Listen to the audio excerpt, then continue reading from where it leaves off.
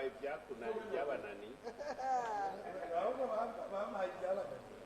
baguhaye bakuratse ibyabanani none nawe uciye umusingi igitondo niwe nari w'indwara oya jewe vraiment niruhira wese no kwiruhira je ibintu mukora ibyo numva urumva je cyo nkeneye niba exercice bitrani oya zizotangura cyo kubera muze coach wacu yavuze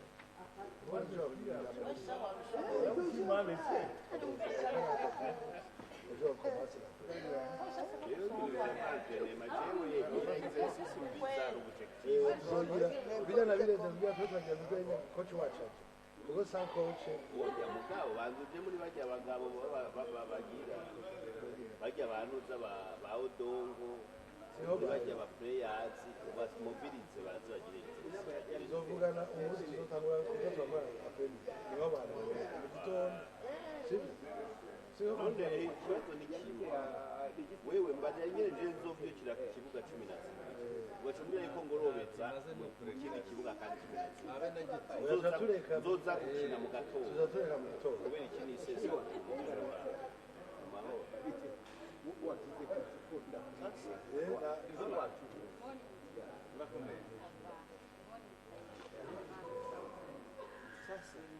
dada yangu mbona umutaki kumuona wamuulize huyu mtoto wangu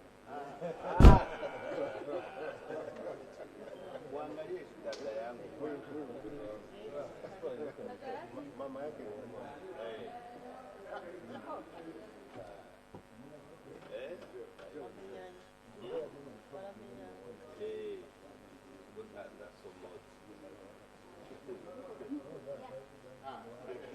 iko salama hata kila kitu kiko salama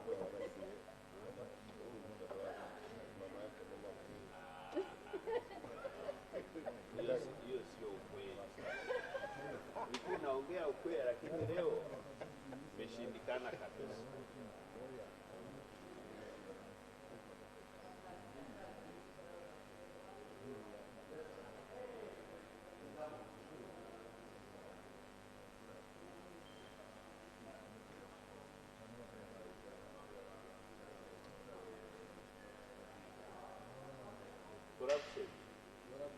corruption is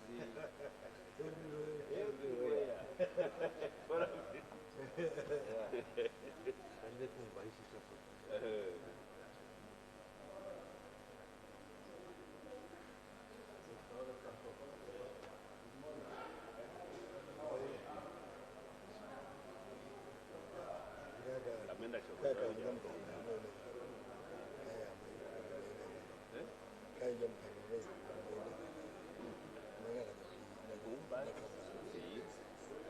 Gawanya maoni telefoniki ndio mwaze yana mwaze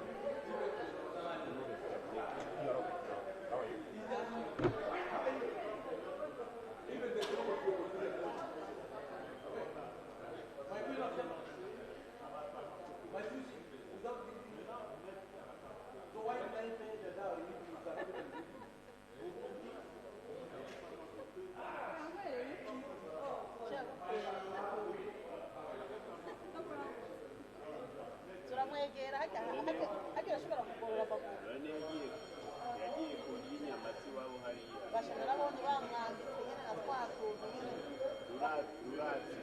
bamwatsiye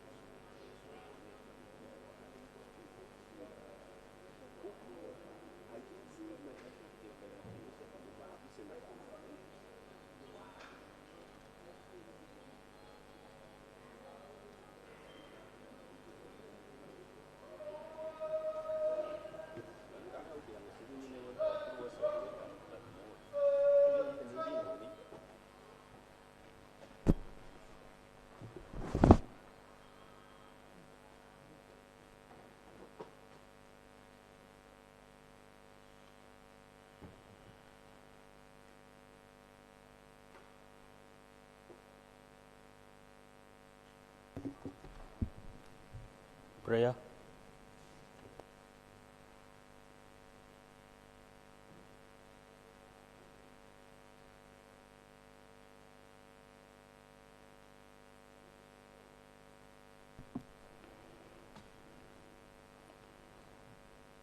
Almighty God, who in your wisdom and goodness has appointed the offices of leaders and parliament for the welfare of society,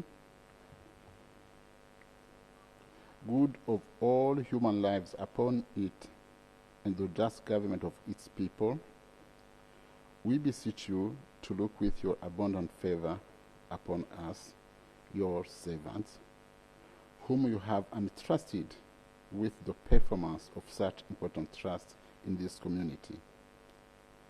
Let your blessing descend upon us here assembled, and grant that we may treat and consider all matters that shall come under our attention and deliberation in so just and faithful a manner as to promote your honor and glory, and to advance the peace, prosperity, and welfare of this region and of those whose interest you have committed to us.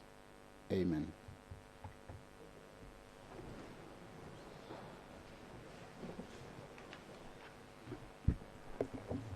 Order number 2 on the order paper, administration of oath.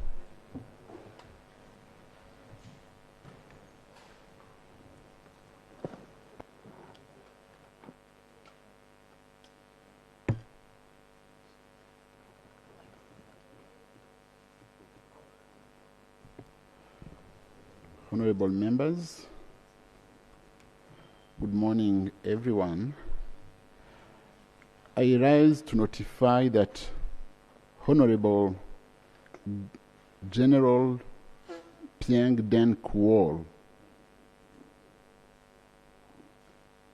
Minister for the Ministry of EAC of the Republic of South Sudan, is present and I would like to take his seat in this house. However, in accordance with the provision of Rule 5 of the Rules of Procedure of this Assembly, he cannot sit or participate in the proceedings of the House until he takes the oath or affirmation of allegiance to the treaty as a member of the Assembly. Rule 5 specifically states that when a member first attempts to take his or her seat other than at the first sitting of a new house, he or she shall be brought to the table by 2 members and presented by them to the Speaker, who shall then administer the oath or affirmation of allegiance to him or her. I therefore request any 2 members who know Honorable General Pieng Den Kuol to bring him to the table and present him before me to enable me administer the oath of allegiance.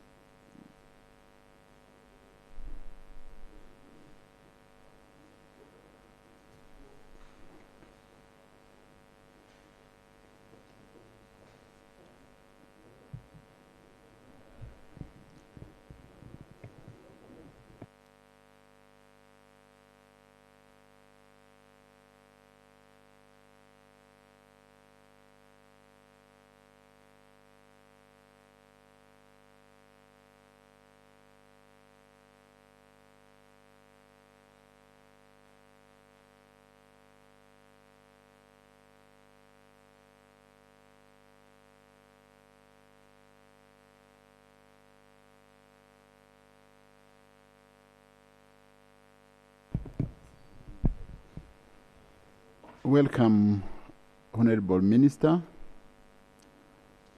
This is Eala. I now invite the members who know you to present you.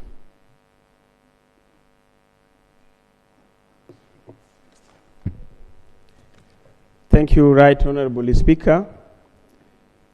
I rise to introduce General Pieng Deng Kuol, the Minister of East African Community Affairs from the Republic of South Sudan. General Pieng Deng holds master's degree in security and strategic studies from the University of Juba and postgraduate diploma in economic principles at University of London, and diploma in military science and instruction from the SPLA Officers College and Cuban Revolutionary Center, and bachelor degree in electrical engineering. Honorable Pieng Deng Kuol is a full general in the Army, in South Sudan Defense Forces. So he is a distinguished career public servant in the Republic of South Sudan, particularly in national security.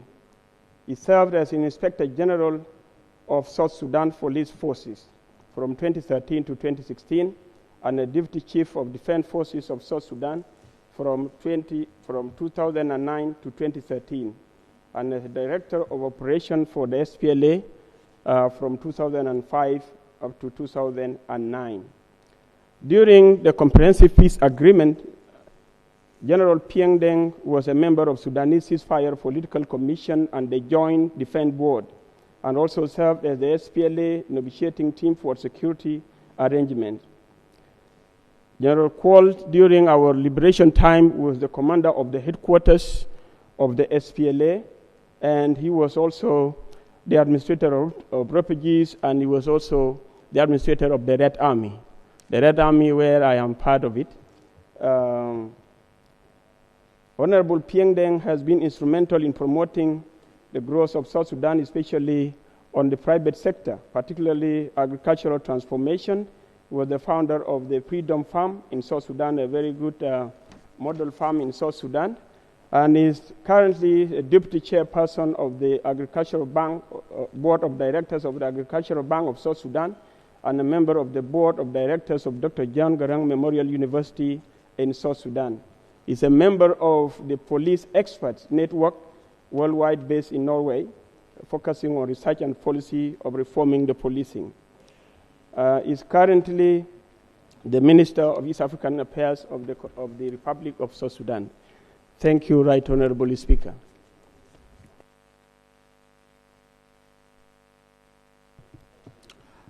No. Now, the Minister, Honorable Minister, can take the oath.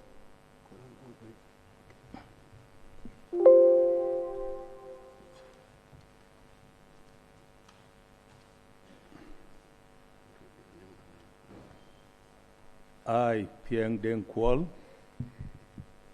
do swear, affirm that I will give true and faithful service to this Assembly, and that I will be faithful and bear true allegiance to the East African community, and will preserve, protect, and defend the treaty for the establishment of the East African community, as by law established.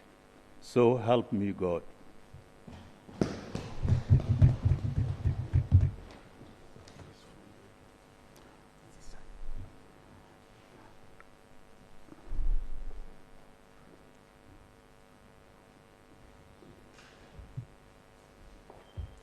You can come this way.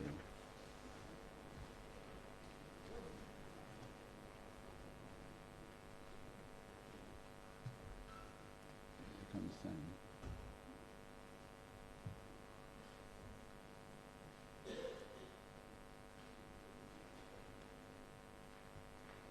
Thank you.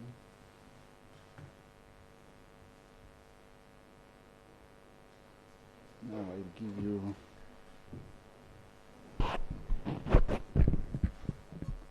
Honorable Minister, I have two important gifts for you. This one is the treaty for the establishment of the East African Community. It is like our Bible. The other one is this red book, which contains all of the rules and the procedure that this assembly has to follow every day. They will help you.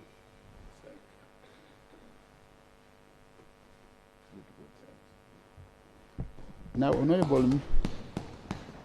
Minister, I give you the floor. Maybe you need to engage with this assembly. I'll give you 5 minutes or less than that. If you have something to share with us, we are ready.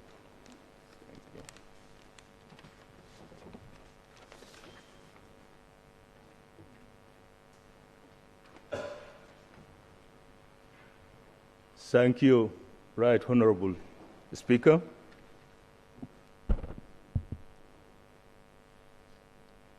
And all honorable members, I greet you in the name of our Almighty. As an ex-officio of East African Legislative Assembly, I would like to assure you my utmost cooperation on the legislative mandates.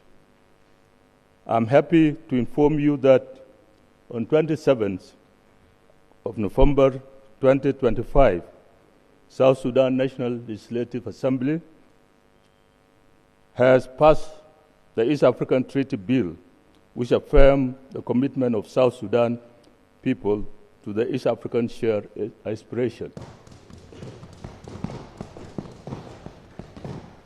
As Minister of East African Affairs, I will exert my much effort to coordinate and urge the implementation and execution of East African organs, directives, and resolutions. Once again, I reiterate the commitment of South Sudan to the integration agendas of our region. May Almighty and our ancestor bless you all. Thank you. Thank you, Honorable Minister. You can have a seat. Honorable members,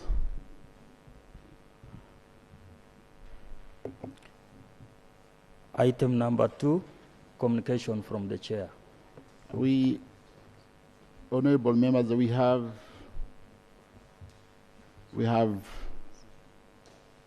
more than 30 guests today.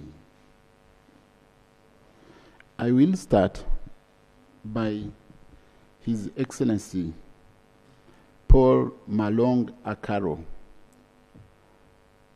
Paul Malong Akaro is the ambassador of the Republic of South Sudan to Uganda and also a non-resident ambassador to Burundi and Rwanda.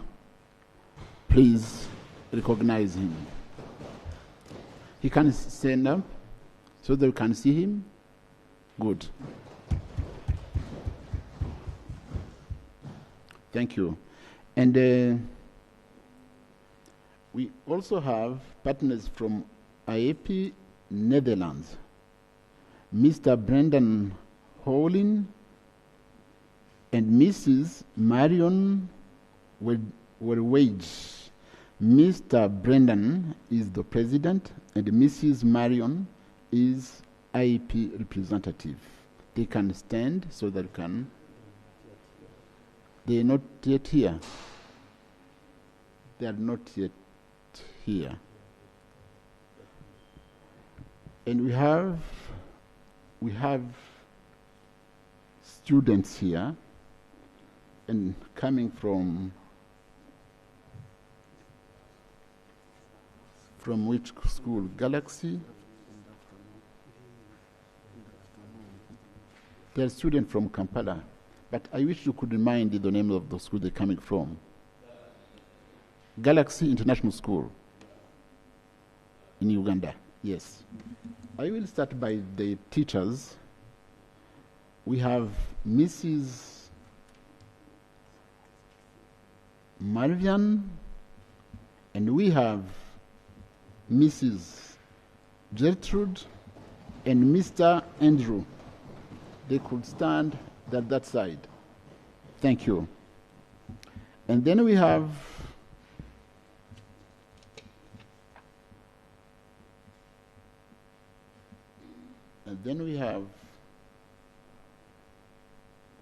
one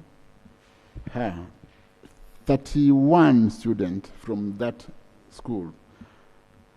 Abdurrahim Mustafa, Akshay Chakboti, Alex Buyinza. You can stand. When I pronounce your names, you stand up, and they will recognize you later when you will. For Andinda Martha Katana. 5, Deng Ngor Cholbul. 6, Desiree Ajibo. 7, Emmanuel Bol Kir Mayardit. 8, Emmanuel Musitwa. Then Ismail Abakar Omar Harun. Jeriel Mulungi. Jonathan Talemwa Mugabi. Joseph Craig Mugerwa Dungu. Joshua Mekalilie Benjamin. Loy Melanie Mugisha Akankunda. Mugisha Akankunda. Muhammadu Maiga. Marius Junior Gata. Mark Santos Kasojo. Maiminul Gul Muhurto. Muhammad Talah Kut. Musab Furkan Dal. Nick Nora Luet Ngor Luet. Nolan Norona. Nika Nankaya Kiberu.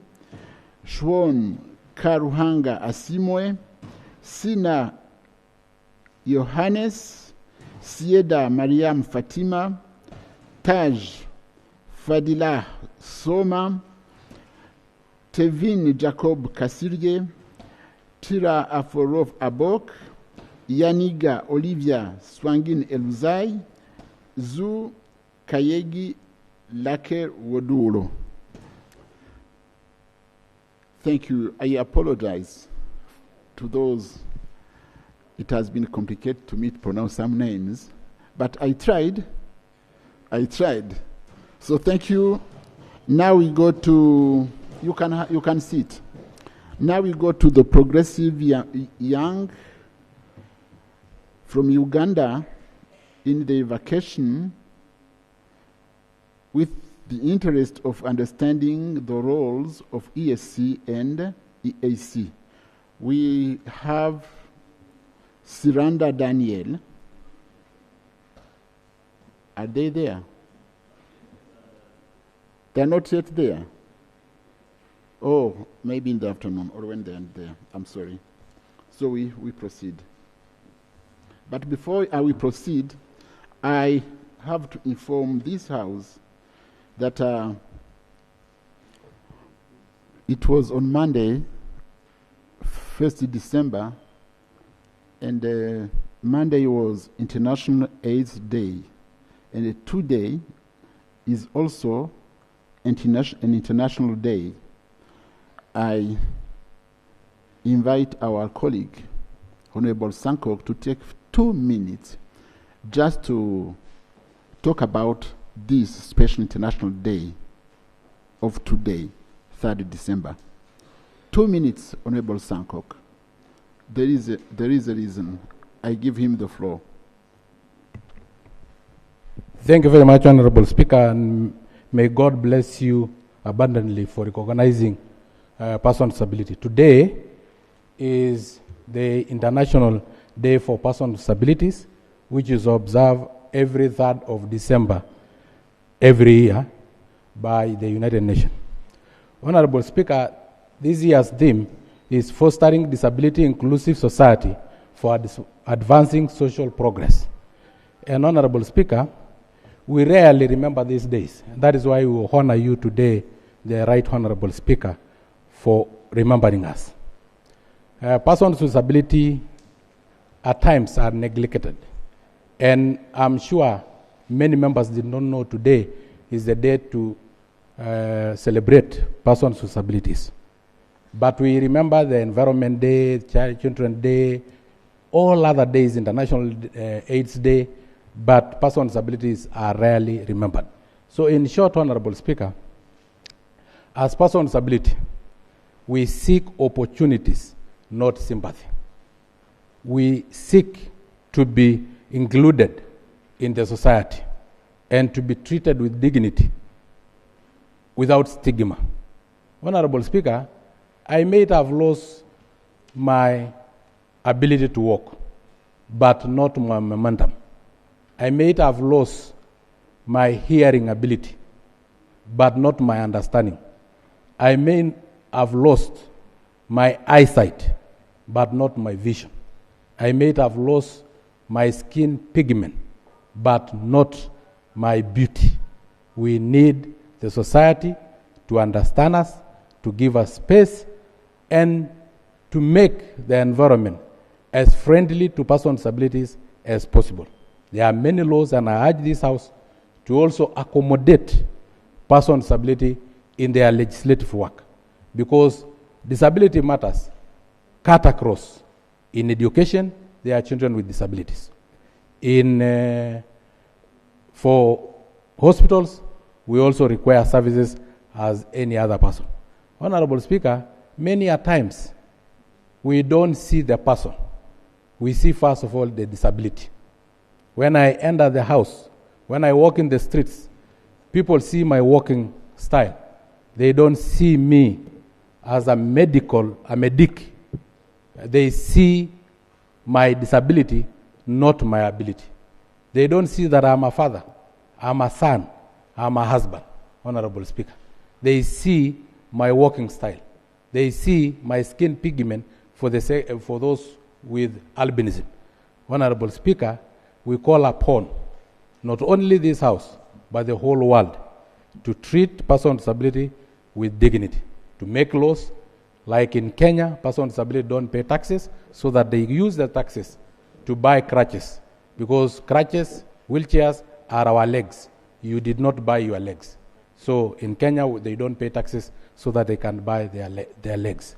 You can walk 4 kilometers, you can walk 5 kilometers, but that person on a wheelchair will need a car, not as a luxury, but as a necessity.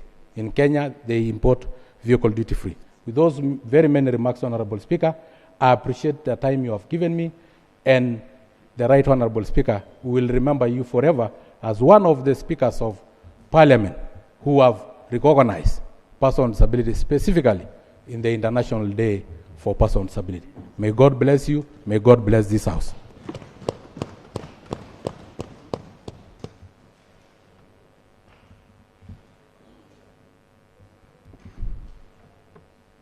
We also have Honorable Siranda, who wish to talk about AIDS, but please, 2 minutes as your colleague did.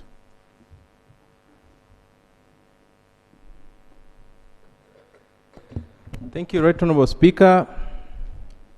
As you may be aware, every 1st of December is World AIDS Day. We're unlucky that on Monday 1st, we were not in the house. We were undertaking an outreach activity in Namunkekera in Kapeka. But Right Honorable Speaker, I want to appreciate you within your wisdom for having, during your opening remarks, make a statement on World AIDS Day. Uganda and the rest of East African community has joined efforts in fighting the HIV/AIDS pandemic. But of course, many of us might have lost loved ones, might have relatives, might have community members, might have siblings, might be within our inner circle that AIDS is a serious pandemic But of course, it's associated with a lot of issues of discrimination that still exists, is associated with people that still think is either you are bewitched. And it has a direct implication in terms of our economy and how people can be supported. Right Honorable Speaker, as the Assembly, I believe it is very important for us to join the world in overcoming the disruption and transforming HIV/AIDS response as a region. It is important, Right Honorable Speaker, as we sit here, to appreciate that across the world, across the region, the burden of HIV/AIDS remains a substantial burden to our governments. Over 8,800 people were newly infected, and approximately over 50,000 people died in HIV-related complications in the last 5 years. Over 3.5 million people in the region have either been contracted or challenged with about HIV/AIDS in the respective aspect that I've mentioned, Right Honorable Speaker. It is important, as we speak here, that we join our governments and we join the region and all the other parliaments and international community in commemorating the World's AIDS Day. Right Honorable Speaker, I beg to submit. Thank you, Honorable Dr. Black. I am informed that the EAP people, the EAP friends have arrived in the gallery.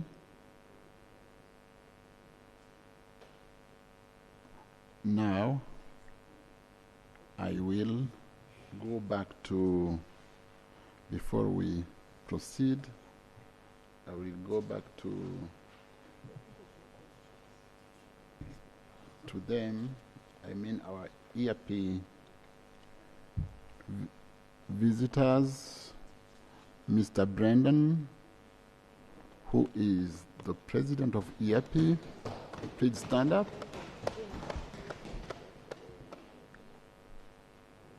Mr. Brendan, I have met him last year, and we had an interesting meeting in my office. We had coffee together, and we signed an MOU. We think that you came to find a way to implement it. Thank you for coming. Thank you. Then we have Mrs. Marion, who is representative of AAP. I remember you. You are welcome. Honorable members, do we have others guests? Which ones? The students have arrived? Oh, good. So we go to them. Our young students from Uganda.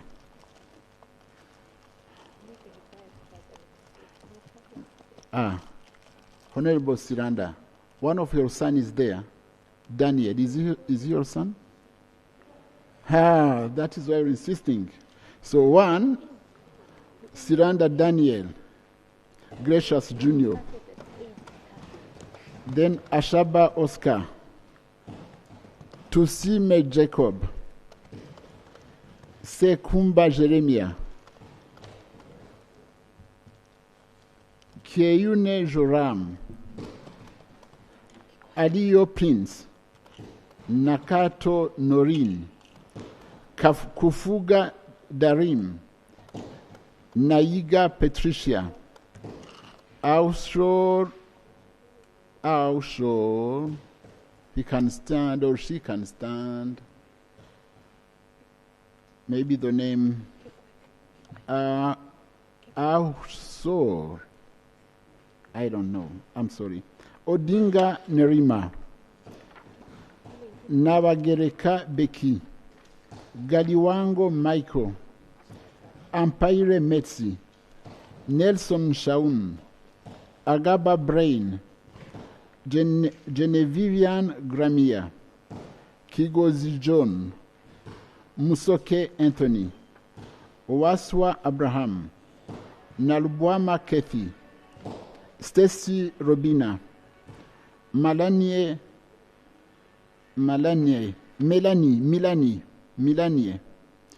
Namatovu Abigail, Katende Kelvin, Senyonga Ronald, Mulika Gerald, and Bleak Lucy. Thank you for coming. Now we can proceed. Order number 3, laying of papers, starting with Roman 1.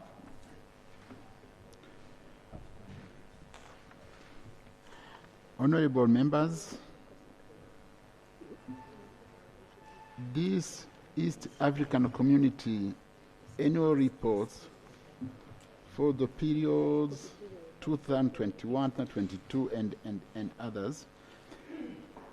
I propose we will proceed in the afternoon so that we can give a chance to our council member to be inducted on how to proceed so that he can lay it.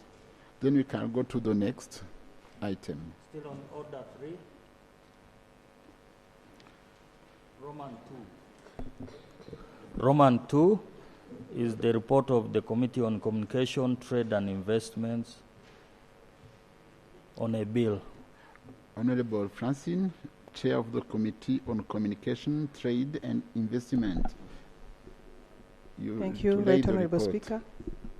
Right Honorable Speaker, I beg to lay the report of the Committee on Communication, Trade and Investment on the East African Community Standardization, Accreditation and Conformity Assessment Bill 2023.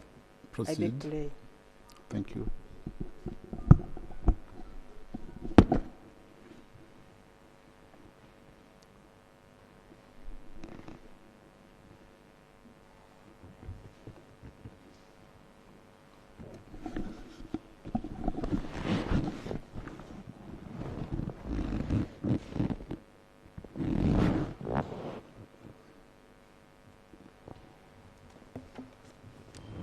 Still on order number 3, Roman 3, report of the Committee on Agriculture, Tourism and Natural Resources on food sovereignty.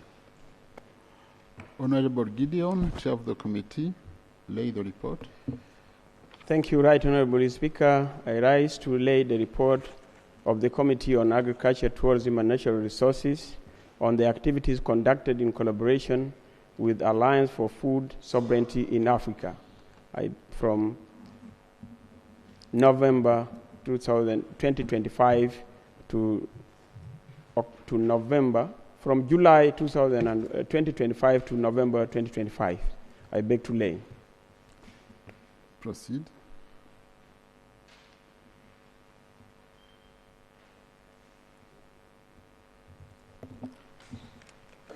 Order number 4,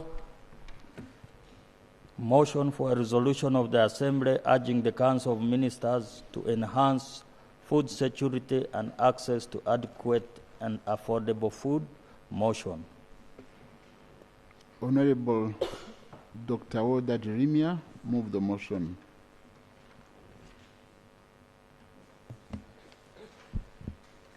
Right Honorable Speaker, I beg to move a motion for the resolution of the Assembly urging the Council to enhance food security and access to adequate and affordable food. I beg to move. Do you have seconders? Dr. Makame, Gideon, Sankok, Francine, Gabriel, Aisha, and others. Thank you. A motion for the resolution of the Assembly urging the Council to enhance food security and access to adequate and affordable food. Moved under the Article 49(2)D, 59(1), 105, and 110 of the Treaty and Rules 26 of Rules of Procedures of the Assembly. Whereas under Article 105 and 100 of the Treaty, partner states undertook to cooperate in the agriculture sector to achieve food security within the community by ensuring food sufficiency maintaining strategic food reserves, and sharing information on the state of food nutrition in the community. And whereas the right to food is enriched in international legal instruments such as Article 11 of the International Covenant of Economic, Social, and Cultural Rights, which obligates states to ensure access to adequate food and freedom from hunger, and the African Charter on Human and People Rights, and the Malabo Declaration, which reinforce commitment to food security and nutrition. Aware that partner states face persistent food insecurity, challenged due to climate shocks, population growth, and policy gaps. Appreciating the Council to developing and... Point of procedure, Right Honorable Speaker. Procedure.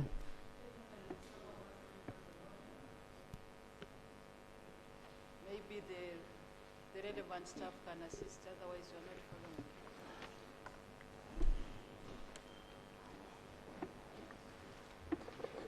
following. Please, Clerk, we can proceed, but quickly bring this motion to the members.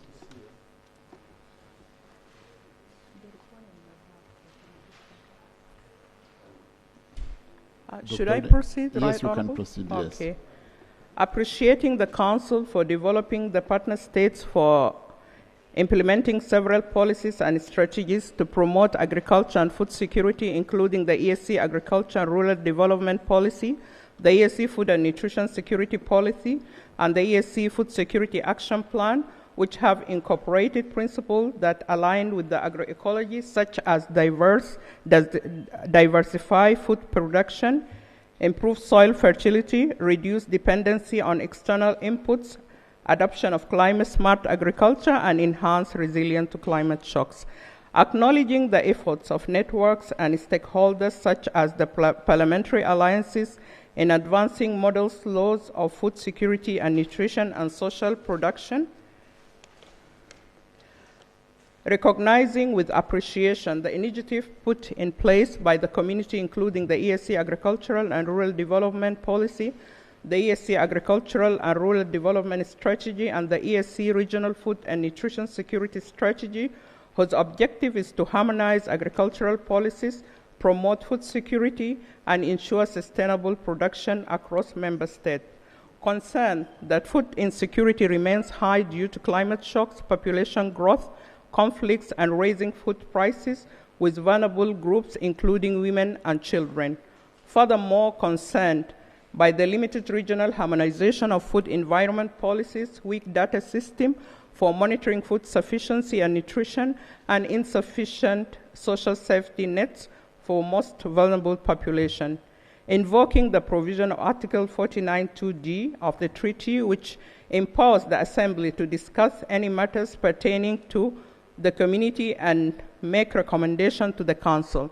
Now, therefore, be it resolved by the Assembly as follows: that in accordance with the Article 49(2)(d), 59(1), and 110 of the Treaty of the Assembly the Assembly urged the Council to A. Ensure legal recognition of right to food and integrate it into national development plans.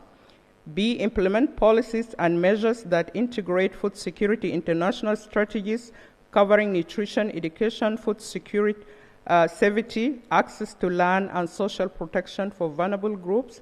C. Invest in soil restoration, ecosystem management, and climate-resilient farming. D. Direct partner states to abolish export bans and reduce non-tariff barriers to stabilize food markets.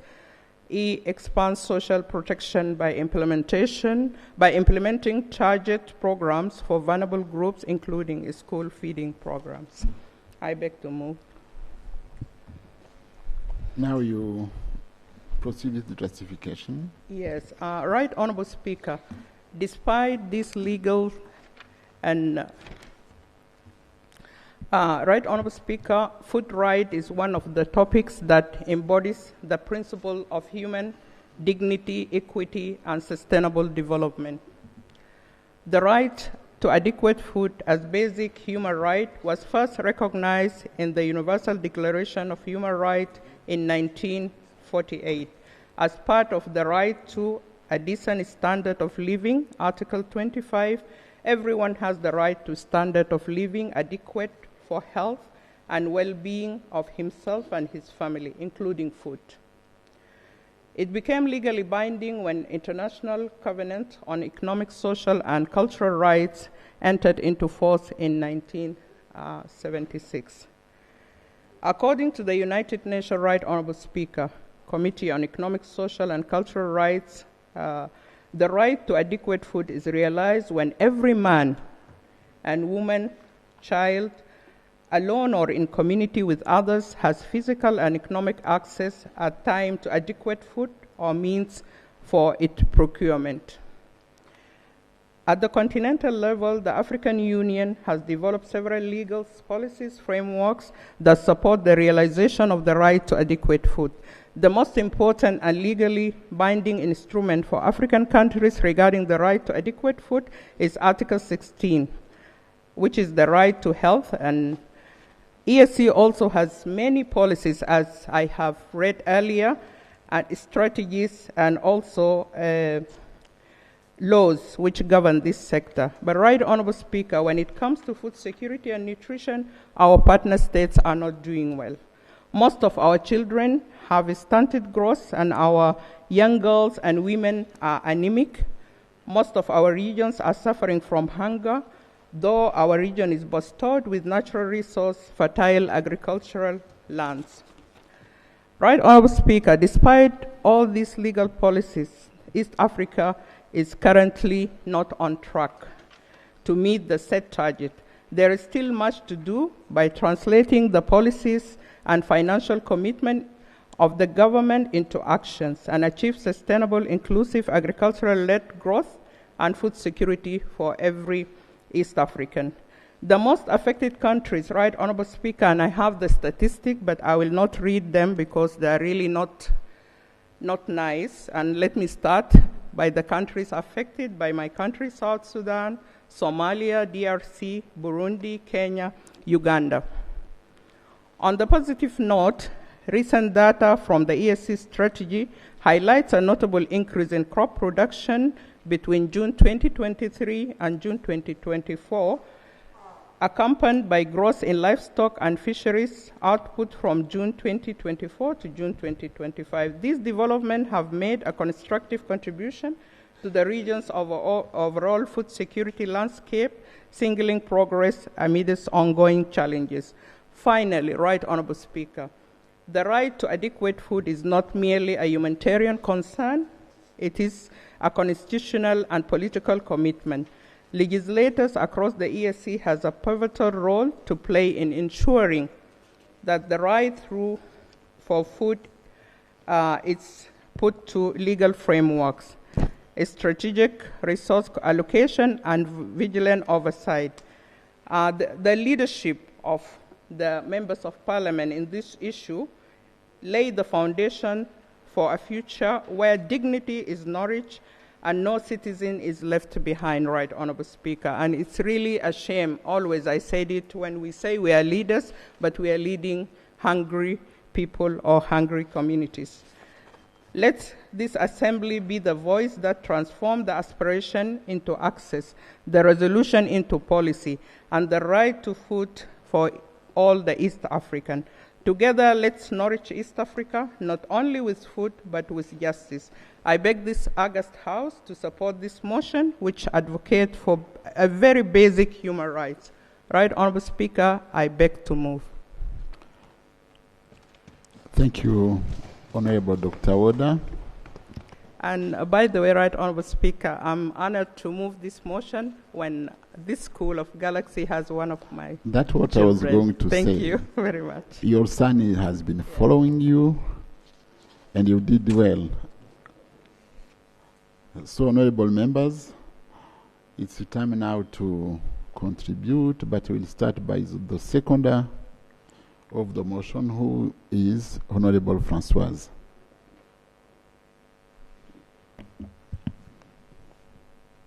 Thank you very much, Mr. Speaker, sir, for this great opportunity to contribute to this important motion that is urging the Council to enhance food security and access to adequate and affordable food with no one left behind.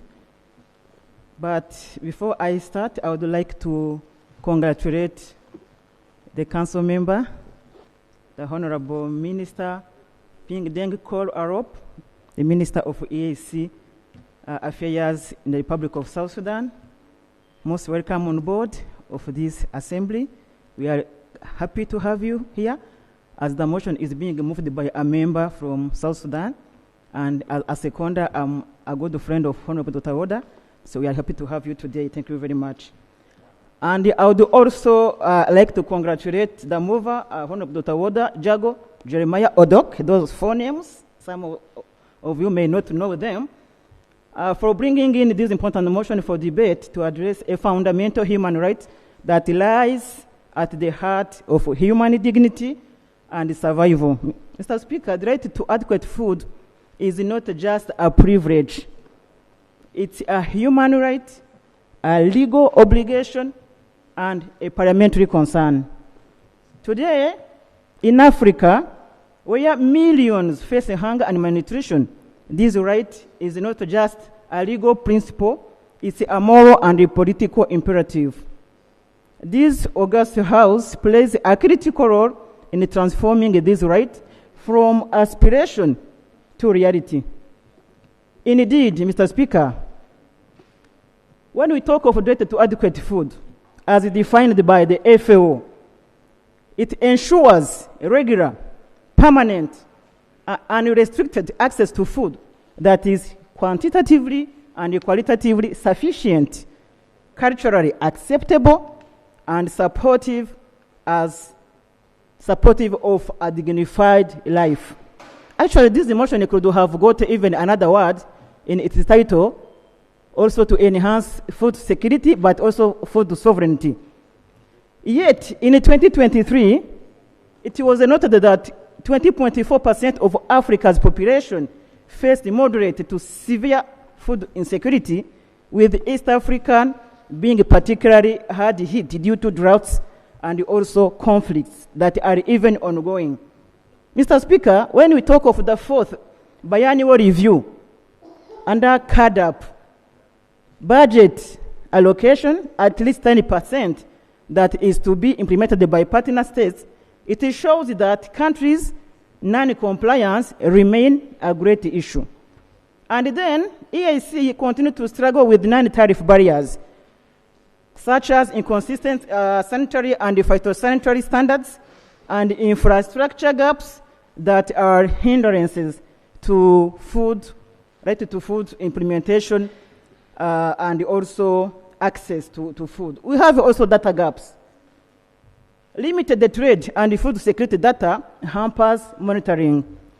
Mr. Speaker, but how should we really get there? Because we want to get there, we want to have no one left behind as a parliament. I'm going to summarize like a way we can get there, because we have the Committee on Food Security voluntary guidelines on right to adequate food that were endorsed by all partners, EAC countries being a part of them in 2004. It provides for practical guidance for UN states to realize this right. These guidelines, rooted in human rights principles, emphasize equality, non-discrimination, participation, and accountability. You know how it is our role. Our role is like legislation.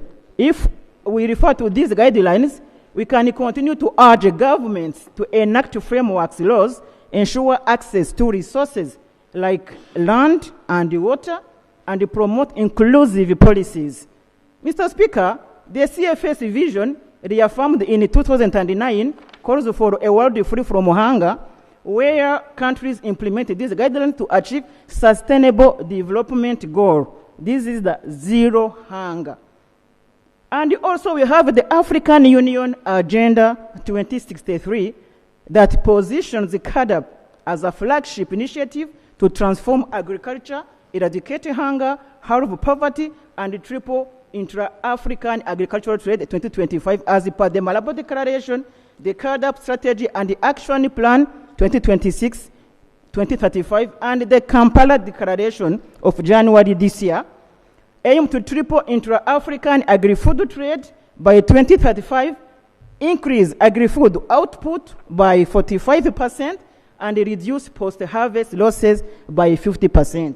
This House already approved a motion on reducing losses in agriculture and also production.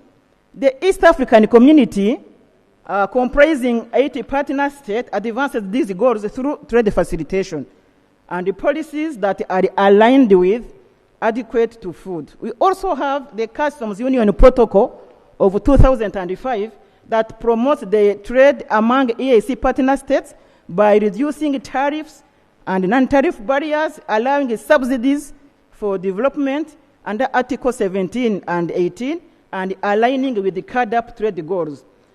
As I wind up, Mr. Speaker, a lot can be talked about, but we can't just ignore the role of Eala. Eala is uniquely positioned to translate these global frameworks into tangible outcomes through our core functions: legislation, oversight, budgeting, and representation. To be more concrete, as far as the legislative role is concerned, we must enact laws that explicitly recognize the right to adequate food. For instance, the Pan-African Parliament's model law on food and nutrition security, adopted in November 2022, is a landmark tool. Remember, this motion is also tackling on acknowledging the efforts of networks and stakeholders such as parliamentary alliances in advancing model laws on food security and nutrition and social protection. When it comes to oversight, Eala must hold the government accountable for implementing food security policies. Through oversight, monitor compliance with international commitments like the Comprehensive Africa Agriculture Development Program, CAADP, and the AU agenda as mentioned. The relevance to this motion is that we promote safe and sustainable food under the guidelines of FAO. Agroecology that promotes sustainable, locally adapted farming practices aligned with the FAO guidelines on local food production that this House can also emphasize. As a call to action, Mr. Speaker, sir, guided by CFS recommendations, FAO guidelines, and building on existing EAC frameworks, this House will continue to act decisively. Through legislation, we can ensure this right. Through oversight, we can ensure accountability. Through budgeting, we can urge the Council to fund solutions. And through representation, we can empower our people. We can enact school feeding laws, for instance, strengthening programs to provide nutritious meals to 1 million school children by 2035, improving access to safe, nutritious, and adequate food. We can monitor nutrition labeling laws to, fight obesity rates by 2035. EAC can use its oversight role to ensure EAC governments implement food security commitments such as CAADP at least 10% budget target. Let's commit to making hunger a thing of the past. Next year, 2026, Mr. Speaker, Africa will host the Global Parliamentary Summit Against Hunger and Malnutrition. After Spain and Chile, respectively, this House participated in the Chile summit, and we will celebrate together with the entire world the International Year of the Woman Farmer, which will be launched tomorrow in Rome, Italy. Mr. Speaker, as the second of this motion, I appreciate the efforts and involvement of the House under your leadership. I congratulate you, and I beg to submit. And I second the motion. Honorable members, the motion on the floor is that this Assembly do resolve to urge the Council of Ministers to enhance food security and access to adequate and affordable food. Debate is open.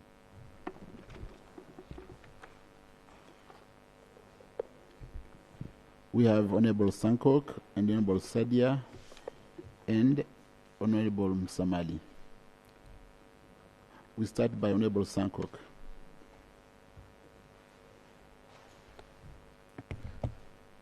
Thank you very much, Honorable Speaker. And from the onset, I support this very important motion by Dr. Wada. Honorable Speaker, and before even I support, Honorable Speaker, I want to inform you, our media team will be traveling back to Arusha by 5th, and we need them to cover our games. So, Honorable Speaker, you are the chair of the commission, so you can do something on that. Honorable Speaker, an hungry community is full of hungry people. An hungry community is full of hungry people, and probably the Gen Z uprising that we are seeing is because sometimes we are not able to provide enough food to our society. So this bill, this motion have come at the right time, and we need really to up our game because East African community economic bloc is blessed more than any other economic bloc. We have 1.4 billion acres of land. And when I talk of 1.4 billion acres of land, it is arable land. We don't have a desert. Our land is good for forestry, agriculture, and livestock rearing, Honorable Speaker. How then we can feed our population is something that, Honorable Speaker, we need to really do something. Honorable Speaker, we are dependent so much on rain-fed agriculture, which is a thing of the past, Honorable Speaker. With East Africa, blessed with 38 freshwater lakes, thousands of rivers that can be able to support irrigation, it is no longer attainable to only depend on rain-fed agriculture. Honorable Speaker, East Africa Economic Bloc is also blessed to have a very favorable climatic condition. We don't have any extremities, Honorable Speaker. We don't have winter, we don't have summer. Honorable Speaker, our trees rarely shed their leaves, meaning we can plant throughout the year.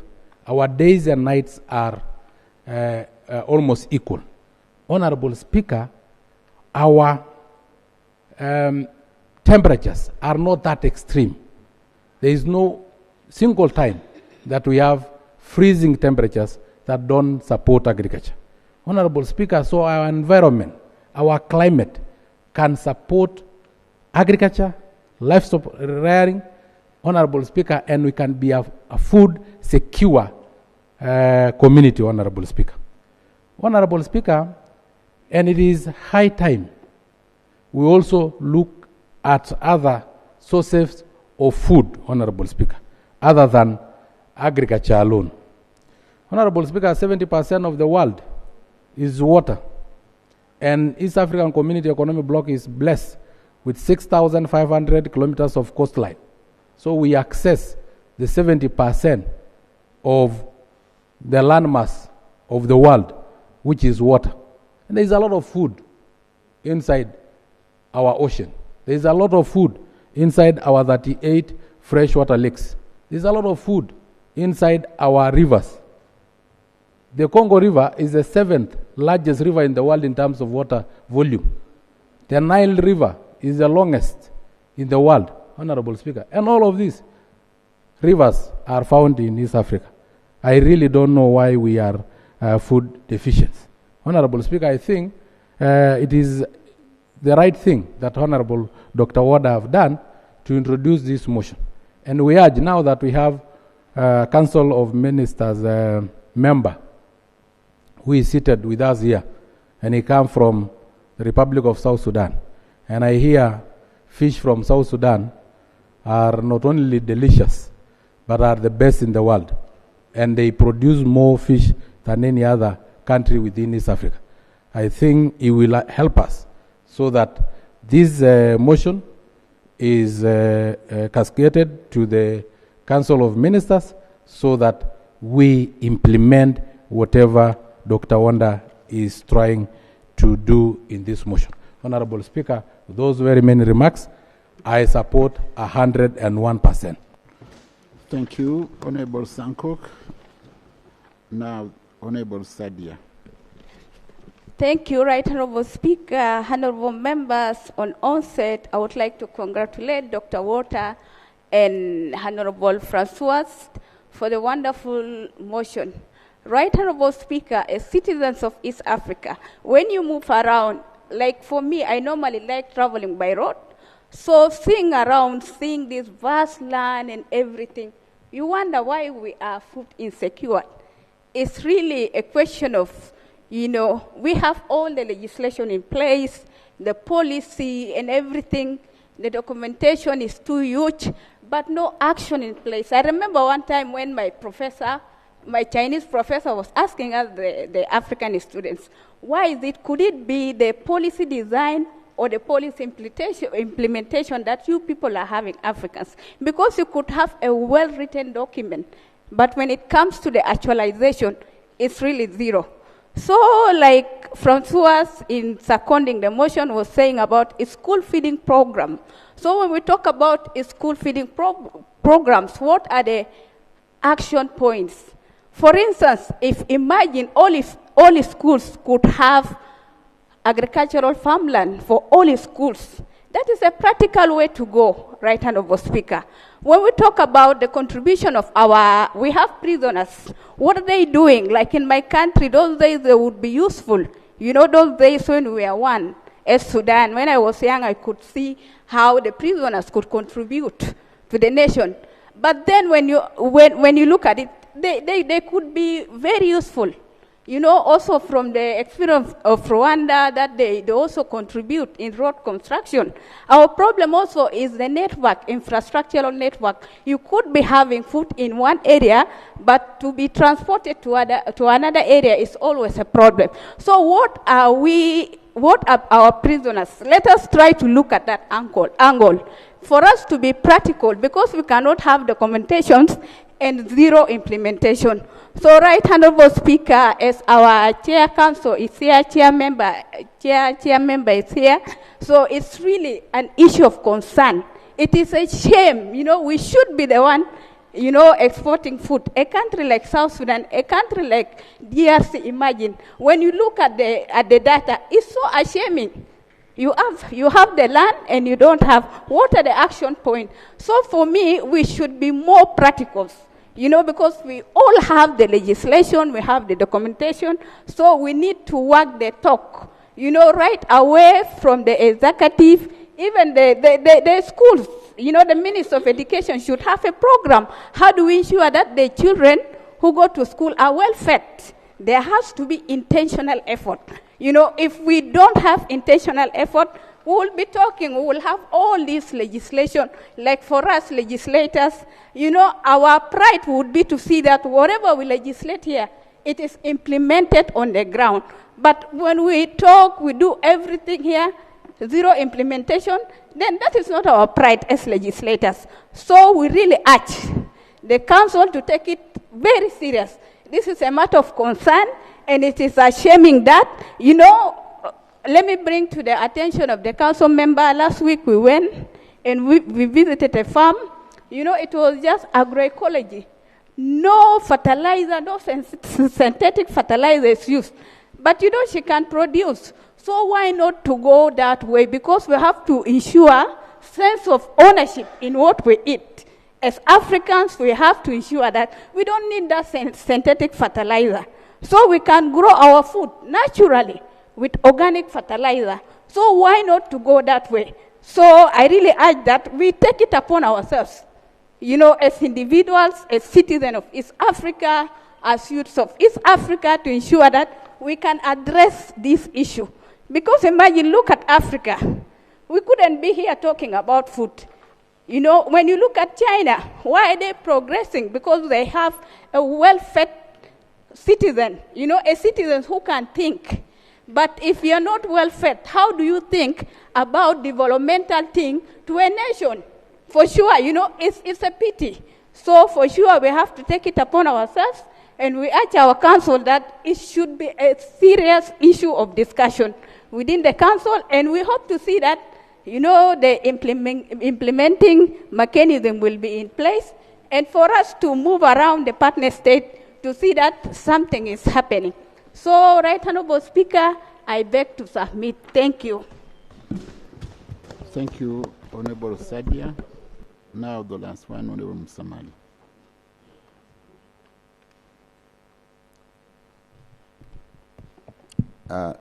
Thank you, Honorable Speaker, and the members.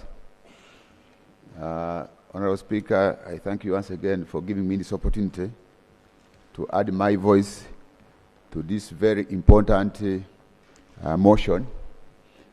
But, Honorable Speaker, before I make my submission on this motion, I would like to request that you give me 1 minute and make a submission. I tried to catch your I tried to catch your eye, but I was unable to do so at an appropriate time shortly after the taking oath of the Honorable Minister and the submissions which was made by the Honorable Sankok. Just 1 minute, Honorable Speaker. You have the floor. Thank you, Honorable Speaker. Let me take this opportunity to congratulate the Honorable Minister, General Pieng Deng, the council member from the Republic of South Sudan, for joining this August House. You are welcome, Honorable Minister. Honorable Minister, you are coming at the time when the Assembly and East Africa are going through serious challenges, and you as a council member, you are supposed to work with your colleagues to ensure that we address these challenges. I will not go into so many. I'm sure you have already been briefed. Our work here as the Eala members is to pass bills which you sponsor as the council. And we also bring private members' bills which you are also supposed to forward for assent to the summit. But the challenge you have had is that we pass bills and these bills are suffocated at council level, even when they have been sponsored by the council itself. For example, we have a problem now in as far as implementing the laws or passing the laws of the monetary union. We passed the East African Bureau of Statistics bill 2018. To date, that bill has not been assented to, and it was sponsored by council. So, Honorable Minister, we have a problem. That's just an example. So we request that you add value to this House and to this community to ensure that the bills we pass are fast-tracked and assented to so that we are able to implement the integration agenda. Honorable Minister, you are coming from the Republic of South Sudan, which is the second youngest in East Africa. Now, because Somalia has joined, after you are no longer the youngest.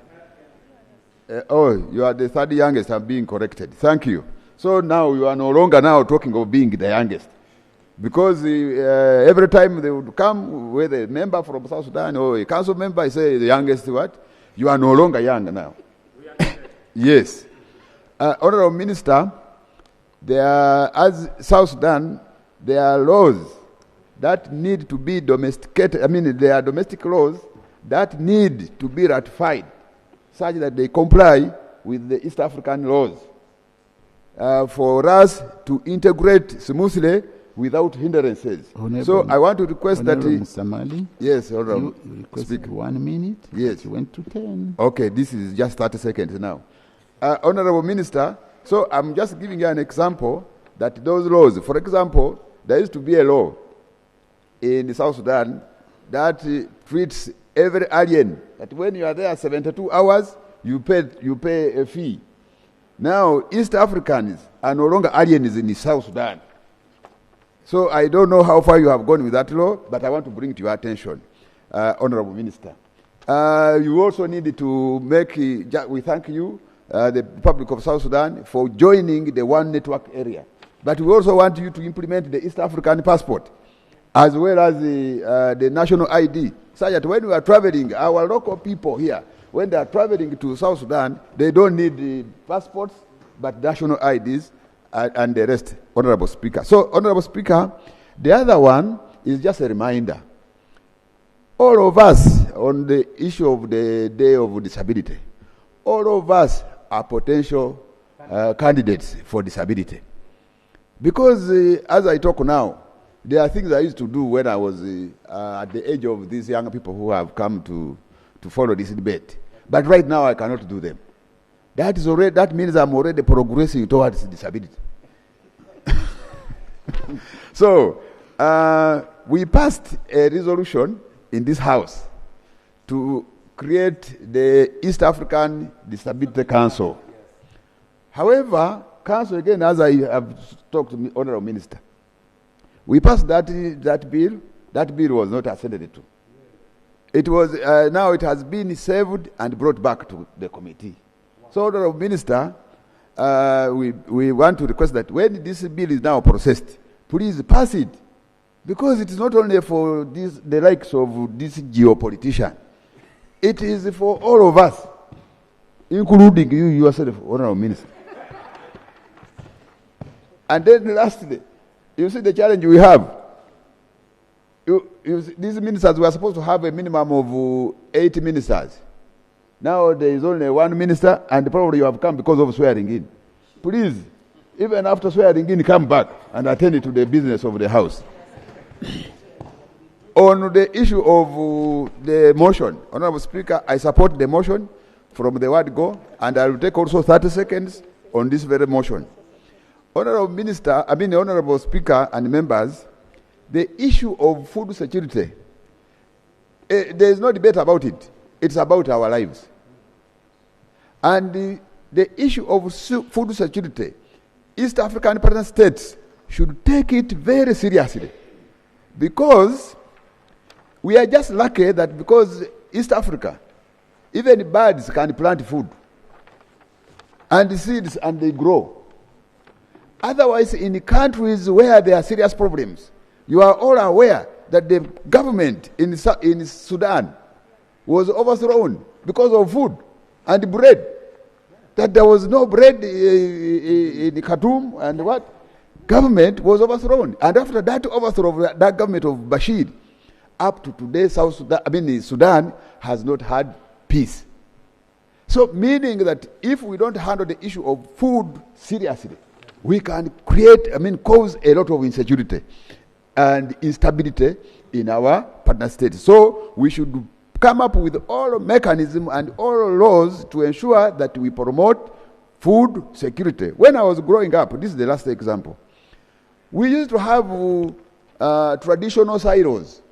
They were calling them granaries. And they would keep food. Even the local chiefs would come and say, you are supposed to grow food for yourself and also food for government. They were calling it food for government. Chakula ya serikali. And that granary will be there, that's for security. And they were calling it security, but we were calling it in our own language. We are calling it, but now I've learned that it was food security. So even before, we used to have food security. Now today, we are there struggling when there are modern ways where we can have to promote and have food for ourselves and even for commercialization. Honorable Speaker, this one is an amendment. I want to propose an amendment in the motion. This is on the prayer D, where he's saying that we are praying that we direct partner states to abolish export bans and reduce non-tariff barriers to stabilize food markets. I want to move an amendment, if I am supported by the mover, that instead of saying that we reduce, that's direct partner states to abolish export bans and reduce. Now I want us to amend and remove reduce and replace it with abolish, saying that such that it reads, direct partner states to abolish export bans and abolish non-tariff barriers to stabilize food markets. Honorable Speaker. Because the moment we say reduce, it means we are encouraging those non-tariff barriers. People, partner states can still introduce, after all we have just reduced, so you can put as much as they can. Thank you, Honorable Speaker. Thank you. Thank you, Honorable Musamali. I now give the floor to the Honorable Minister, if he is willing. Sorry? If we still have members to contribute. Oh, very good. Honorable Minister, maybe you can hold. We give the floor to the three others. Honorable Katwamba, Caroline, and Karen. Please be Mr. brief. Speaker, sir. We have a long way to go today. Yes, half a minute will be enough for me. Mr. Speaker, sir, thank you for giving me this opportunity to contribute on this very important motion. I think if we want to talk about the importance of food security, we will talk up to the next day. Everyone is aware. But if we want to talk about the security and the stability of any country, food security is the heart of every country under the sun when it comes to the food. We all agree that food is the basic need of every human being. Outright, I support the motion, but with the precaution that the implementation of this motion won't be an easy task. Because food, you are talking about the final product almost in the production chain. So before that, there is a series of other bodies regulating the same thing. You are talking about nutrition. We have policies about nutrition in our countries. We have policies about agriculture in our countries. We have policies about agroecology in our countries, and so many things behind. We have even SGR in Tanzania. SGR doesn't mean, it has a different meaning. SGR means strategic grain reserve. It's all about food. So this motion starts at a place where there is a lot of regulations before going to the food itself. That is my precaution, that it's not going to be an easy task. Maybe for information, honorable members, 80% of, I'm giving an example of Tanzania, 80% of what Tanzanians are employed by the agricultural sector. So when you talk about food, you are talking about the heart of the stability of our countries. Thank you, Mr. Speaker, sir. Thank you. Honorable Caroline. Thank you. Thank you, Mr. Speaker, for giving me the opportunity also to contribute to this debate. Actually, Honorable Kachamba has said what I wanted to say, because originally when I saw the motion from Honorable Dr. Woda, and I really want to thank her and Honorable Francoise de Seconda, I was asking myself, what new thing are we telling? Are we urging our partner states or the council? Because it is something very obvious. Food security is important to any country. However, and the other thing that I was looking at, it's very clear that, as Honorable Kachwamba has said, every country has these policies. Every country has measures to integrate food security into their national strategies. If you look, even the youngest member state, as they were saying, Somalia was looking. They have all these, and South Sudan, as you mentioned, even if there are problems, they have measures. And we agreed as partner states, and everybody who signed up to this treaty agreed on the articles that she referred to, the 105 and 110, to cooperate in the agriculture sector and in order to achieve food security. We all signed up to this. And including ensuring food sufficiency and maintaining strategic food reserves and sharing information. He has talked about it. We all have strategic food reserves, but yet we have problems of food insecurity. When we still import a lot of our food in spite of the huge expanses of arable land that Honorable Sankok has said. Today, food prices are going up and up and up and up. We first said it was COVID. Then we said when the Ukraine war happened, skyrocketing prices, and they're not going down. So the issue is not lack of policies, the issue is not lack of knowledge or whatever, it is implementation. Implementation, and that is what Honorable Dr. Oda and Honorable Francois II are calling for.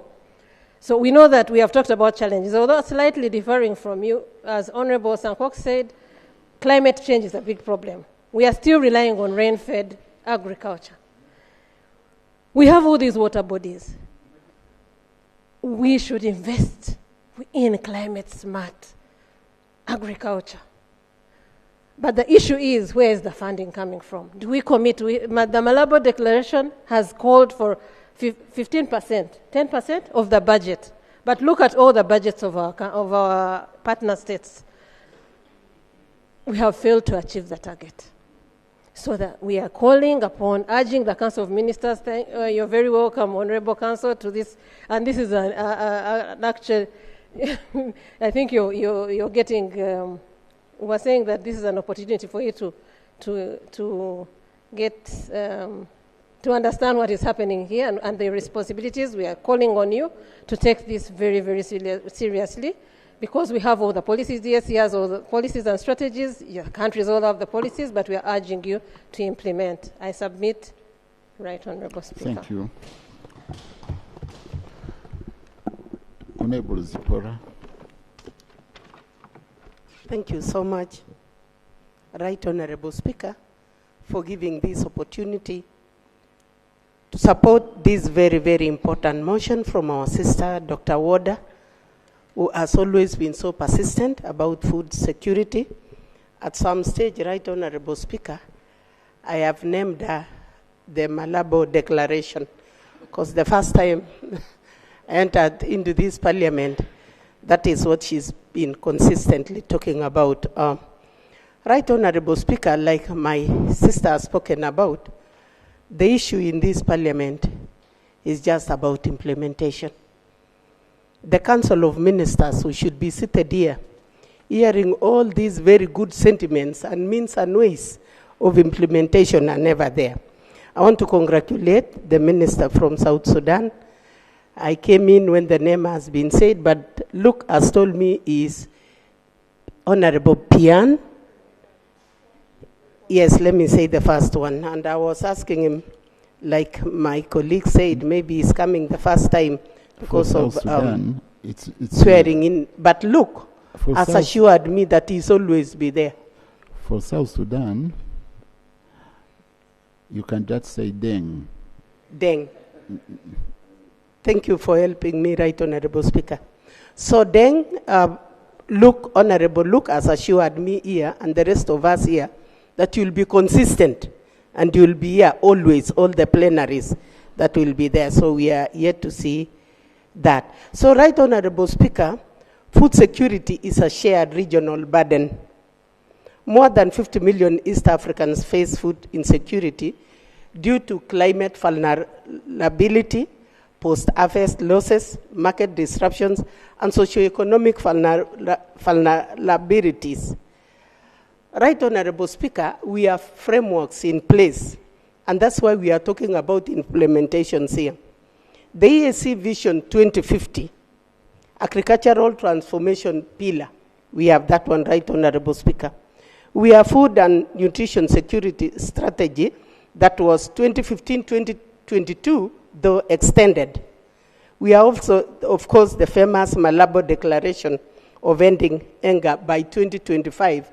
And you can imagine, Right Honorable Speaker, the time that we are supposed to be ending hunger, this is the time we are now bringing the motion of ending of food insecurity. So you realize, Right Honorable Speaker, there is a gap between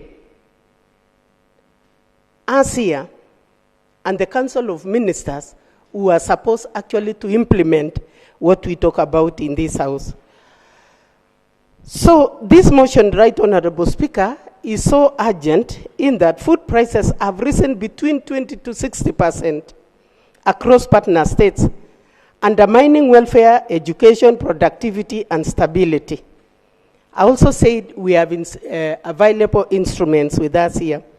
When you look at the AC Custom Union Protocol promoting seamless movements of goods and services, Right Honorable Speaker, we have also the Common Market Protocol that is ensuring free flow of foods, labor, and services.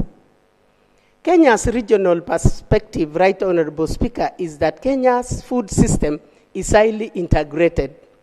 We rely on grain inflows from Uganda and Tanzania. You realize, Right Honorable Speaker, in Kenya, around the months of June and July, that is when we don't have grains in Kenya, because that is the time our maize is green. But that is the time Uganda are harvesting. So we get the inflows and we don't get the gap of actually missing any food, and of course from Uganda.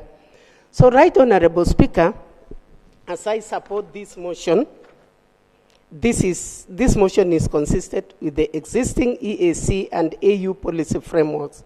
It calls for partner states to harmonize food policies, build a shared food reserve, develop a resilient agricultural systems, and to enhance data and early warning mechanisms and improve pastoral mobility.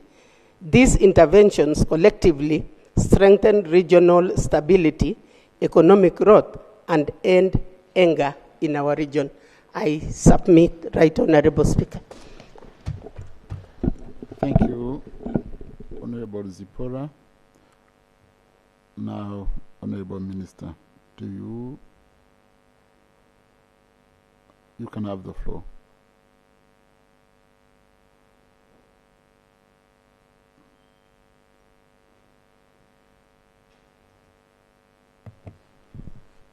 Thank you, Right Honorable Speaker, for giving me this opportunity. And really, I'm very unfortunate to be the only minister here and to be the first. It's my first time to be in this house, but let me try to answer some of queries or questions. First of all, I would like really to support honorable member here when talking about disabled people, and it is really very important. Me as somebody who have been in charge of disabled people, especially war disabled people, I really support what he said, and for sure is one of... Honorable Minister, you should stay in the line with the motion. Okay, please. Yes, Food that's security all right. motion. Okay, concerning the motion, food security and access to adequate and affordable food, really, it is very important for me to attend this motion today, because it's one of the areas that we as leaders are supposed to be very serious and really committed to make it workable. And for me, I really support it, and I hope that my colleagues, ministers in the council, will also take it with a very seriousness and commitment. For sure, this motion is one of the responsibilities that any government should take it and implement it. And as it said, by members in any government or in any member state, there are policies, but the implementation is the one that hindering all this. And I hope in South Sudan, even if there are other challenges that are facing this area, I want to say that I'm one of the farmers, as it was said here. I'm a farmer, and even up to now, I'm a committed farmer. And I want really my country to take it as one of the most important source. Because, as you know, South Sudan is oil dependent. But South Sudan, as it was said, it has large area, agricultural area, more than any other country in this region. And it has a lot of water, the Nile and many rivers.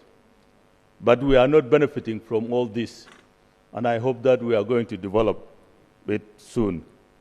Otherwise, Honorable Right Speaker, there are other questions that were raised by the members. I hope that I will answer them later on. Thank you. Thank you, Honorable Minister.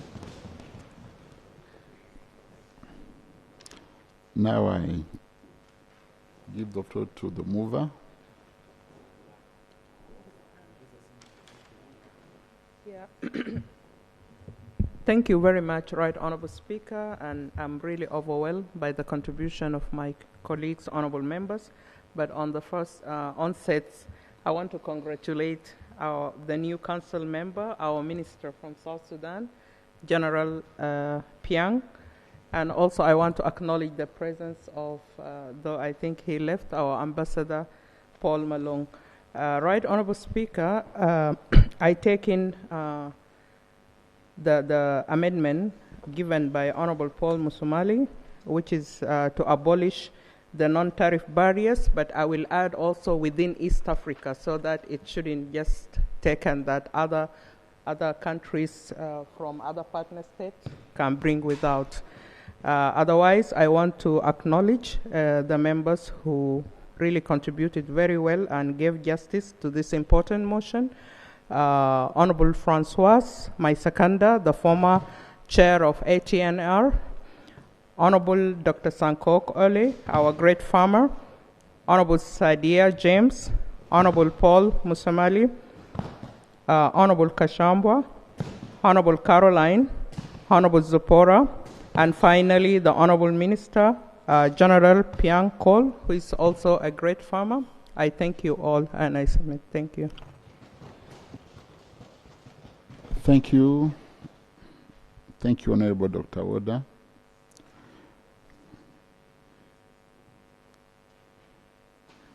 Food. If we do not give food to our militaries for 2, 3, 5 days, what will happen? They will shoot. If we do not give food to our policemen, how will they react?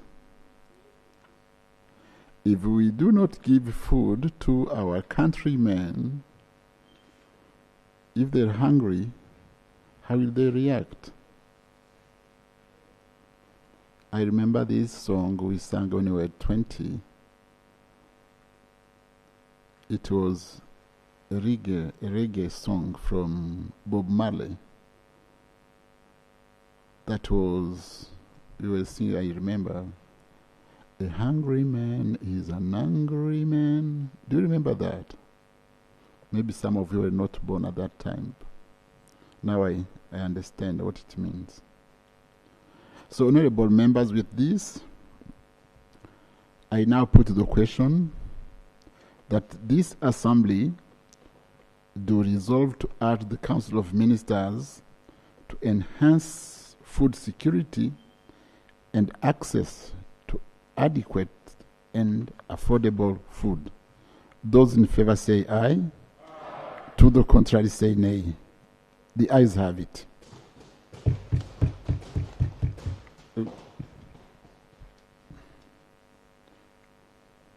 Next item. Item 5.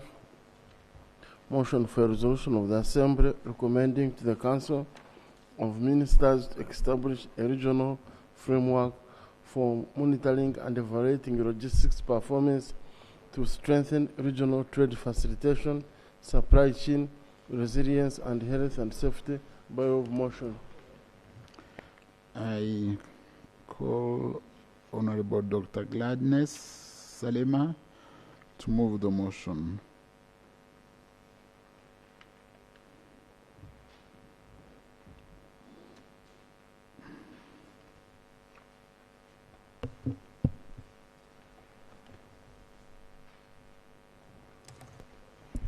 Right, Honorable Speaker. Thank you so much for this opportunity. Mr. Speaker, sir, Yes, I Honorable. raise on a point of procedure.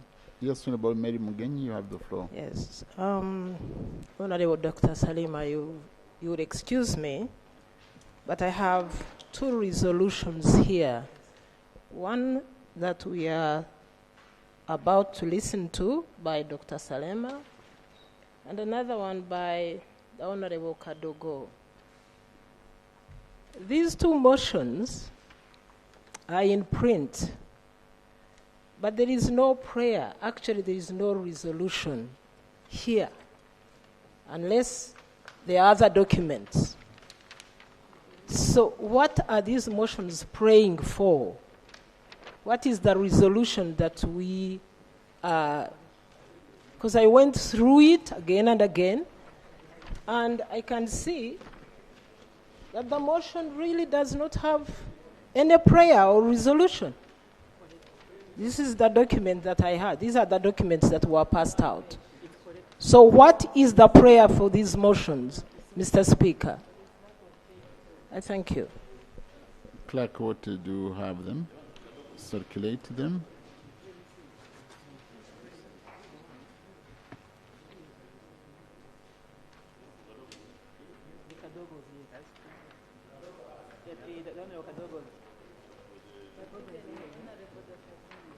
I am told that they are circulating those documents. So, Honorable Dr. Salema, you can proceed when they'll be circulating them. Please circulate those documents.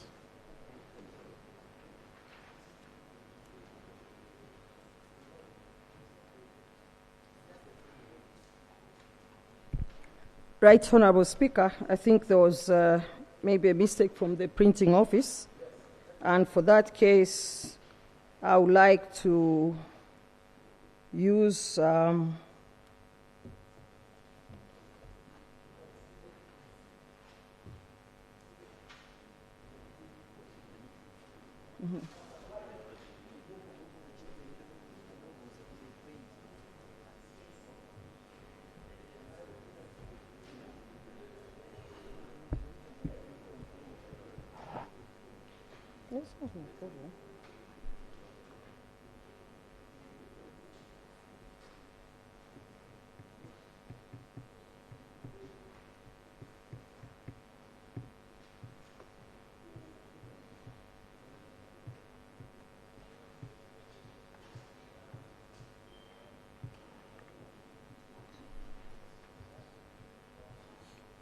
Dr. Salema. Yes, Honorable. I'm going to use my own copy. But they can give you a copy. They are circulating them. Okay, thank you.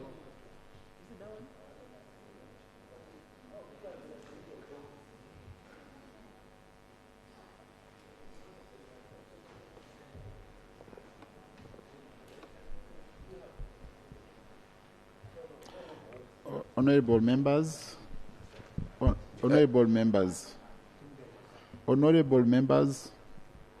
as See, they're not ready.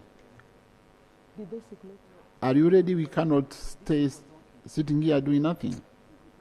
If you are not, we should go to the next item. We'll go to you after that. Clerk.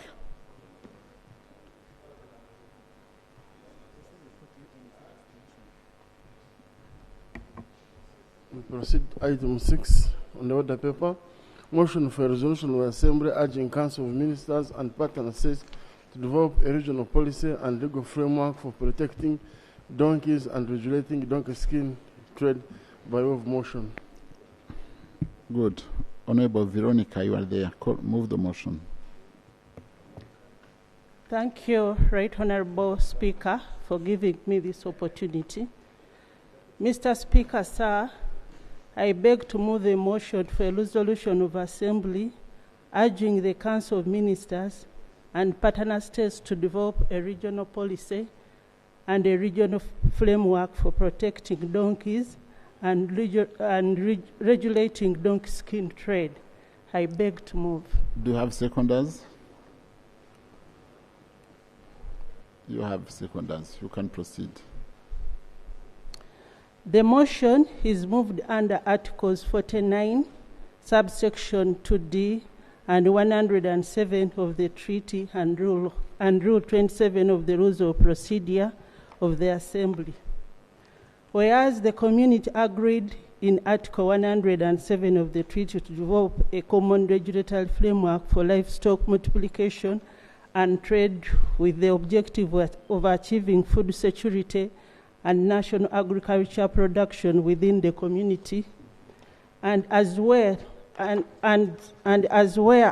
donkeys are a cornerstone of rural livelihood across the community, providing affordable transport, access to water, and support to agricultural activities are indispensable for millions of households, particularly women and children who rely on them for daily survival and income generation. Recognizing that donkeys are vital for smallholder farmers, enabling transport of water, firewood, and farm produce, whose loss forces households to resort to costly alternatives, deepening poverty and food insecurity. Aware that each donkey contributes to an estimated monthly income approximately to 110 euros to rural households through transport and trade in East Africa. The depletion of donkey population threatens millions of livelihoods who are obliged to families to hire motorbikes or walk long distances, increasing poverty. Conscious that women and children in the donkey keeping communities are the most affected by the donkey loss, as they assume heavy manual labor previously done by donkeys, including walking up to 10 kilometers daily to fetch water and firewood. Recognizing that the escalating demand for donkey skins, primarily driven by production of Eala, a traditional Chinese medicine, has triggered widespread slaughter and trafficking of donkey across Africa, which poses severe socio-economic environment, public health, and welfare challenges for the community. Cognizant that in February 2024, during the 37th AU Summit, the African Union adopted a 15-year moratorium on donkey slaughter for skins, prohibiting the slaughter of donkeys for skin across 55 AU member states, and urged member states to integrate donkey welfare into national livestock policies and address transnational organized crime linked to trade in donkeys and mitigate zoonotic diseases risks. Grateful to the Republic of Kenya and United Republic of Tanzania that have been donkey slaughter hotspots in the region for imposing temporary bans, revoking slaughterhouse license, and closing donkey abattoirs in specific places. Concerned that donkey skin trade is a developing crisis, not just an animal welfare issue. Without urgent action to implement the AU and development EAC appropriate policies, enforcement and community support measures, the community risks losing donkeys that sustain millions of rural households. Further concerned that the AU moratorium is not fully integrated into partner states' national laws, and yet weak enforcement due to porous borders continues to enable smuggling and bush slaughter, which contaminates water sources. Deeply concerned that the donkey slaughter and not well-regulated skin trade is leading to a loss of livelihood in donkey-depending communities, contributing to a decreasing donkey population, increasing donkey theft, illegal bush slaughter, and illegal cross-border movement of donkeys. Convinced that there is need for urgent action to protect donkey population and communities that depend on them. Considering the impact of donkey skin trade on livelihoods of donkey-dependent communities, the environment and sustainable development and animal welfare. Aware that Article 49, subsection D of the treaty and Assembly may discuss any matter pertaining to a community and make recommendation to the Council. Now, I therefore, it be resolved by the Assembly as follows: that in accordance with Article 49, subsection 2 and 107 of the treaty, the Assembly urges members of ministers and partner states to develop and implement a regional policy and law that regulates donkey skin trade and provides for the protection and welfare of donkeys. 2. Integrate donkey welfare into national livestock policies and strategies. 3. Implement Pan-African donkey strategy, bleeding program, disease surveillance, sustainable value chains. 4. Establish EAC Donkey Protection Task Force with the mandate to ensure digital traceability system for donkey movement, developing and overseeing the implementation of community support programs, especially in the donkey keeping communities within the region. I beg to submit. Thank you. Now you can justify it. Honorable members, the demand for the donkey skin is due to the production of the traditional remedy known as Eala. 5.9 million donkey skins are needed annually by China, and the demand of the donkey skin cannot only be met by China, but it can only be met by the whole world, especially Africa and East Africa. East Africa, especially Kenya, which has the highest number of donkeys, 1.1 million, and Tanzania, which has 650 million, South Sudan, which has 365,794 donkeys, and Uganda, which has 8,000 donkeys. The donkeys were being slaughtered in Kenya per month were 833. The donkey slaughters were 5 times higher than the donkey's population rate of 4.5%. The donkey price was 17,500 Kenyan shillings. This is low compared to what it takes to raise a donkey, and it can't substitute to the work the donkey does in rural areas.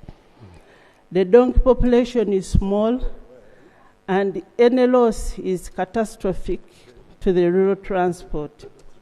The gestation period is 11 to 14 months, and it takes 3 to 4 years to the next conception. Gender impact.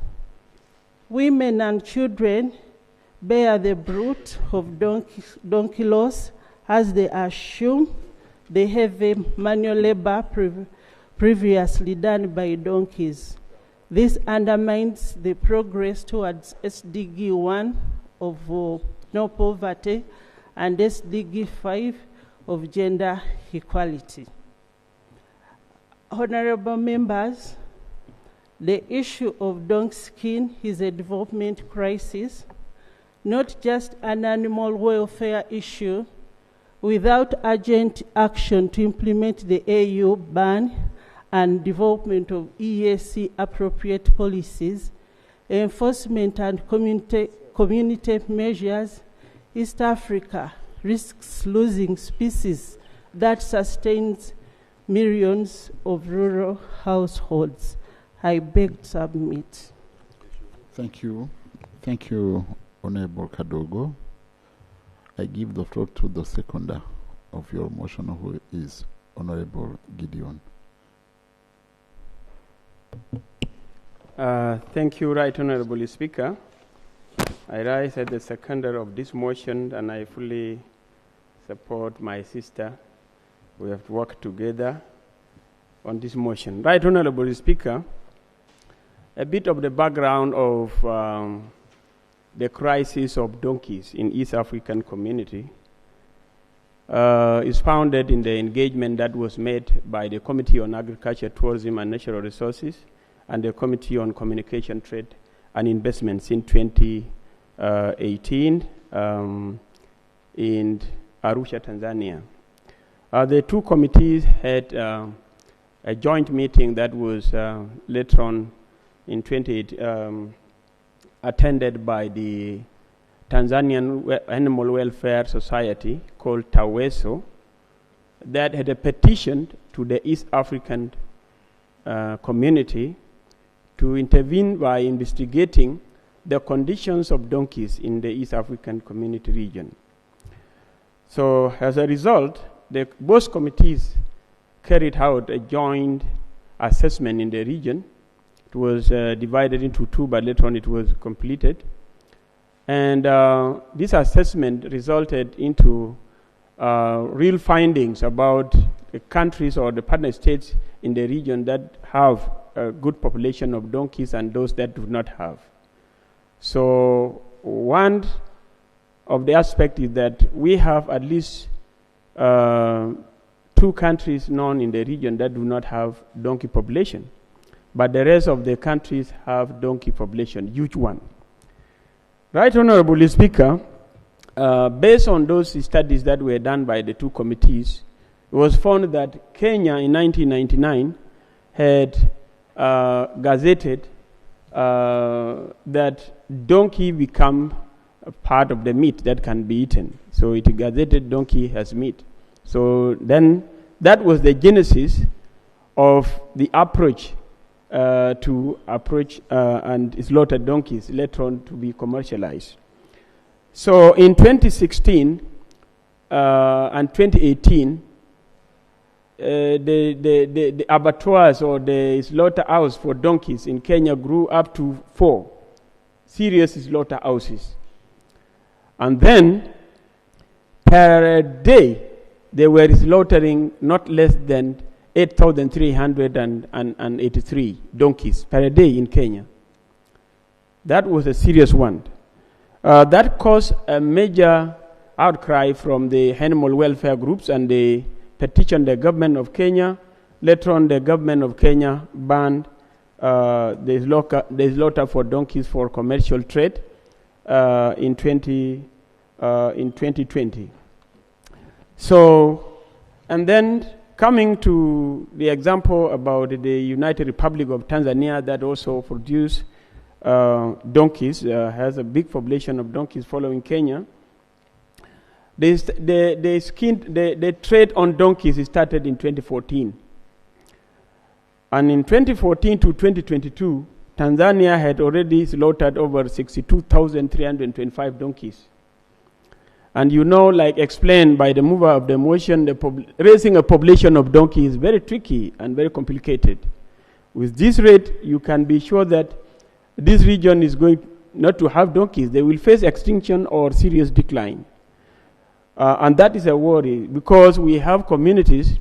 For example, in South Sudan, we have Toposa community. In Kenya, we have the Turkana and the rest, the Samburus. We have the Karamoja in Uganda and the people around the region of Shinyanga in Tanzania and Dodoma and all those areas. These are East Africans and they are donkey-dependent society, community. So their livelihood is totally put into crisis. They are living in fear because they are so attached to the donkeys. As explained by the mover, Right Honorable Speaker, the donkey, the trade in donkey is being spearheaded by China, purposely because of manufacturing a traditional medicine called Ijiao. Ijiao is used in food, as food, and it is used in drinks, and it is used in beauty products. It is anti-aging, it enriches the blood, it stops bleeding, it improves blood circulation, and it is used to treat anemia and also insomnia and also to improve human immune systems. That makes it very marketable, especially when people hear that it is anti-aging. People want to live long. And then it attracts a lot of market. And things to do with blood circulation, and it is also it has a rejuvenating effect. So my people know better about this. So it is something that is marketable. And China is clearing the population of donkeys in Africa and in the world so that they maximize in the use of this medicine.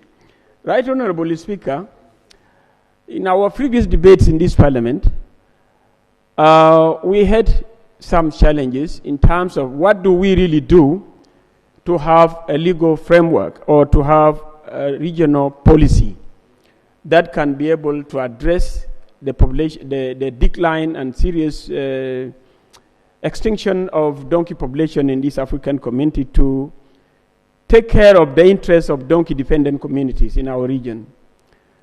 One of the recommendations in our previous debates was that the Council of Ministers should come up with a common policy in the region and law governing donkey utilization in East African community. So we had also talked about making more research in how to increase the population of donkey. If Ijiao is something that we can also manufacture in East Africa, but let us take control of our own population. All those were forwarded in this House. But Right Honorable Speaker, as mentioned by my predecessors in talking, implementation is a challenge. Up to this point, the Council of Ministers of East African Community has not initiated a process to develop a policy or a law governing donkey population in East Africa. So we called on our Council of Ministers to take action by creating a band first to serve the donkey population. This time we are calling for a band so that we serve the donkey population. At least we should have a population that we can now grow. A population of donkey that we can now grow. Otherwise, if we take time again, we may not have donkeys in our region, and those communities will be highly affected. Right Honorable Speaker, I beg to second the motion and submit. Thank you.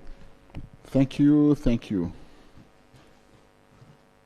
Honorable members.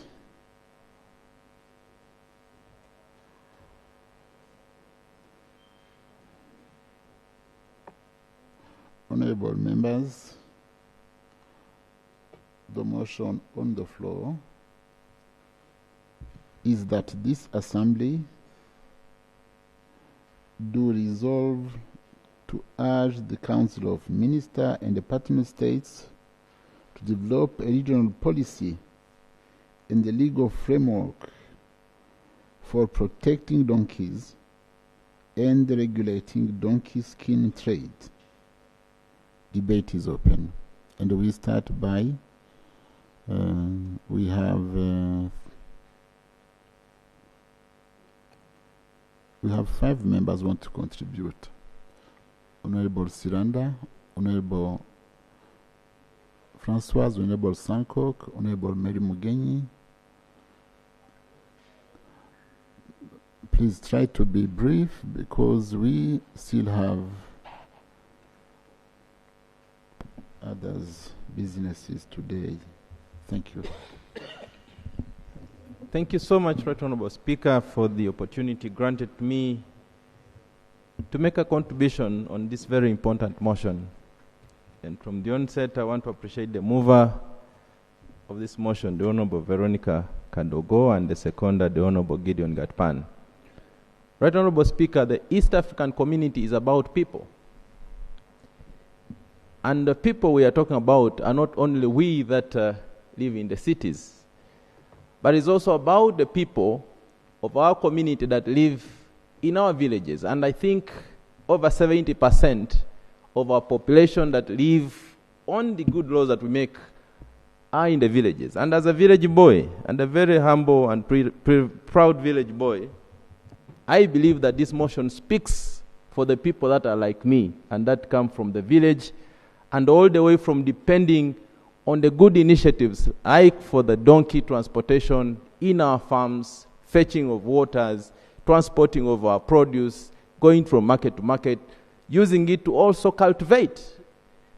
Right Honorable Speaker, this motion is today speaking for the East Africans that are unprivileged, that depend on initiatives like this. People that cannot afford cars, transportation of their goods through trucks, people that cannot afford either border or motorbikes and all those. Right Honorable Speaker, 99.9% of the donkeys live in the rural community. And on the African continent, they are found in undeveloped countries. Africa has about 54 million donkeys, Right Honorable Speaker. Out of 54, about 13 million are found in Eastern Africa. Eastern Africa, including Ethiopia. Ethiopia accounts for about 10 million of the donkeys within the African continent. And East African community is accounting for about 3.9 million donkeys, Right Honorable Speaker. Of course, the population of Kenya, in 2009, Kenya had about 1.9, but that number has reduced to about 500. In Kenya, it's massive. In Kenya, which had majority. And of course, the number as well in Tanzania has as well dropped. But the good thing with Tanzania is that last year, in 2024, Tanzania implemented a ban, borrowing a leaf from the African Union, of slaughtering donkey. Of course, the mover and the seconder have mentioned it well.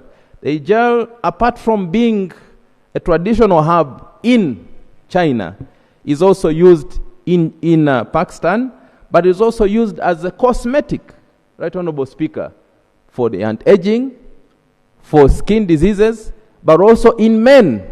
It is told that it's a game changer, specifically men above 40. You remember it just turned 41, Right Honorable Speaker. I should be a candidate qualifying for this initiative, Right Honorable Speaker.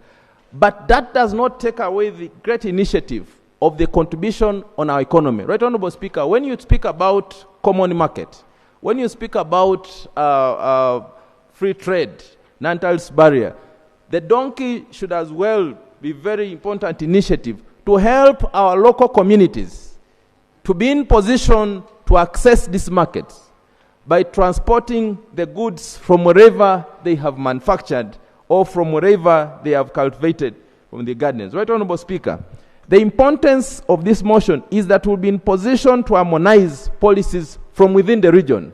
For instance, you've seen the challenges, how it is dropping in Kenya. You've seen that Tanzania has come up with a resolution to have a ban, and the African Union has as well taken a moratorium to ban. Maybe as a region, it will also be important, Honorable Speaker, if we take an initiative so that we now design a policy that is harmonized from within the region. But also to find out how many do we have, Right Honorable Speaker? Because we do not have data around it. Because we even don't know which country has specifically which one. So we rely on researchers, but because you don't have an initiative intended to make sure that you have to know how many numbers, it is difficult. So this will help us first to harmonize so that we have a common policy and also borrow relief from whatever the partner states' individual initiatives have done. The Council of Ministers, Honorable Speaker, will be in position now that we have this, so that we are not only talking about how many, because the question that comes, and when you talk about donkeys, people are asking, what are you talking about, and how many? And I want us, Right Honorable Speaker, to know that this is a very important initiative. When you look at our countries like Republic of Burundi, Republic of Rwanda, and the Republic of Congo, and now Somalia, we don't even have the data. Specifically because there is no right initiative to understand how many people are using this as a way of business, but also as means to transport. Donkeys can, Right Honorable Speaker, be used if you have your vehicle for special hire, you have your truck for carrying sand and all those, you can use exactly the same with donkeys. You only need to design a carrier and you tie on the donkeys, and they will exactly have the same.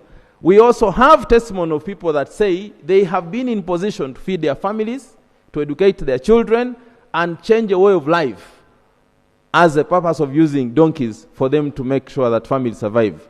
Finally, Right Honorable Speaker, the biggest number we have, Ethiopia has a well-stated legislation and are mistreated. They are overworked and they are not properly fed. You know, in areas that are dry, there is no grass, and yet there are other means where you can plant for you to have, if you have little land, what you do is to spend all the land in terms of growing food, forgetting that this very donkey will be used to transport the foods that you're growing. Right Honorable Speaker, this motion as well will help us to design strategies on how do we make sure that we deal with issues of mistreatment. In most instances, if you mistreat a donkey, sometimes it can pay you. They can as well kill. They are very dangerous animals as well.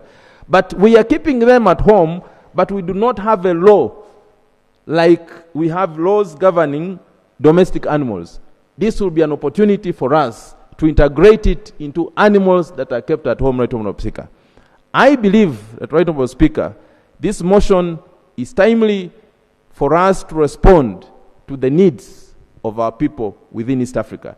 Right Honorable Speaker, finally,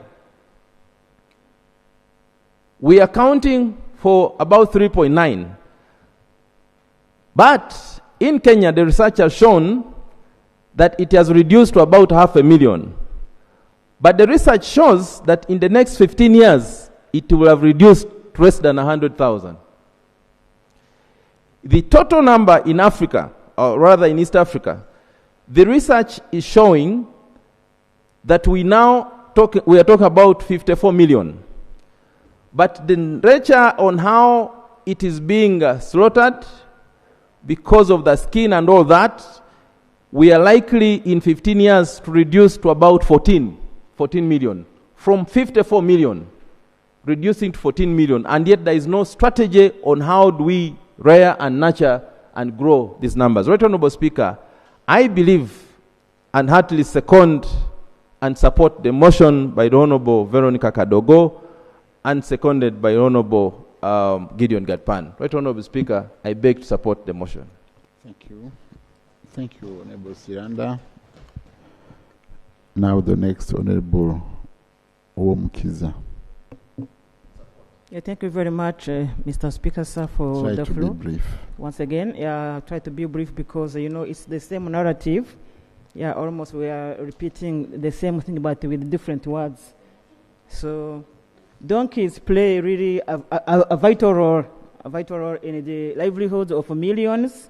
These are citizens, rural and pastoralist communities across EAC, and they are really essential for transporting goods, water, even children to school. So their role is paramount, and they also support farm produce, particularly in arid and semi-arid areas where mechanizations are not really advanced. However, the region continues to face this agile product, cosmetic. We all of us want to remain young, or, especially as women, the way we want to look good, but it can't happen at the expense of slaughtering donkeys, because they have to be protected. Their population decline and extinction is at risk.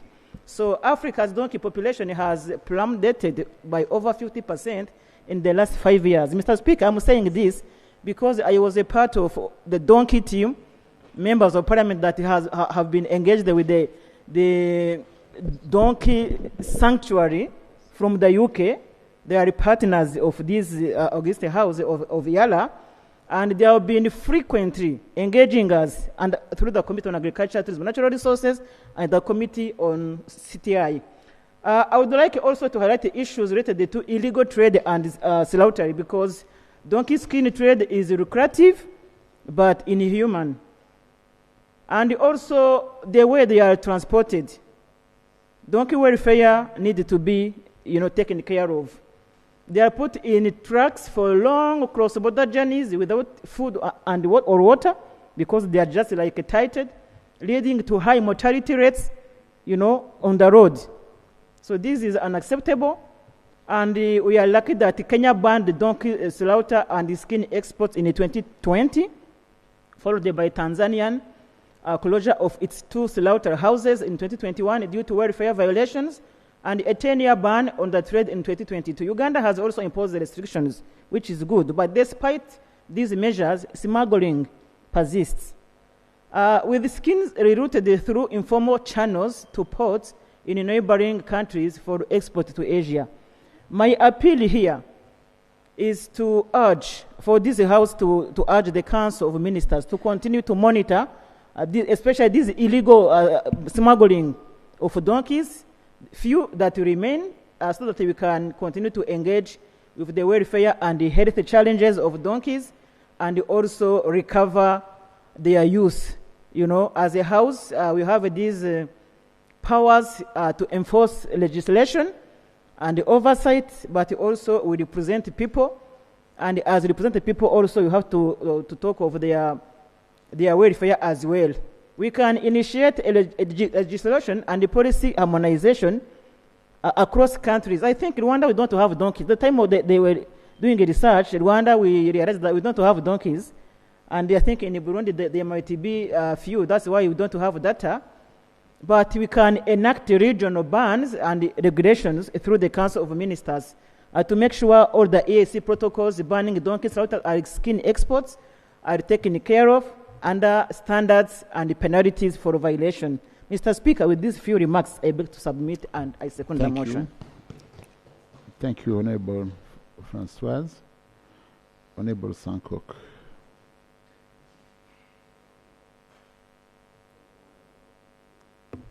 Honorable Speaker, from the onset, I rise to oppose this motion. Honorable Speaker, yes, donkeys may be useful in transport, but they are cheaper alternative of transport. Borders, Honorable Speaker. Honorable Speaker, without giving alternative for that farmer with 1 acre to be able to protect that donkey, on alternative on how to feed that donkey, Honorable Speaker, just for the sake of it, because I believe if I find it more advantageous to use it as a means of transport, I will maintain it. We are in an open market society. If I find it more advantageous to sell it as meat or whichever means that I will sell it and earn a living, Honorable Speaker, you cannot gang me on how I'll use my property, Honorable Speaker, without proper ways of telling me what is the alternative. Honorable Speaker, one donkey in most of our countries require 2 acres as fodder. Where do you get that one, Honorable Speaker? Yet I have my cow that I get milk from or beef from. But you tell me not to sell this donkey, maintain it within that 1 acre. What is my alternative source of income? Honorable Speaker, I want the House to imagine 1,000 donkeys pulling carts within the streets of Kampala. Let us be realistic. I want the House to imagine 100 male donkeys meeting in the street of Kampala, a female donkey producing pheromones, Honorable Speaker. You can imagine the chaos that will be within the streets of Kampala or any other place, Honorable Speaker. We can't say that we move the world and the world is becoming industrialized and we are going back to what our forefathers used to use as transport, Honorable Speaker. If you continue making these laws, Honorable Speaker, very soon we'll be told we used to wear garments from the skins of cows and from the skins of goats and sheep. And we make a law to force people to wear those things. We can't force people to use a means of transport, Honorable Speaker, if they have an alternative and they find the alternative more profitable than what we are giving this house. We are here to make laws for prosperity. We are here to make laws that are convenient and will assist our populations. If our people find the donkey that it is medicinal, what we should be making the law for is that we should increase the prices so that our people can reap from the market of China. We can't be creating markets and closing other markets, Honorable Speaker. I beg to oppose. Thank you, Honorable Sankok. You didn't support this motion. And we go to Honorable Mary Mugenyi and Honorable Kennedy Musyoka, and we close. Thank you, Mr. Speaker. Mr. Speaker, unlike the Honorable Sankok, I raised to support the motion. And I would like to focus mainly on Resolution C. If colleagues can look at that, Resolution C, which says, implementing the Pan-African donkey strategy, breeding programs, disease surveillance, and sustainable value chains. This issue of donkey trade, particularly by the Chinese people, has been coming on the floor of our parliament a number of times. This is not the first time we have debated it. And I thank the Honorable Veronica for putting it now in a resolution. And there seems to be a campaign. Check your microphone. Maybe you. Okay. It is on. Mr. Speaker, I thank the Honorable Kadogot for putting this in a resolution so that probably we move on and we don't come back to this issue of donkeys again. Mr. Speaker, point number C is telling us to breed more donkeys. We need breeding programs. And there I agree with the Honorable Sankok by saying, let's have more donkeys so that we can take advantage, we can leverage our donkey availability on the continent of Africa, particularly in East Africa. And I know the donkey population is not the same across our countries. But if we find that they are useful, there is no reason why we cannot increase their availability, breed them, so that we capture this important market. This medicine happens to be important. I was looking on Google, this Chinese medicine, and I believe it is even here in our markets. It's not just about the beauty of women. That's really demeaning women Even men want to look good. Actually, if you look at the properties of this medicine, it's generally good for the health of human beings. And that is why the Chinese traditional medicine discovered it a long time ago, and they continue to produce it. The collagen, for example, is good for our blood, it's good for our bones, it's good for anything, everything, for our immunity, and so on. So, probably, and not even probably, I'm sure, the world needs this medicine. So what is the way forward?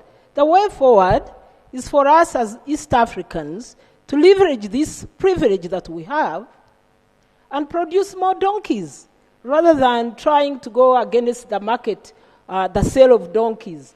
Why should we not sell donkeys if there is a market for them? And we have to be aware that actually donkeys are not well looked after. Otherwise, we can't breed them. We can't breed them. And they are needed for the smaller farmers, mainly people who own donkeys, except myself, because I can afford a border. But I am an owner of donkeys. I have 4 of them. The colleagues who visited me actually must have seen donkeys around. I have donkeys, and I know they are necessary. They are useful. You don't have to provide fuel. And they eat what the cows and goats are eating. Just treat them the way you are treating other animals of the farm and breed them. These donkeys can be useful. So, colleagues, let's go for breeding more donkeys, protecting them, looking after them in terms of their health, and capture the Chinese market. I encourage those countries that are not owning donkeys, and even regions of our country, like my region, Western Uganda, and particularly the South, we don't really have donkeys. It's a new thing that has come to us. But when we discover them, we discover that they are useful. The 1-acre owner cannot maintain the fuel, the maintenance, repair of a border, but he can be able to look after donkey. Even you find them browsing everywhere. So we can't say that we don't need them. It is until we reach that time, that level where we can say even our smallest farmers can afford mechanized equipment, that then we can say we breed them for the market of sale rather than using them information. I'll take the information. Mr. Speaker, sir, I would like to give the information to the Speaker that in the logistic, where the donkey can go, other means of transportation cannot go. Border cannot go there, neither the car or any other transport. So donkey is the basic of logistics in the world. Thank you. Thank you. Thank you, Honorable colleague. Actually, the information is not to the Speaker, it's to me, because I'm the one on the floor speaking. The Speaker has given me the floor, so it is actually me. So, thank you for adding that, and on that note, I wish to support the motion, and particularly point number C, and encourage East Africa to protect and breed more donkeys for our market that is available. I thank you, Mr. Speaker. Thank you. Thank you, Honorable Mary Mugenyi. Now, Honorable Kennedy. Thank you, Right Honorable Speaker, for giving me the floor. I will try to be very Honorable Musamali. Very brief. Let me start off by saying I support the motion. I am really holding myself back from responding to my very good colleague, Honorable Sankok. I'll look for him and inform him outside. But I just want to mention 3 very important things. It is estimated every day we lose about 150 different species, right? These are species we'll never see again. It is also information we have that once upon our time, Lake Victoria used to have 47 different types of fish. We only now have 3. Oh. So why am I mentioning this? And for us, even in Kenya, we recently lost the last white rhino. that was even almost as guarded as the president with a whole battalion of GSU. So why am I mentioning this? Right Honorable Speaker and dear colleagues, if we do not do something, history will repeat itself, much to our detriment. So we must do something to ensure we do not lose this species that is actually an opportunity for our people to rise out of poverty. So, Right Honorable Speaker, with those many remarks, I support the motion, and I ask my other colleagues to do the same. Thank you. Now, I give the floor to Honorable Minister. If you don't have remarks, I give the floor to the mover.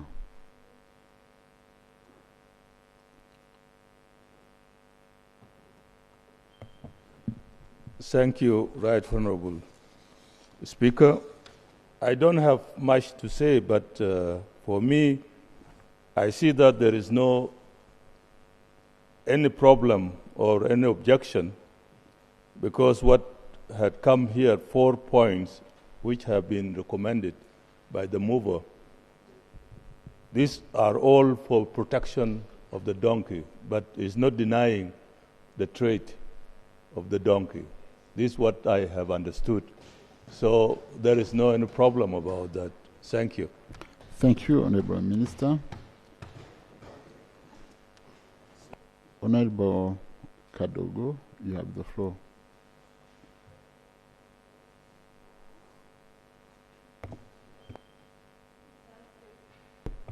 Thank you, Right Honorable Speaker, and the honorable members for supporting the donk motion. Honorable members, what is very important to note that when we leave the donk species to be depleted, the women and the children will replace the donkeys in the donk-dependent communities. Therefore, it is important that we support and urge the ministers to develop a policy and also a regional legal framework to protect and regulate the donkeys. Honorable members, I stand here to support the motion and also to thank the members who have supported the motion. Honorable members who have supported the motion, we've had Honorable Gideon Gatpan, we've had Dr. Seranda Gerards, we've had Honorable Francos Humukiza, we've had Honorable Sankoko David, we've had Honorable Jenny Mary, we've had Honorable Kalonzo Kennedy Mushoki. Honorable members, thank you for supporting the motion. I stand also to thank the Honorable Minister for supporting the motion, and I also request that you take our prayers to develop the legal framework and also the legislation to protect the donkeys. I beg to submit. Thank you, Honorable Veronica. I now put the question that this Assembly do resolve to urge the Council of Ministers and partner states to develop a regional policy and a legal framework for protecting donkeys and regulating donkey skin trade. Those in favor say aye. To the contrary, nay. The ayes have it. The ayes have it. Let's go to the next item. We go back to item 5 on the order paper. Motion for resolution of the Assembly recommending to the Council of Ministers to establish a regional framework for monitoring and evaluating logistics performance, strengthen regional trade facilitation, supply chain resilience, health and safety by way of motion. This is the motion we had hold. Honorable Dr. Salema, you have the floor to move your motion.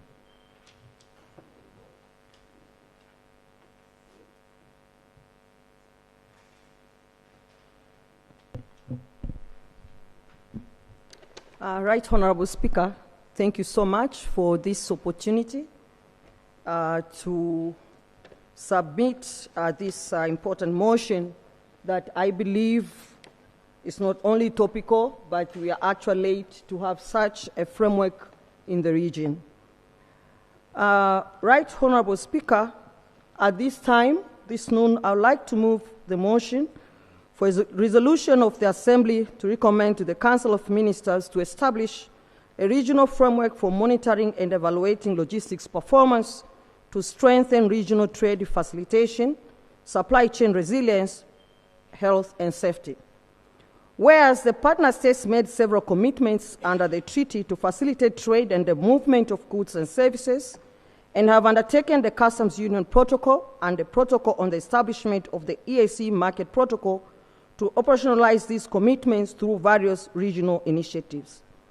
And whereas integrated logistics ensures a comprehensive approach to managing the entire supply chain and logistics process as a unified system, focusing on coordinating and optimizing all activities in the movement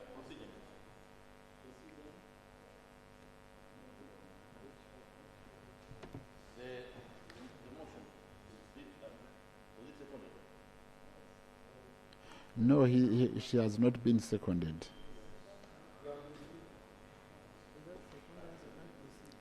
Do you have seconders? Yes.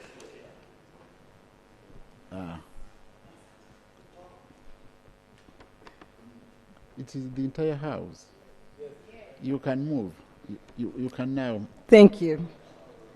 Whereas integrated logistics ensures a comprehensive approach to managing the entire supply chain and logistics process as a unified system, focusing on coordinating and optimizing all activities involved in the movement and storage of goods, information, and resources from the point of origin to the final customer.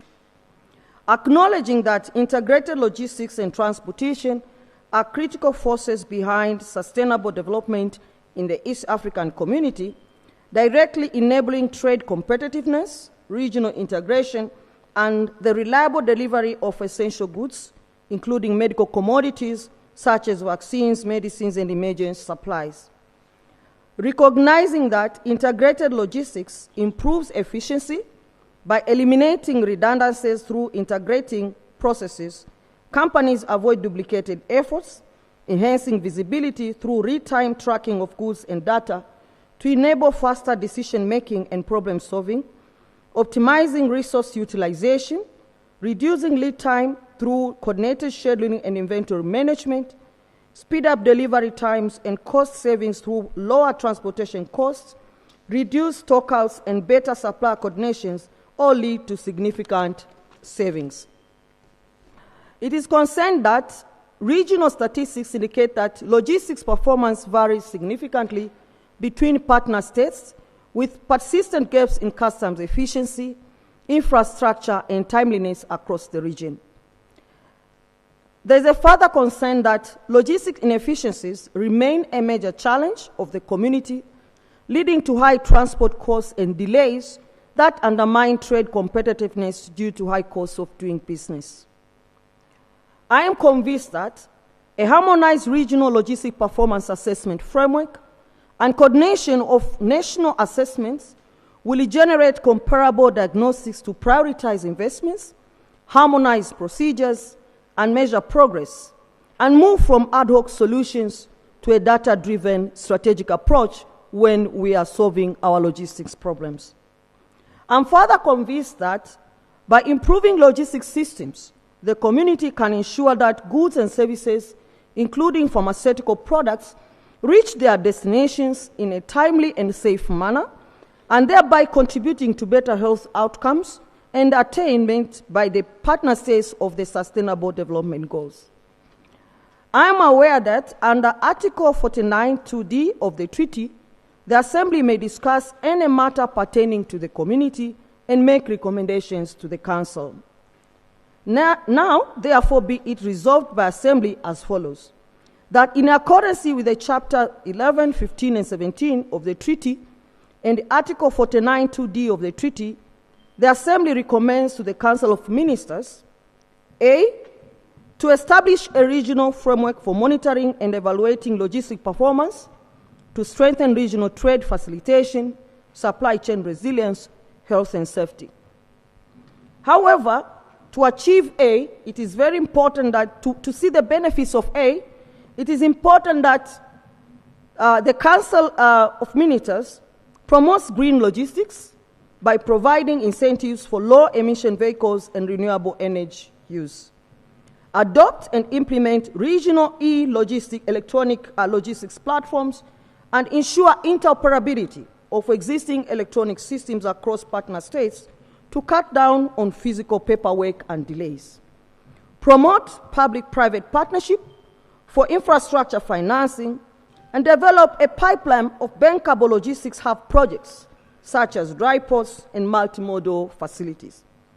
Enhance development of human capital through training programs for logistic professionals, including in supply chain management and digital systems.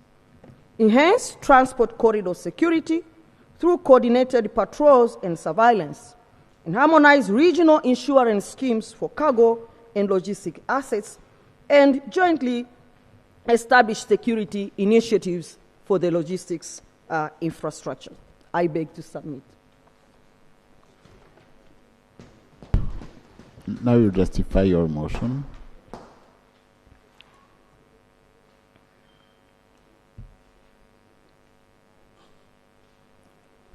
Right Honorable Speaker and my fellow members of Parliament, I'm coming up with this motion believing that it is a hidden solution that we have not yet been able to exploit. What I see is that having this robust and fully integrated logistics performance index or measurement framework for our region is not just about scoring. It's not just about ranking our logistics performance, but this is a critical economic diagnostic tool. This is a critical economic diagnostic tool, and it is supporting other initiatives that we have in the region. For example, the protocols on customs union, customs market protocols, one-stop border post, a Vehicle Road Control Act, the EAC's Customs Management Act, the Single Customs Territory, and the Elimination of Non-Tariff Barriers Act. So having this particular framework, or I can say, having this particular measurement, it is very, very important for us to realize the objectives that we have already set and we have already passed in this able Parliament. But this is also supported by the EU Agenda 2063, and particularly the aspiration number 2, which emphasizes on integrated infrastructure networks for rail, road, airtime, and maritime transports to boost the trade. Right Honorable Speaker, today, or I can say globally, companies don't compete on their own. Companies compete as supply chains. So if we really want to enforce on the regional competitiveness, we can never ignore logistics. We can never continue to ignore our supply chain. So having this particular performance measurement framework, which is trying to establish our performance across the region and help us to compare between partner states so that we also learn from each other, so that we also prioritize on our development projects, is very, very critical. So what I should say is that globally, we have the World Bank. The World Bank has the Logistics Performance Index. And this is a globally renowned framework Yeah, it has about 6 areas where they do the measurement on timeliness, tracking and tracing, logistics, competence and quality, international shipment, infrastructure, customs and border management. So these are the key components that are being measured there. But as you are aware, hope you are aware, is that we in the region, some of the countries have been measured under this World Bank framework. For example, Tanzania, Kenya, Uganda, Rwanda, and recently DRC Congo and Somalia. But it's not that every time they do the measurement, we are all included. And unfortunately, I didn't see South Sudan. I saw Sudan. Okay, so it means it's not all of our partner states that are being captured in the World Bank Logistics Performance Index. And there are several reasons for that. One is access to data. So if you look on the World Bank Performance Index, in the 2023 assessment, Uganda, Tanzania, Kenya, they were all not measured. Yeah, and we understand if we talk about bigger players, as far as trade is concerned in the region, these are the countries. So this means that these countries, our countries in the region, they'll be globally invisible because all investors, they rely on such scores to see whether they should come for investment or not. That are we attractive or not? So, Right Honorable Speaker, I thought it is high time that as a region, and with this population of more than 300 million people, we need our own performance indexing. It is high time that we need our own performance indexing so that we can have consistency and continuity as far as we are measuring our logistics performance. So saying that, I would like to say that this framework is key to support the integration at the logistics level. When I'm talking about logistics, I'm talking about the flow of materials, the flow of people, the flow of services, the flow of money, the flow of information. Anything that has to do with a flow, we include it in logistics. So saying that we can never be able to achieve an integrated logistics if we are not able to understand our performance. And if we keep on relying on the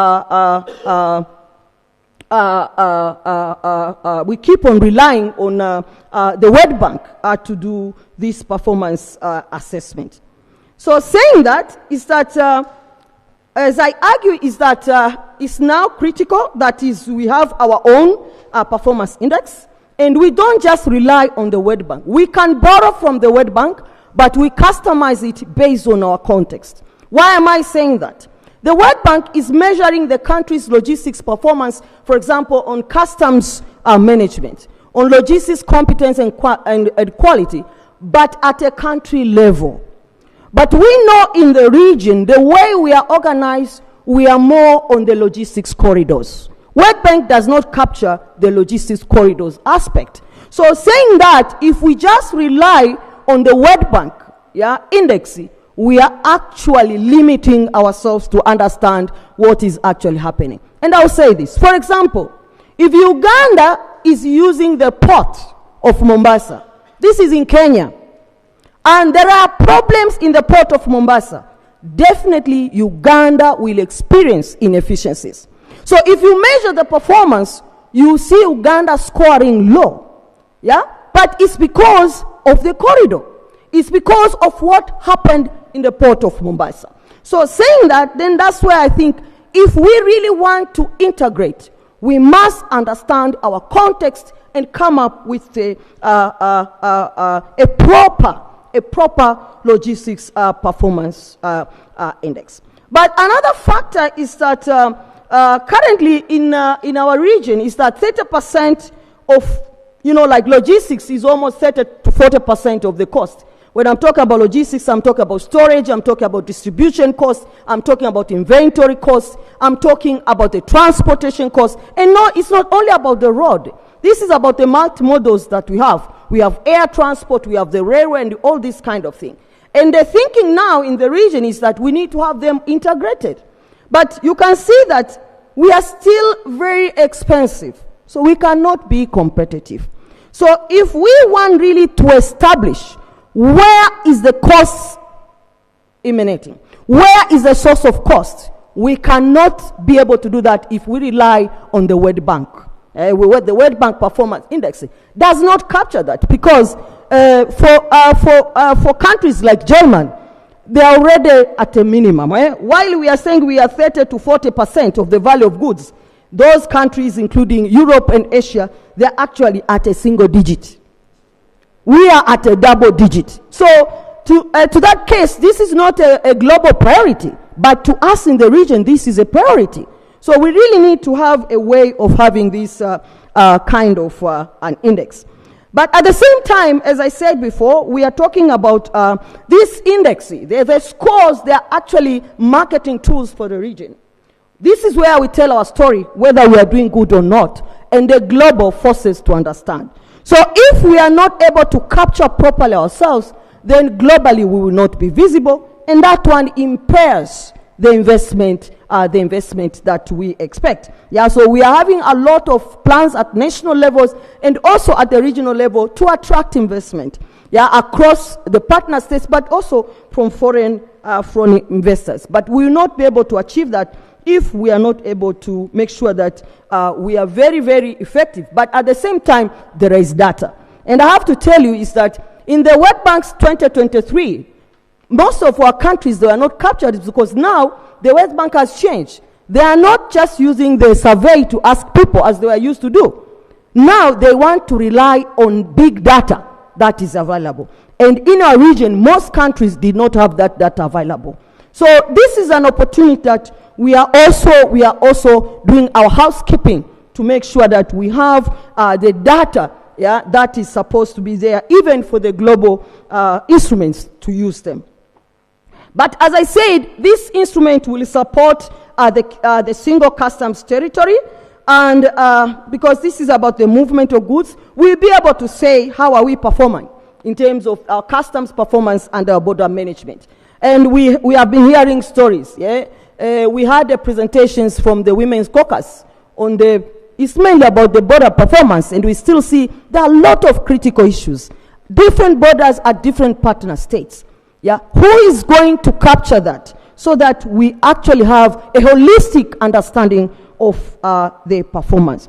So this is I thought this is very important to share, Right Honorable Speaker, to justify that we have no option now, but we need to embark on having our own performance indexing. And I could say we will not be the first. In the EU, they have their transport scoreboard. They are doing the same. That's also an economical regional bloc, same as us. In the ASEAN, they also have. So we are not the first. So we can learn from the other regional economical blocs. And if we have the EU and the ASEAN doing it, and these are, I can say, these are global leaders as far as trading is concerned, then who are we not to borrow a leaf from those who are doing good? So saying that, Right Honorable Speaker, I would like to bring this motion to the attention of the honorable members and to see a sense out of it. That is, if we talk about having the universal health coverage, we will not succeed if we don't do this. If we are talking about integration of our regional value chains, we will not succeed.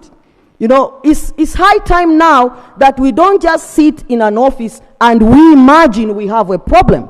We should use data to tell us where exactly is the problem. And given that most of our countries have scarce resources, we cannot do everything. We need to prioritize. And we need to have the regional prioritization. I believe that with the vision that we have, the Vision 2050, if we don't have a common north where all countries are looking at, we will not be able to achieve that vision. Every country will be doing their own thing, and we are going to miss the leveraging of our contribution in the regional economy. So saying that, Right Honorable Speaker and dear members of Parliament, is that this is a tool, as I said, it's a diagnostic tool. It will tell us exactly what is happening. And I can ask you one question. If you have, I know honorable members are doing business, You have to transport your good from Dar es Salaam port. Let's say it has arrived from China and it has to go to Burundi. Maybe it is not only Bujumbura, maybe a certain remote area. How easy it is for the goods to move. I'm not talking about the customs clearance. Yes, you have been cleared. What models do we have? What is it that is missing? We are investing in the SGRs. And now countries, they are going to connect there. Where are the hinterlands? To make sure that we have the goods. So when we talk of logistics performance measurement, is that we need to develop an effective and efficient ecosystem that will support. We have systems, ICT systems, we have, but do they communicate?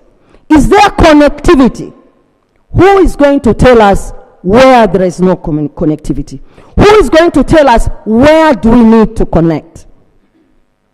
We have the strategic plans.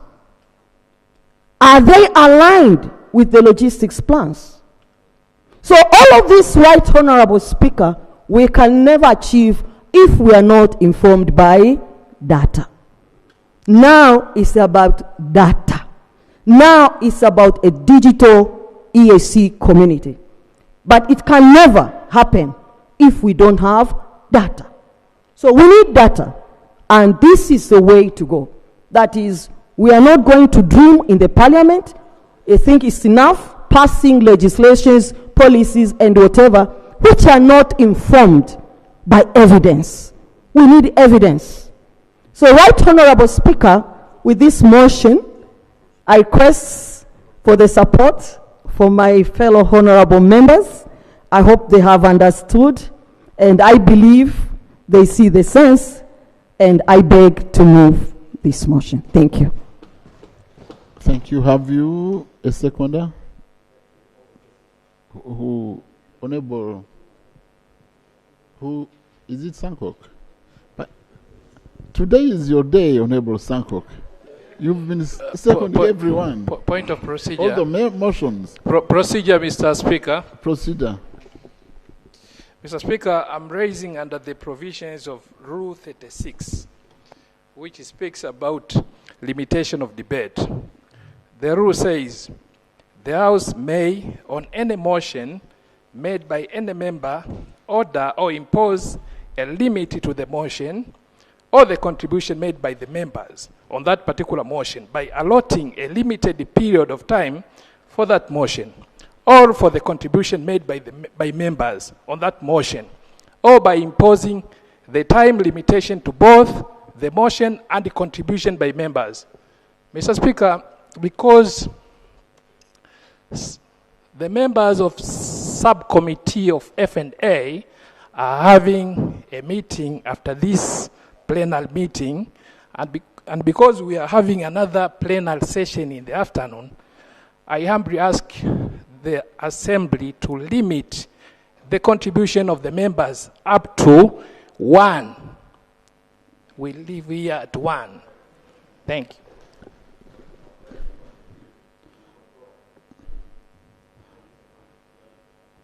you. Are you really seconded?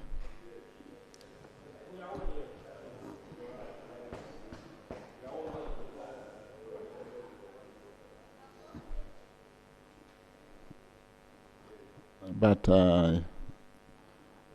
yes, so honorable members, I put the question that those who are in supporting his motion say aye. Those who are against say nay. The ayes have it. So we'll have only one. I give the floor to only one, who is Honorable Sankok. Then we should make, but I also give the floor to the minister if he has to make some remarks. Thank you very much, Honorable Speaker. I rise to second council, yes, this very important motion by Dr. Gladness Salema. And she have done justice to this particular motion, Honorable Speaker. She have justified, and thank you for that wisdom. Honorable Speaker, we see now the need for this motion, Honorable Speaker. General Yoweri Kaguta Museveni, the King of Africa, told us when we met him that integration, especially in terms of transport and in terms of market for East Africa, is not only important, but it is for our own survival. It is about life and death, Honorable Speaker. So, Honorable Speaker, we produce in certain pockets of regions and communities. We produce meat ourselves, Honorable Speaker.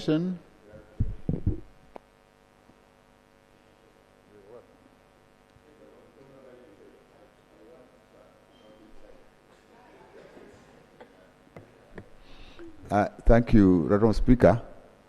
I just want to clarify one thing here from our colleague here, the Speaker, to make the record clear that President Yoweri Museveni is not a king of Africa, but he is an African patriot.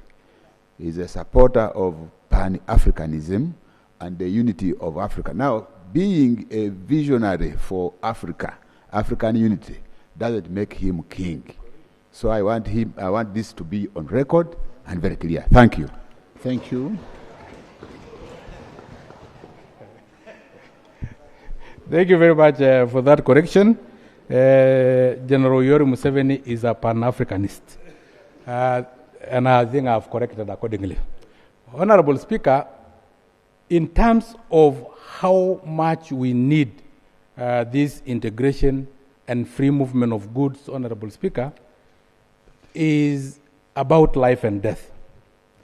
Honorable Speaker, and I want just to add that with a market of 350 million people, a market bigger than United States of America, because United States of America only have 330 million people. We have 350 million people. We need to reach our people in every corner. How do you reach our people in every corner? Honorable Speaker, three things. One, geofencing the transport corridor so that goods are secure and they move efficiently, Honorable Speaker. Thinking about the modes of transport. Honorable Speaker, I spoke earlier and talked about the rivers that we have, the lakes that we have. An example is Kisumu City beside Lake Victoria. While we are in Kisumu City, you can easily transport goods and people to 7 other cities, including Kampala, using water transport, and that is the safest mode of transport and the cheapest mode of transport. But we rarely utilize. We utilize our Lake Victoria in washing cars, Honorable Speaker. We don't utilize in the safest and most efficient mode of transport. Honorable Speaker, a vessel that will cost $1 million can transport cargo that can be transported by 40 trailers. That means 40 engines, 40 emissions, while we will have had only 1 engine and 1 captain transporting all those goods along Lake Victoria. Honorable Speaker, and during demonstrations, they can block highways and roads, but they can never block the lake. So we will still be efficient with or without campaigns and post-election violence or all these demonstrations, Honorable Speaker. Honorable Speaker, I've just talked of Lake Victoria. River Nile is one of the longest rivers in the world. Congo River is also good for transport. Lake Tanganyika borders 5 countries and is the deepest lake in the world. It can withhold any kind of vessel, Honorable Speaker.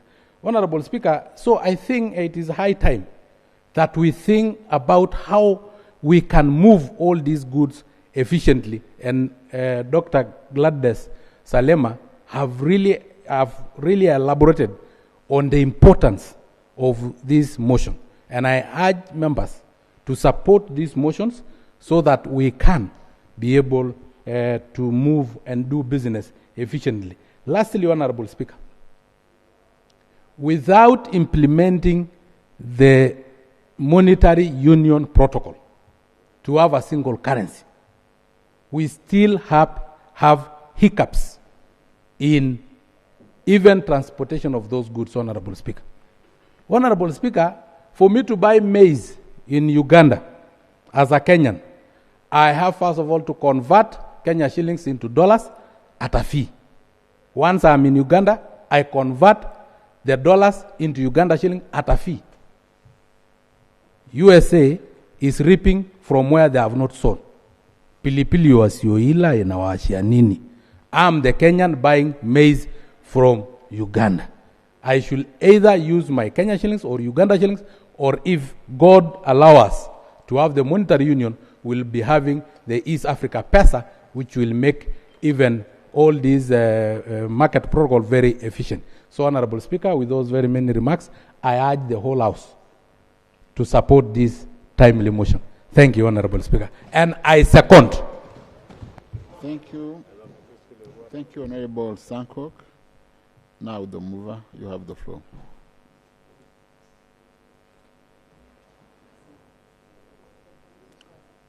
Honorable Minister, do you have some remarks to make, or can we proceed? Thank you, Right Honorable Speaker. Mine is only want to confirm my support to the motion. Thank you. So, Honorable Dr. Gladness. Right, Honorable Speaker, at this moment, I just need to appreciate for the support from all members of this Honorable Parliament, and also to the seconder, Honorable Sankok, and to our Minister. It is highly appreciated, and we believe it will be executed, because we don't have a problem with bringing in ideas and strategies, but our problem is on the execution. So having you here, we believe that this one will be taken to heart and it will be executed on time. With these few remarks, I humbly appreciate for all your support, and thank you so much, Right Honorable Speaker. Thank you, Honorable Dr. Gladness, for this motion. I now put the question that this Assembly do resolve to recommend to the Council of Ministers to establish a regional framework for monitoring and evaluating logistics performance to strengthen regional trade facilitation, supply chain resilience, and health and safety. Those in favor say aye. Those to the contrary say nay. The ayes have it. Honorable members, I adjourn this House today to this afternoon at 2:30. Then we'll be back here at 2:30 in the afternoon.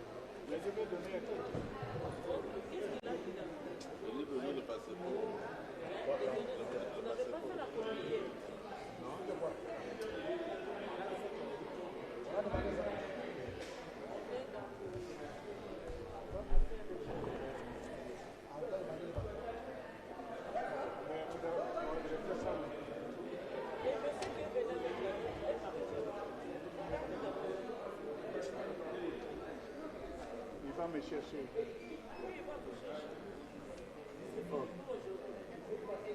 Mais, monsieur,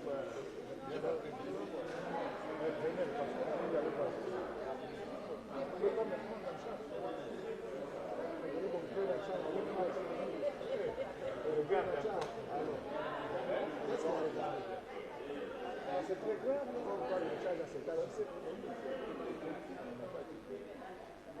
vous avez voté la loi sur les ânes. Toi, tu es resté voté. Est-ce qu'il y a des ânes?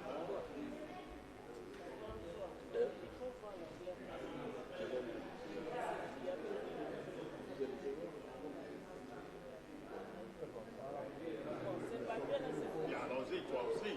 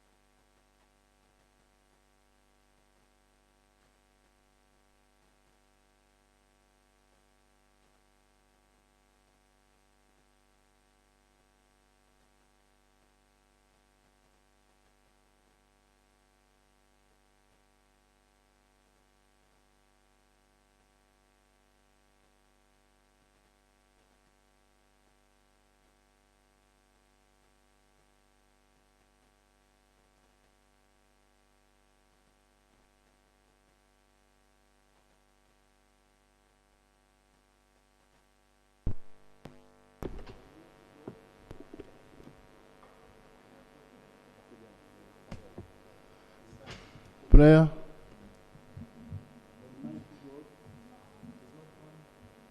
Almighty God, who in your wisdom and goodness has appointed the offices of leaders in the Parliament for the welfare of society, good of all human lives upon it, and the just government of its people, we beseech you to look with your abundant favor upon us, your servants, whom you have entrusted with the performance of such important trust in this community.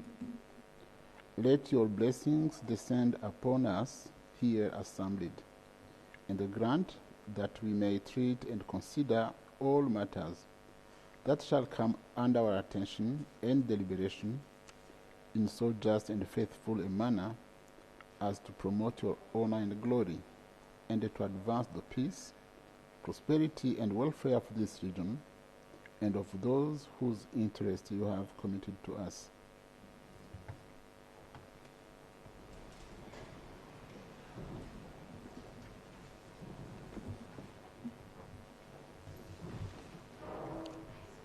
Item 1, communication from the chair.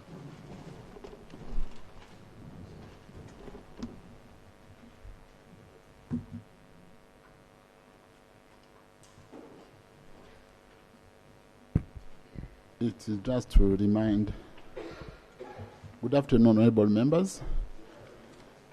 My communication is that to remind you that the item we had to consider this morning, I had deferred to this afternoon. That is why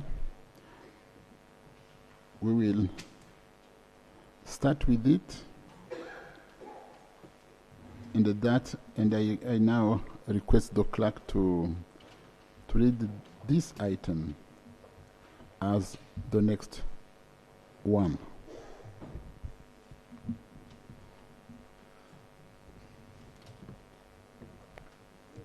Laying of papers.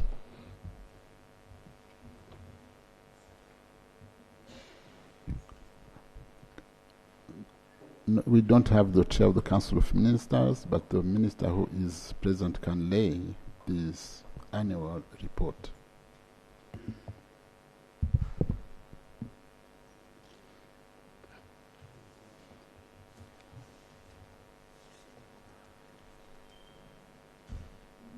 Thank you.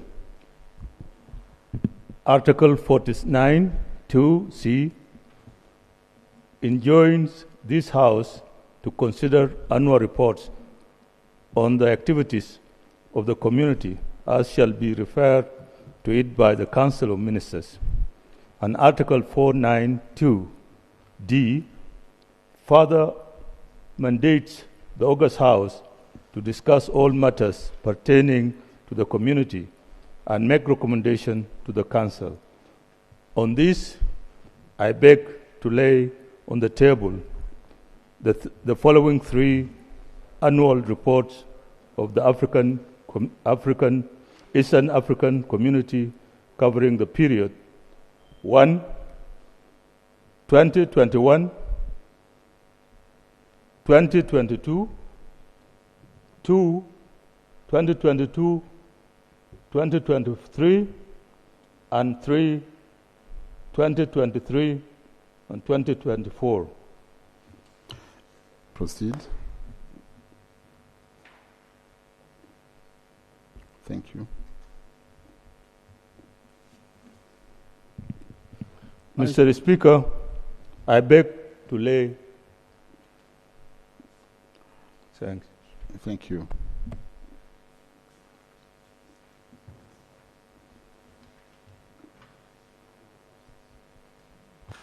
Now I call the chair of the committee,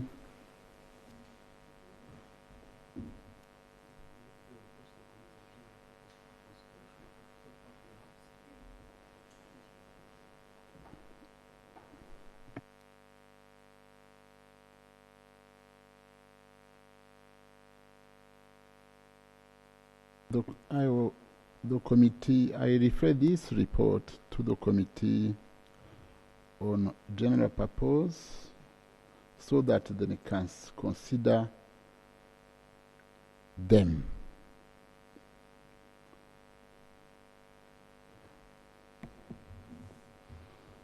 Item 2 on the order paper, Roman 1, report of the Committee on the General Purpose on the consideration of the annual reports of the activities of the Committee of the Community for the period 2021, 2022, 2023, 2024. Oh, sorry. Item 2 on the order paper, Roman 2, report of the Committee on Accounts on the audited accounts of the East African Community for the years ended 30th June 2023 and 30th June 2024. Chair of the Committee on General Purpose, you can lay the report. Thank you very much, Mr. Speaker. Mr. Speaker, allow me to beg your indulgence to just make 3 announcements as I move forward to lay my report. 1, Mr. Speaker, with your indulgence, on my own behalf and on behalf of the Committee on General Purpose, we'd like to commend and congratulate General Peng Dieng Kol, Minister for East African Community Affairs in the Republic of South Sudan, for winning the confidence and trust of the member of Summit from South Sudan, our President Salva Kiir Mayardit. Congratulations. He joins us as the youngest member in this house. So, the General, much as you are very old, but in this house you are the youngest now. And Mr. Speaker, number 2, recognizing that today is the day of the people, International Day of People with Disabilities. And Mr. Speaker, the Committee on General Purpose deals with the people with matters of disabilities in the committee. And the 2 members who are having physical disabilities are in our committee. I would like to make a special announcement regarding them. 1, we've been in our committee and in the House. We've made several resolutions calling upon the Council to conclude on the policy on people with disabilities. Kindly, Honorable Council members, take note of that and kindly push it, because this has been long outstanding. And number 2, on the same note, is the issue on the bill on people with disabilities being moved by my colleague and brother, Honorable Alex Bahati. It is in our committee, and we intend to conclude it this year. So we really appeal for maximum cooperation and support from the Council and all the members in this House. And the third one, it's a procedural announcement, because to most of the members in here are very familiar, but to the members, to the colleagues in the gallery and outside, somewhere they're following, they won't know that just now the Excellency, the General, laid the reports, 3 reports on the annual reports of the East African Community. And now the committee is laying its reports on the same. It is because these reports were referred to the committee retrospective. Now we are just formalizing the laying, and we are concluding that. So that was just a very important announcement to make an announcement. So now, Mr. Speaker, sir, I beg to lay the report on the Committee on General Purpose on consideration of annual reports of activities of the community for the period 2021-22, 2022-23, and 2023-24. I beg to lay, Mr. Speaker. Proceed.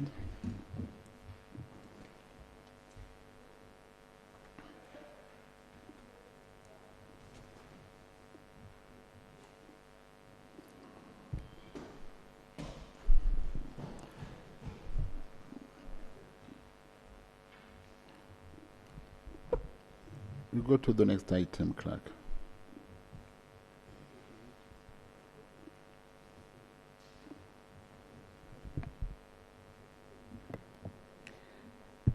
Thank you, Right Honorable Speaker, for giving me this opportunity.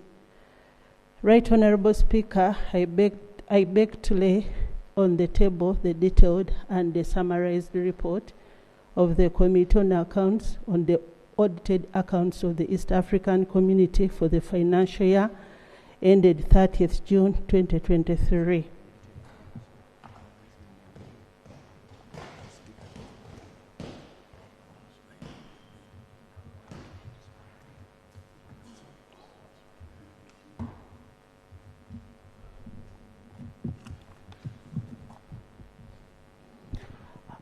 Right Honorable Speaker and honorable members, I'll read the summary report, and the report has been supplied to you on soft copy, and I think the hard copies are coming. Our report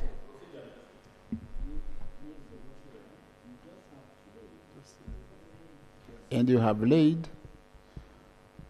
you can have your seat.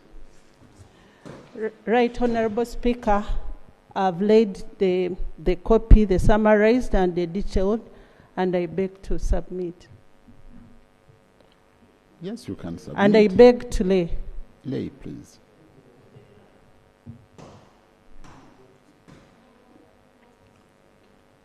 Thank you.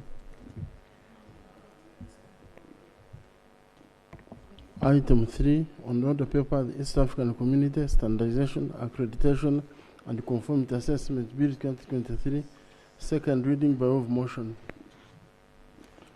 Chair or any council minister's member?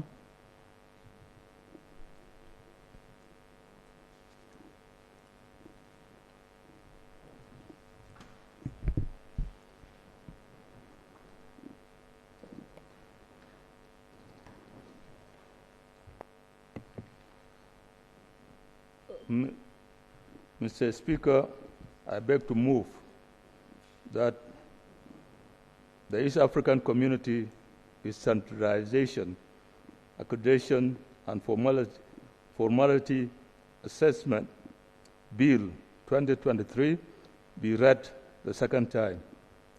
Do you have seconders? Chair of GP, Chair of Agriculture, Honorable Black, Honorable Kering, and others, you have seconders.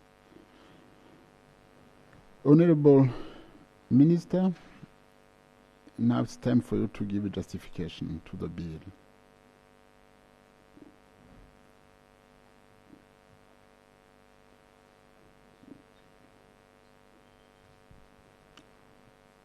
We have the report to be presented.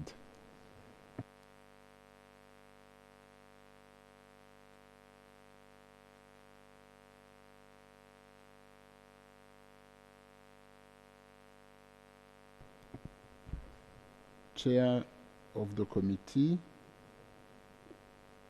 on Communication, Trade and Investment to present the report to the committee.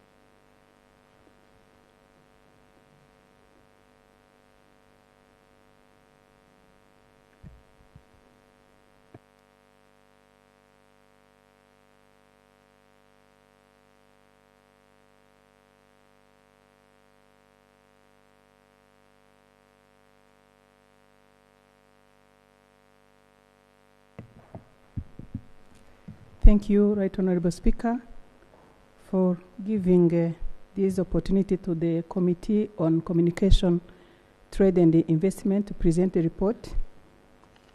The report on East African Community Standardization, Accreditation and Conformity Assessment Bill 2023.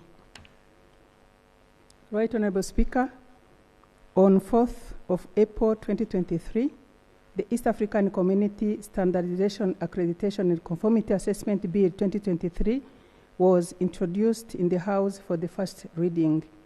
In accordance with the Rule 664 of the Rules of Procedure of the Assembly, the bill was referred to the Committee on Communication, Trade and Investment Committee for examination and report back to the House.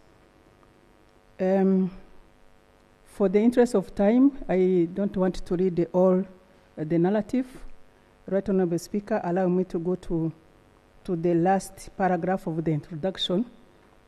The newly constituted Committee on Communication, Trade and Investment convened in November and December 2025 in Kampala, Uganda, to deliberate upon the bill together with the preliminary report of its predecessor committee. Having duly undertaken its consideration, the committee now wishes to report back to the House. Background: under Article 81 of the Treaty of the Establishment of the East African Community, partner states undertook to cooperate in standardization, quality assurance, metrology, and testing, among others. The partner states agree that standardization, quality assurance, metrology, and testing can facilitate sustainable modernization in the community.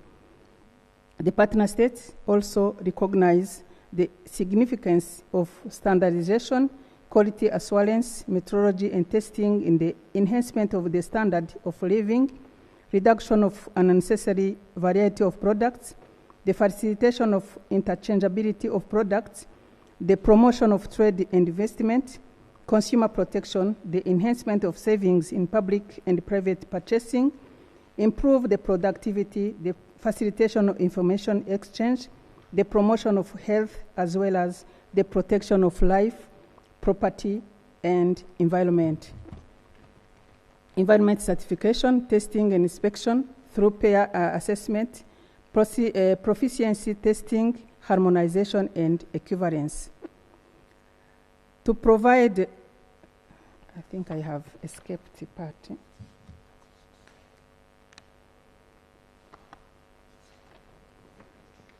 Excuse me, Right Honorable Speaker. I have to go to the objective of the bill. The partner states' objective of this bill is to provide for standardization, accreditation, and conformity assessment of products produced or traded in the community, to facilitate industrial development and trade, to make provision for ensuring the protection of the health and safety of society and the environment in the community, and to provide for related matters. Specifically, the bill seeks to, among others, to separate matters relating to standardization, accreditation, and conformity assessment for those relating to metrology, to streamline and rationalize standardization and conformity assessment principles in the community with the international best practices as defined in the World Trade Organization technical barriers to trade. The bill seeks also to facilitate trade by providing inter alia a clear mechanism for dealing with the cross-cutting sanitary and phytosanitary measures, technical barriers to trade, matters based on the principles of harmonization, equivalence, and mutual recognition, and mechanism for mutual recognition of procedure for product certification, testing, and inspection through peer assessment, proficiency testing, harmonization, and equivalence. The bill also seeks to provide a conducive environment for fair trade and protection of consumer health, safety, and environment.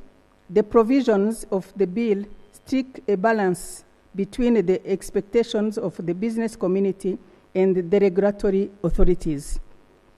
For the interest of time, Right Honorable Speaker, allow me to escape the methodology and go straight to page 5.0, observations and recommendations. The committee made the following observations and recommendations. Roman 1, review the ESC standardization, quality assurance, metrology and testing, SQMT Act 2006. The committee observed that the review of the ESC standardization, quality assurance, metrology and testing Act of 2006 has been underway since 2010.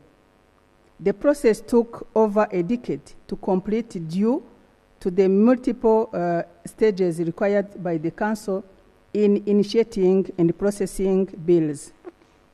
As a result, a separate bill was developed and forwarded to the Assembly. This bill is pivotal for both regional and international trade, as it is providing the legal framework for managing issues related to standardization and conformity. The committee, therefore, recommends that the Council adopt mechanisms to expedite the initiation and processing of Council bills, ensuring their timely transmission to the Assembly. Roman 2, streamlining standardization.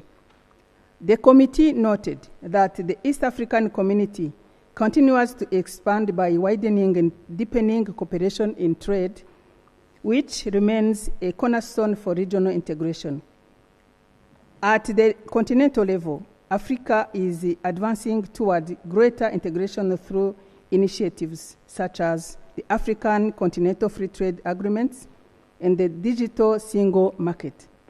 In this context, the bill seeks to address both recent and emerging needs in standardization and conformity assessment, thereby facilitating trade across multiple dimensions. It is designed to align with the regional, continental, and global demands while safeguarding the health and safety for the society. Roman 3, level of quality infrastructure and development. The committee observed that partner states exhibit varying levels of quality infrastructure development and related services such as standards, accreditation, testing, calibration, certification, and inspection, which are essential pillars for facilitating standardization and conformity assessment in the current environment. Differences in investment across infrastructure, services, and human capacity have in fact impacted the effective operation and implementation of standard and conformity assessment, often resulting in delays in standardization processes and procedures. The committee emphasized that increased investment in quality infrastructure development would establish stronger systems of standardization and conformity, thereby enabling a seamless flow of trade. These represent one of the most practical and impactful steps a development nation can take toward building a thriving economy, laying the foundation for prosperity, health, and society well-being. The committee recommends to the Assembly to urge partner states to enhance the budget for quality infrastructure development, to improve on efficiency and effectiveness of carrying out standardization and conformity processes and procedures. To urge the EAC Secretariat to organize capacity building and develop exchange programs in standardization and conformity processes and procedures within partner states. These will enhance technical capacities amid the standard and conformity bodies so as to enable them to adequately carry out activities in the field of standardization and conformity. To urge partner states to set up relevant bodies and organizations for proper representations in various institutional arrangements. Sensitization awareness campaigns. The committee recognizes that the successful implementation of ESC laws and protocols depends on establishment of a well-structured awareness and sensitization program to promote understanding of their practical application. An empowered and enlightened citizenry is a vital partner in advancing the growth and integration of the community at all levels. The committee recommends that the Assembly urge the Council of Ministers to develop and implement a comprehensive communication and publicity strategy aimed at enhancing awareness and sensitization. Translation of the ESC documents. The committee noted that during the public hearings on the bill, stakeholders from the Democratic Republic of Congo requested that the document used in the proceedings be translated into French to enable meaningful and constructive engagement. The committee recommended the Assembly to urge the Council of Ministers to expedite the amendment of the treaty for establishment of the East African Community to include Kiswahili and French as official languages of the community as per the directive for the 22nd Ordinary Summit of the Head of State, of the ESC Head of State, to urge the Council of Ministers to ensure that a broad range of ESC laws and protocols are translated into multiple languages, thereby enabling both citizens and implementers to fully understand and apply them. Alignment of definitions. The committee observed that following the separation of matters relating to standardization, accreditation, and conformity assessment from methodology, it is necessary to align the definitions in the East African Community Standardization, Accreditation, and Conformity Assessment Bill 2023 with those contained in the Protocol for the Establishment of Standardization, Quality Assurance, Metrology, and Testing. Gender and persons with a disability. The committee observed that Part 2 of the bill, covering clauses 4 to 14, outlines the institutional arrangement. However, its composition reflects limited representation, participation, and inclusivity, particularly regarding gender and persons with disability. The committee recommends that matters relating to gender and persons with disability be duly addressed during the development of regulations for the operationalization of the bill. Appeal process. Part 4, Clause 23, provide for appeals to the Council. Clause 23A1 specifically stipulates that any partner state or individual aggrieved by a decision made under the Act may lodge an appeal with the Council. In practice, however, the Council convenes only twice a year in accordance with Article 15.1 of the treaty. The committee recommends to the Assembly to urge the Council of Ministers to utilize the National Monitoring Committee as the initial forum for appeals prior to the matter being escalated to the Council of Ministers. To urge the Council of Ministers to establish clear time frame for the determination and the resolution of appeals. The committee further recommends that such time frame be provided for under the regulations as envisaged in Clause 24.1 of the SACA Bill 2023.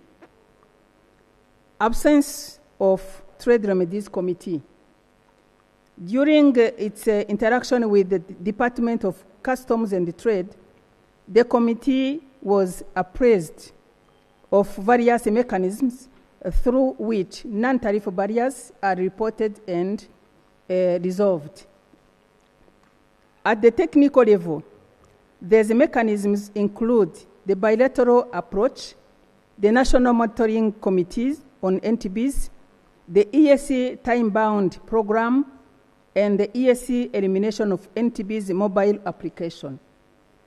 At the policy level, mechanisms include, among others, the Sectoral Committee on Trade, the Committee on Customs, the Standard Committee, dedicated session for permanent secretaries, principal secretaries, under secretaries and ministers, cabinet secretaries responsible for ESC trade and affairs and trade, the Sectoral Council of Ministers responsible for trade, industry, finance, and investment, the Council of Ministers, and ultimately the Summit of Head of States. Nevertheless, the committee expressed the concern over the delayed ratification of Article 24.2 of the East African Community Customs Union Protocol. The committee recommended to the Assembly to urge partner states to expedite the ratification of the amended Article 24.2 of the Customs Union Protocol, thereby facilitating the establishment of the East African Community Trade Remedies Committee, which will address and bridge the existing gap in the resolution of trade disputes. Access to the standards. The committee takes recognizance of the copyright law as outlined in the bill under Part 3, Clause 19(1)(a), which stipulates that the copyright in any East African standard or other normative document shall be vested in the Secretariat and the national standard bodies for the partner states. Clause 19(2), however, prohibits any person for publishing, reproducing, recording, or transmitting any document or any part of a document in respect of which a copyright vests without prior authorization by the Secretariat or national standard body of partner states. Drawing lesson from partner states, it is evident that accessing standard comes at a cost. Of example, in Uganda, the price as figured out in the document you can read. Consequently, these requirements undermines universal accessibility to the developed standard. The committee recommends, for the avoidance of doubt, that the regulations guiding the operationalization of the bill explicitly specify the means by which the standard may be accessed. These will ensure that the standards are readily available, thereby enhancing accessibility, facilitating effectiveness, and promoting compliance. Decision-making. Clause 6C and 9C provide that decisions of the Standard Committee and the Accreditation Committee shall be made by consensus. While this approach promotes collective agreements, it raises concerns about the potential slow pace of decision-making by the Council of Ministers, as past meetings have shown. Such utilization of the SACA Bill 2023 explicit provisions outlining mechanisms through which the Standard Committee can coordinate and collaborate with the metrology body. Such provisions will ensure that two institutions do not function in isolation, but rather operate in synergy, thereby enhancing efficiency, consistency, and overall effectiveness in the implementation of the bill. Technical regulations. Part 4 makes provision for technical regulations. However, it does not include any requirement for public consultations on those regulations. The committee recommends that the Assembly urge the Council of Ministers to establish a requirement for public consultation on the technical regulations with a mandatory minimum period of 3 months, thereby ensuring that the public has adequate opportunity to present their views. The ESC Methodology Bill. The committee observed that the ESC Standardization, Quality Assurance, Methodology and Testing, SQMT Act 2006, was split into 2 separate legislative instruments, namely the ESC Standardization, Accreditation and Conformity Assessment, SACA Bill, and the Metrology Bill. In accordance with Clause 25(1) of the SACA Bill 25, the SQMT Act shall stand repealed upon the passage of the SACA Bill 2023.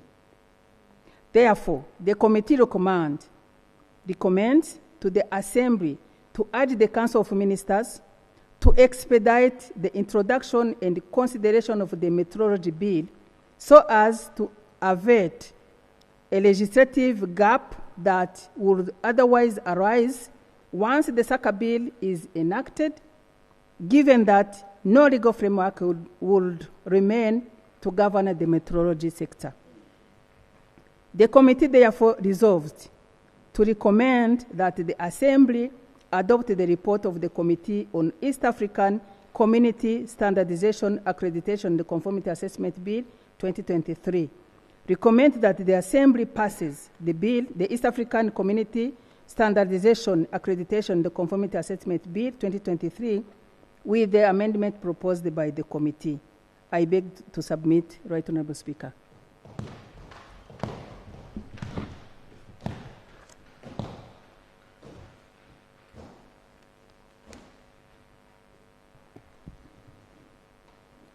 Honourable members,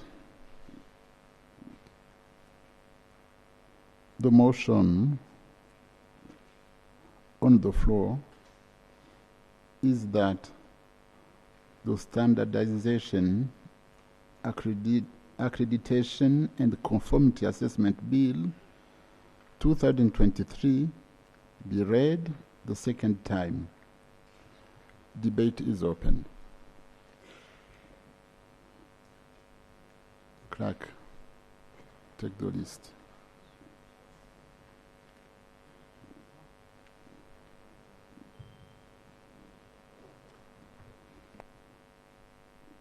We can start by the chair of the GP, then Caroline, then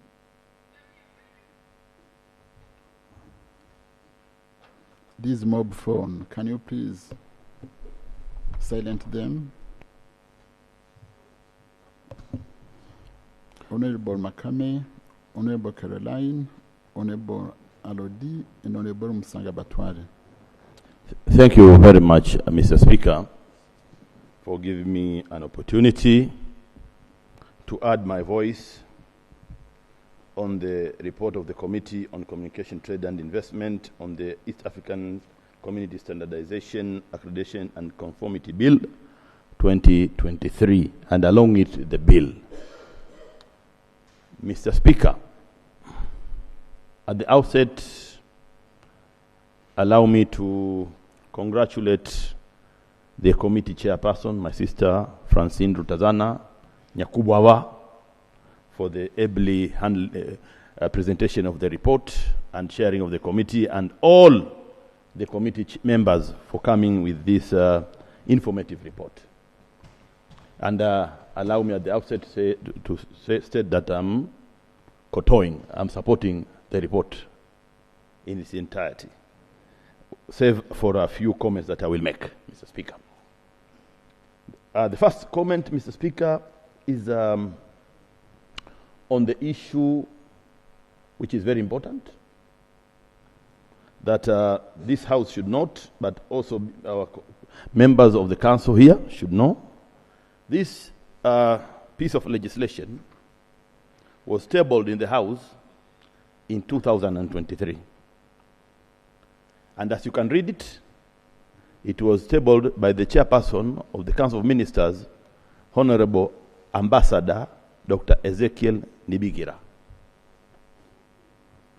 who, after a long time, he went out. He is no longer the member of the Council. It's still the property of the Council and the House, but I mean, so many things have changed, because it was 23. It is now 25, but we are already having the next foot in 26. So it means things are not going at the pace which East Africans would really want. And this piece of legislation is to facilitate trade. And trade is among the first pillars of the integration of the EAC, because it falls squarely under the Customs Union Protocol. So, Mr. Speaker, this means we have to do more work and to be more, I think, I don't know, maybe to be more committed. But we really need to be working on our bills. And this, it's a council bill. And usually the procedures of the House provide that we have to give priority to the bills of the council, and that's what we always do. But imagine, since 23, it means that we have to look and see what to improve, and we can improve for the betterment of our people in the East African community. And the report also, Mr. Speaker, the chair pointed out on issue of amendment of the treaty, specifically directing herself to the issue in Article 137 on amendment in the languages, and that the summit pronounced itself twice on the issue of language, and this has not been done yet. And imagine the summit is a collective, the heads of state sitting, and they are making a pronouncement, and it should be implemented by the council.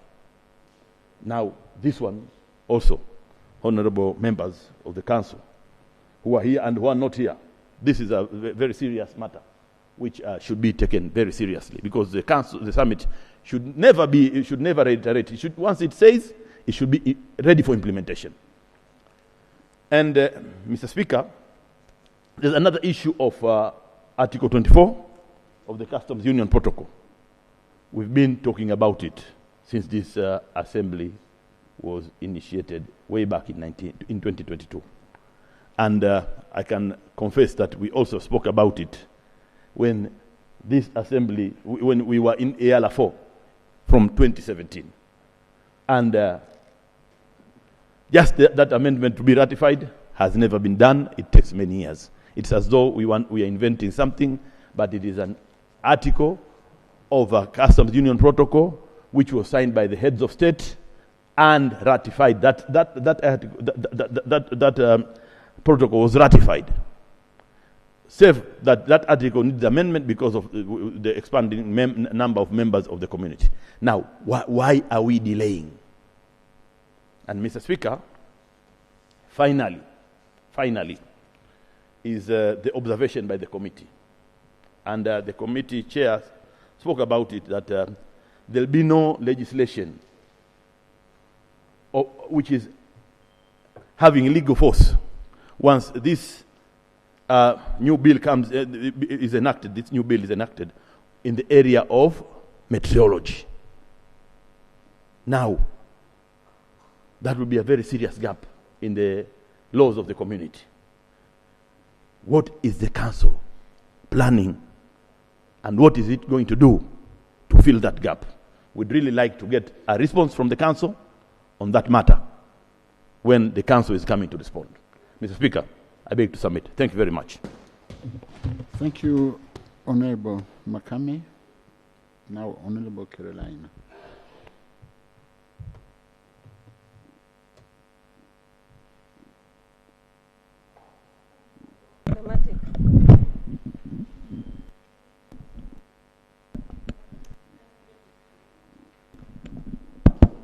Thank you, Mr. Speaker, for giving me the opportunity to support the report by the CTI on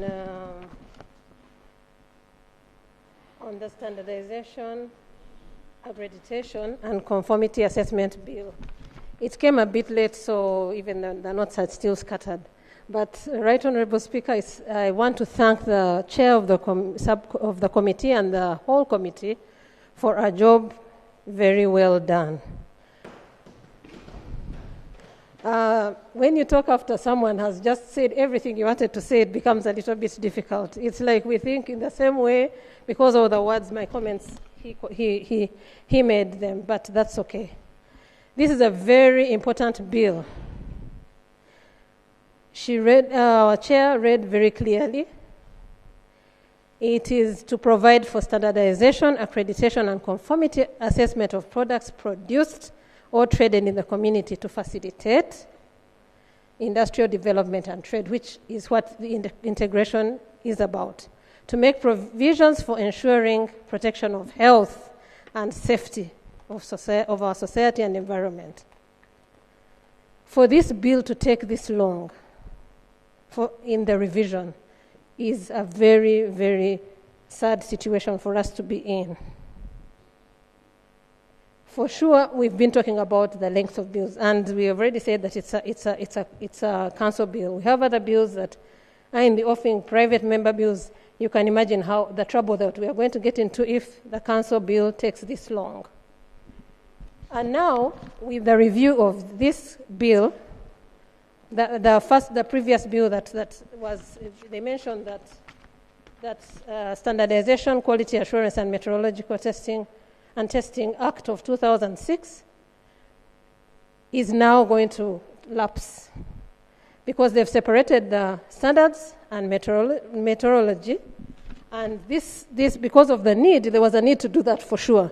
And it's been underway since 2010. How many years is this? 15 years.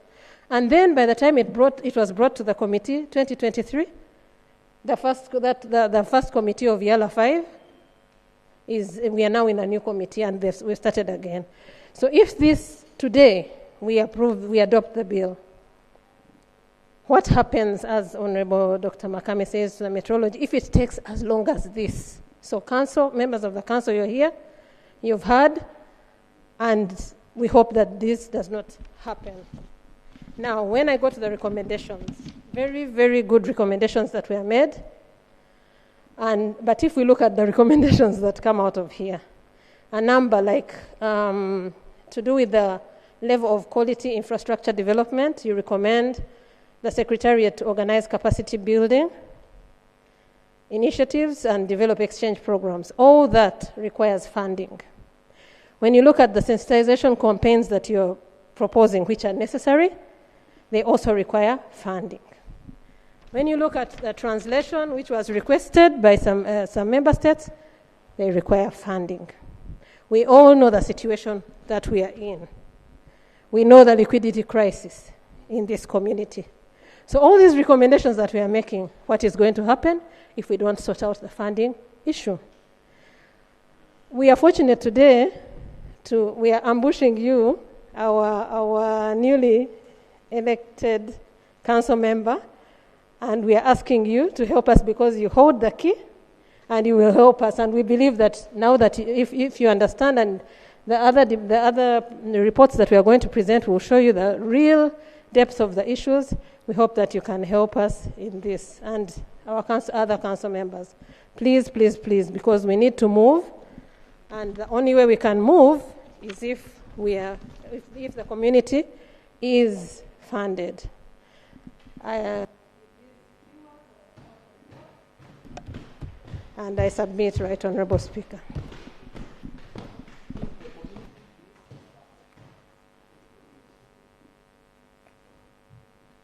The next is Alodi.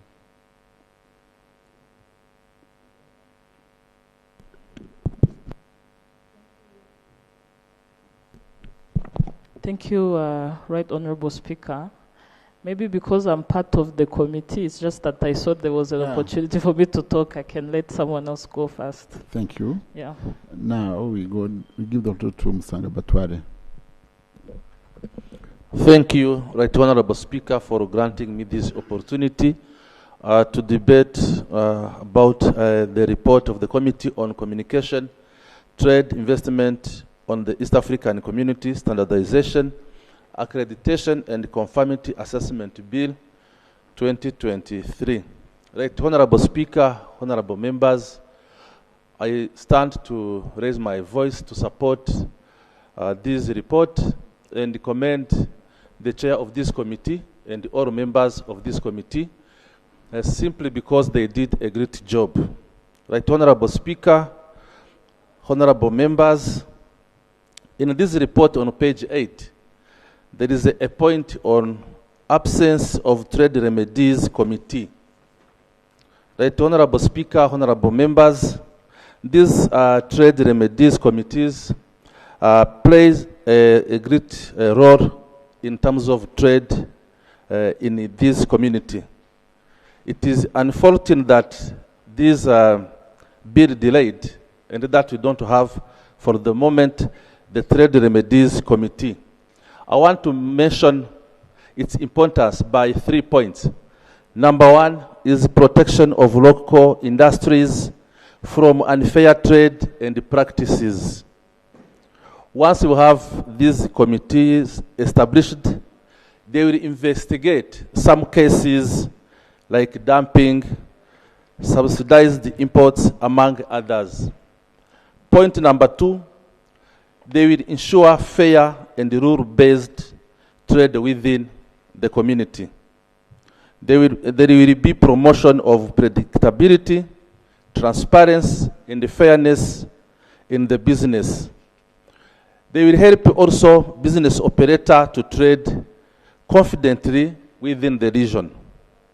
Lastly, this Trade Remedies Committee will support dispute resolutions among partner states. They will prevent trade wars and promote business. My prayer, Right Honorable Speaker, honorable members, it is to fast-track establishment of the Trade Remedies Committee. With these few remarks, I declare once again that I support this report. Thank you, Honorable Clement. We have Honorable Musamadi.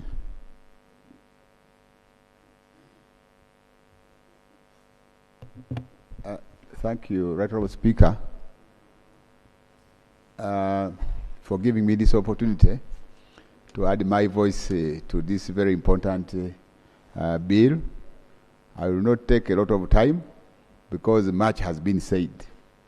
Right Honorable Speaker, the sitting of this House, of course for us we don't have opposition on the government side, but the sitting of this House in Uganda, this right side is government, and this side is opposition. And then the front bench is for the cabinet, for the ministers. You remember in the morning I was on the other side, on government side. Government side. Now I have come on the opposition side, such that I am able to look at the ministers in their faces with what I'm going to say. Honorable Minister, Honorable Speaker, maybe just start with a lighter note.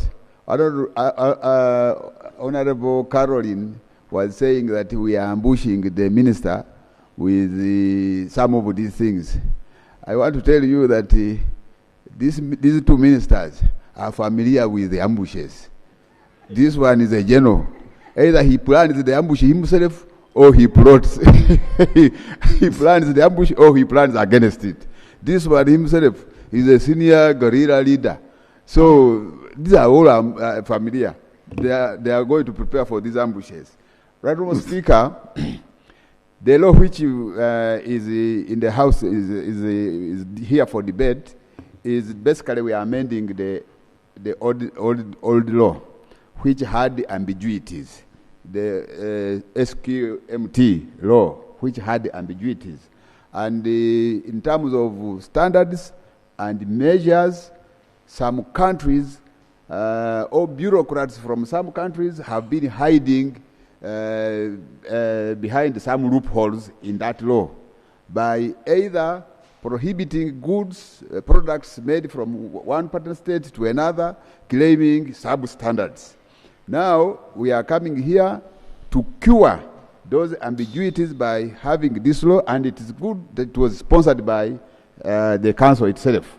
So for us, we are ready, and we have done our part to ensure that we amend this law and address the ambiguities. And even the loopholes which were there, we have tried our best. So my prayer is that, maybe before I make that prayer, as I've said it, just for emphasis, for us to trade seamlessly, we need a uniform standard. We need a law on standards, a uniform law on standards. And this is the law, honorable members of council.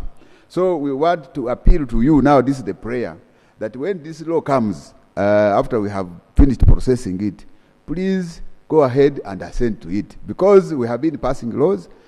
Sometimes, and on a number of occasions, these laws are not, there is delay in terms of assent. And then lastly, as you are aware that this law was split into two. This one on standards, accreditation, conformity assessment, and then meteorology. Now, the one on meteorology, the bill hasn't come, because the good thing, the minister from Uganda is here. It is Uganda which delayed the processing of that bill, because they said we are still consulting. Honorable Minister, this is now a task. This is not an ambush. This is a task that you follow up on your commitment to ensure that whatever consultations being done, fast-tracked, such that we have these laws in place. I thank you and I support the report.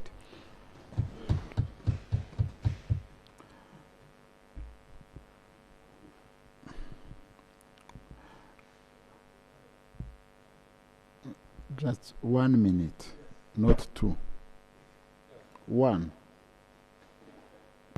Thank you very much, Honorable Speaker, for giving me this opportunity.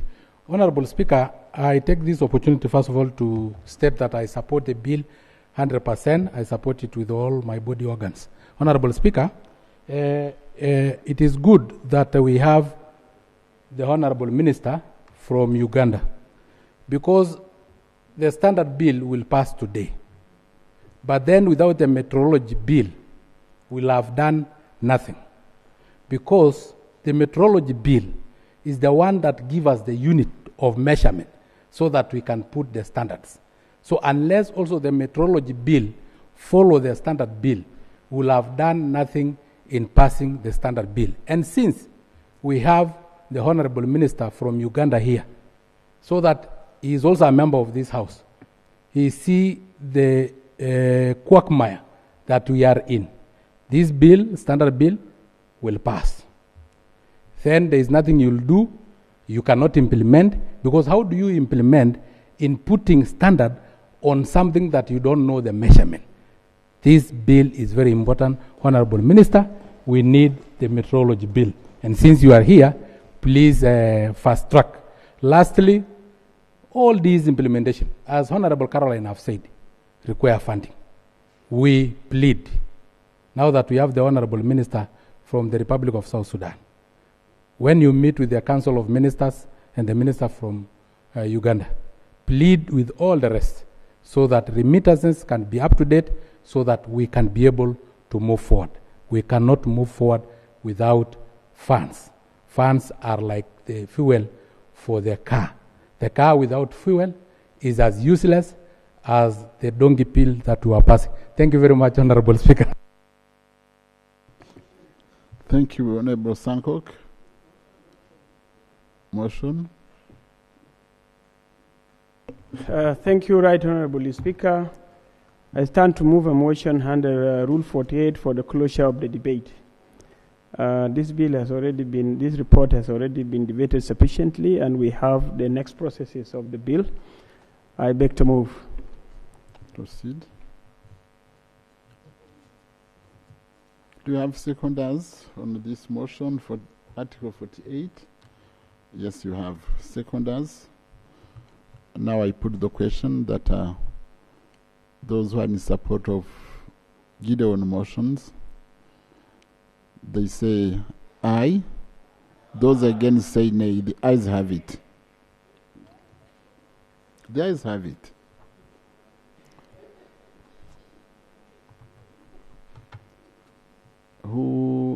I was going to give the floor to. Sorry? Yes.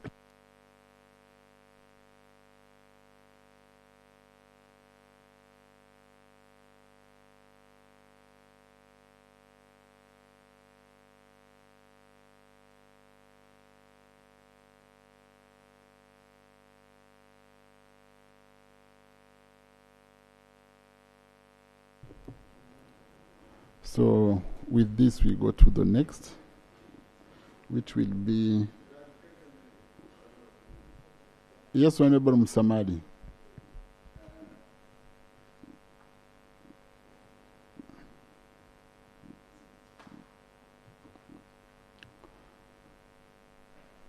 Right, Honorable Speaker. Yes. I'm rising, proceeding from Rule 43. 40? 43. From 48, we went to 43. Yes, Rule 43, Sub-Rule 3. Sub-Rule 3? Yes. It says, this is about the contents of speeches. And 3, it says, even 2 and 3, it says, let me start with the 2. It says, it shall be out of order to use offensive, abusive, insulting, blasphemous, or unbecoming words, or to impute improper motive to any member, or to make personal allusions. 3 says, it shall be out of order to attempt to reconsider any specific question upon which the House has come to a conclusion during the current session, except upon a substantive motion for recession. Why I'm bringing this, Honorable Speaker, because this is a House of record. My brother here, in the morning, Honorable Sankok, in the morning we considered a motion on specifically on protection of donkeys. Now, in his last statement, he has said, the last statement while making submission here, he said, which was a very good submission. If it was a slip of the tongue, I don't know, or whatever the case, but maybe he needs to clarify. He says, a community without money is like a car without fuel. Without fuel, the car cannot move. But above all, if we do not have money, we shall be as useless as the donkey bill we just passed in the morning. Okay, in the morning we did not pass a donkey bill. We passed a resolution. It was a resolution of this House. So I guess he referred to the donkey resolution we passed in the morning. So I want, Honorable Speaker, that you invoke these rules and the member withdraws that statement or makes clarification to that. Because I don't think we made a useless resolution in the morning. Thank you, Honorable Speaker. Honorable Speaker, I withdraw and apologize to the House. I plead with the House to forgive me. It was a slip of the tongue. Thank you.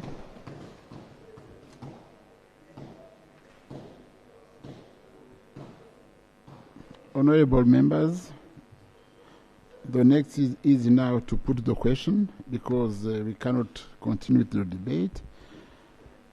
Honorable members, I now put the question that East African Community Standardization Accreditation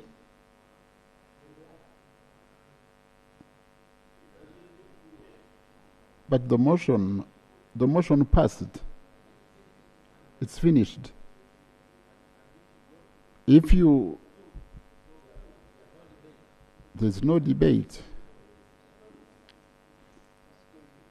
So, honorable members, I now put the question that East African Community Standardization Accreditation Conformity Assessment Bill 2023 be read for the second time. Those in favor say aye. Those to the contrary say nay. The ayes have it.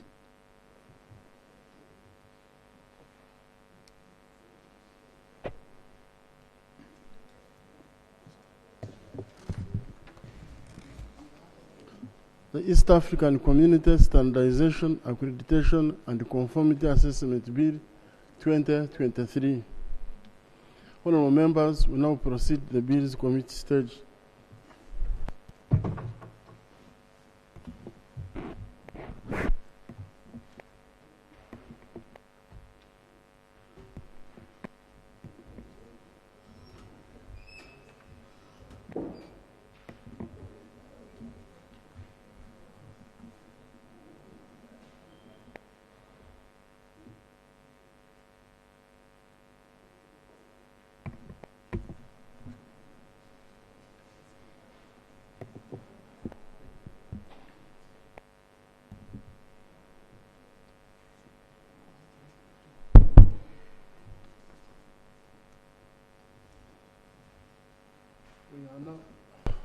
Right, honorable members, we are now on item number 4 on the order paper.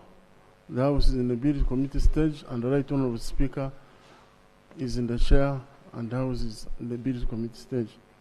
We are going to proceed by adoption of the bill, clause by clause. Clause 1. I propose the question that clause 1 be part of the bill. I put the question that clause 1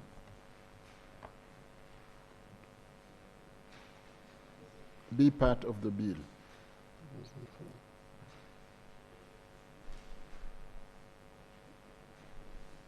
Chair? There's nothing. It's okay? It's okay. It's okay. There's no Good. need. Proceed. Yeah. Put the question. I now put the question that clause 1 be part of the bill. Those in favor say aye. Hmm? Those in favor say aye.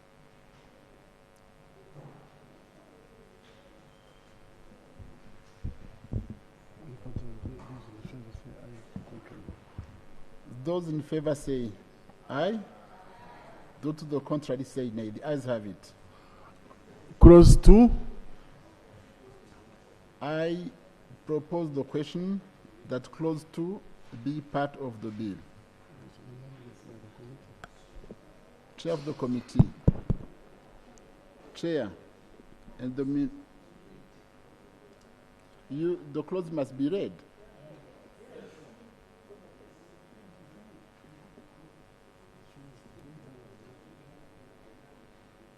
Do you have an amendment on clause 2 or clause 1? Right, Honorable Speaker, we have an amendment on clause 2. Clause 2. Regarding definitions and interpretations.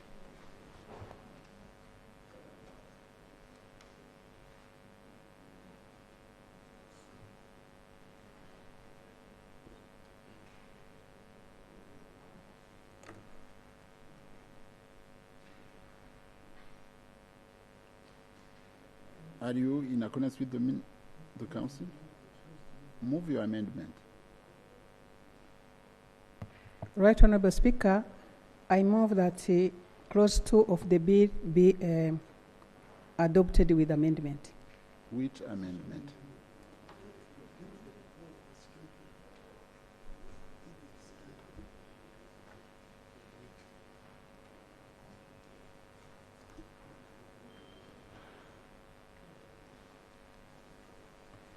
Right, Honorable Speaker, on clause 2, we have to amend the bill by inserting paragraph A to G as follows.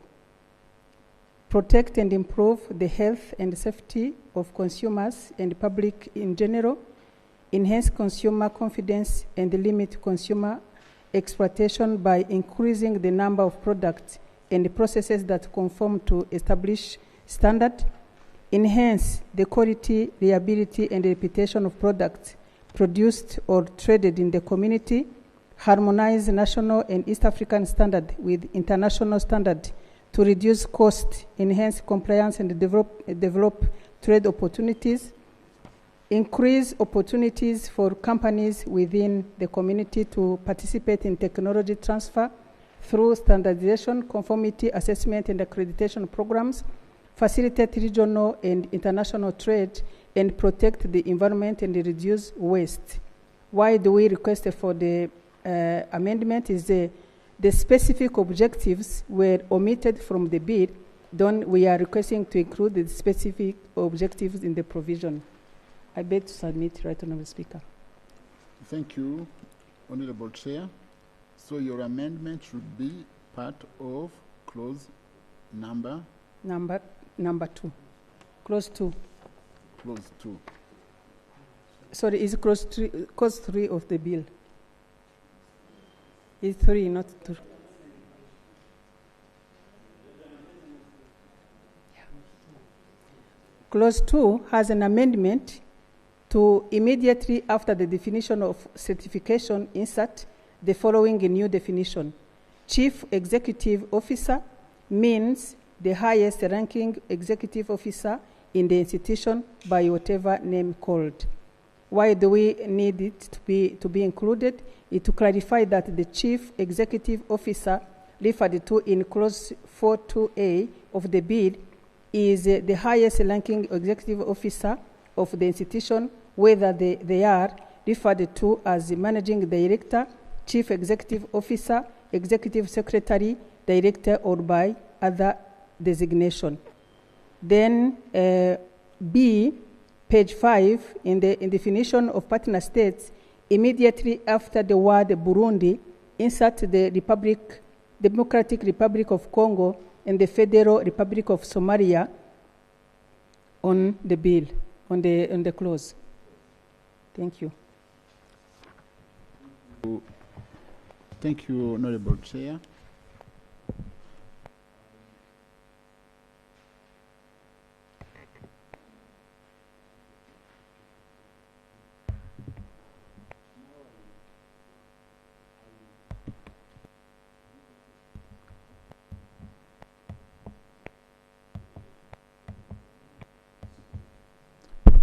Honorable Minister, are you in agreement with the chair of the committee on this amendment?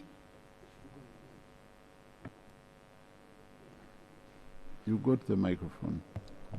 For sure, I agree with her. Thank Thanks. you.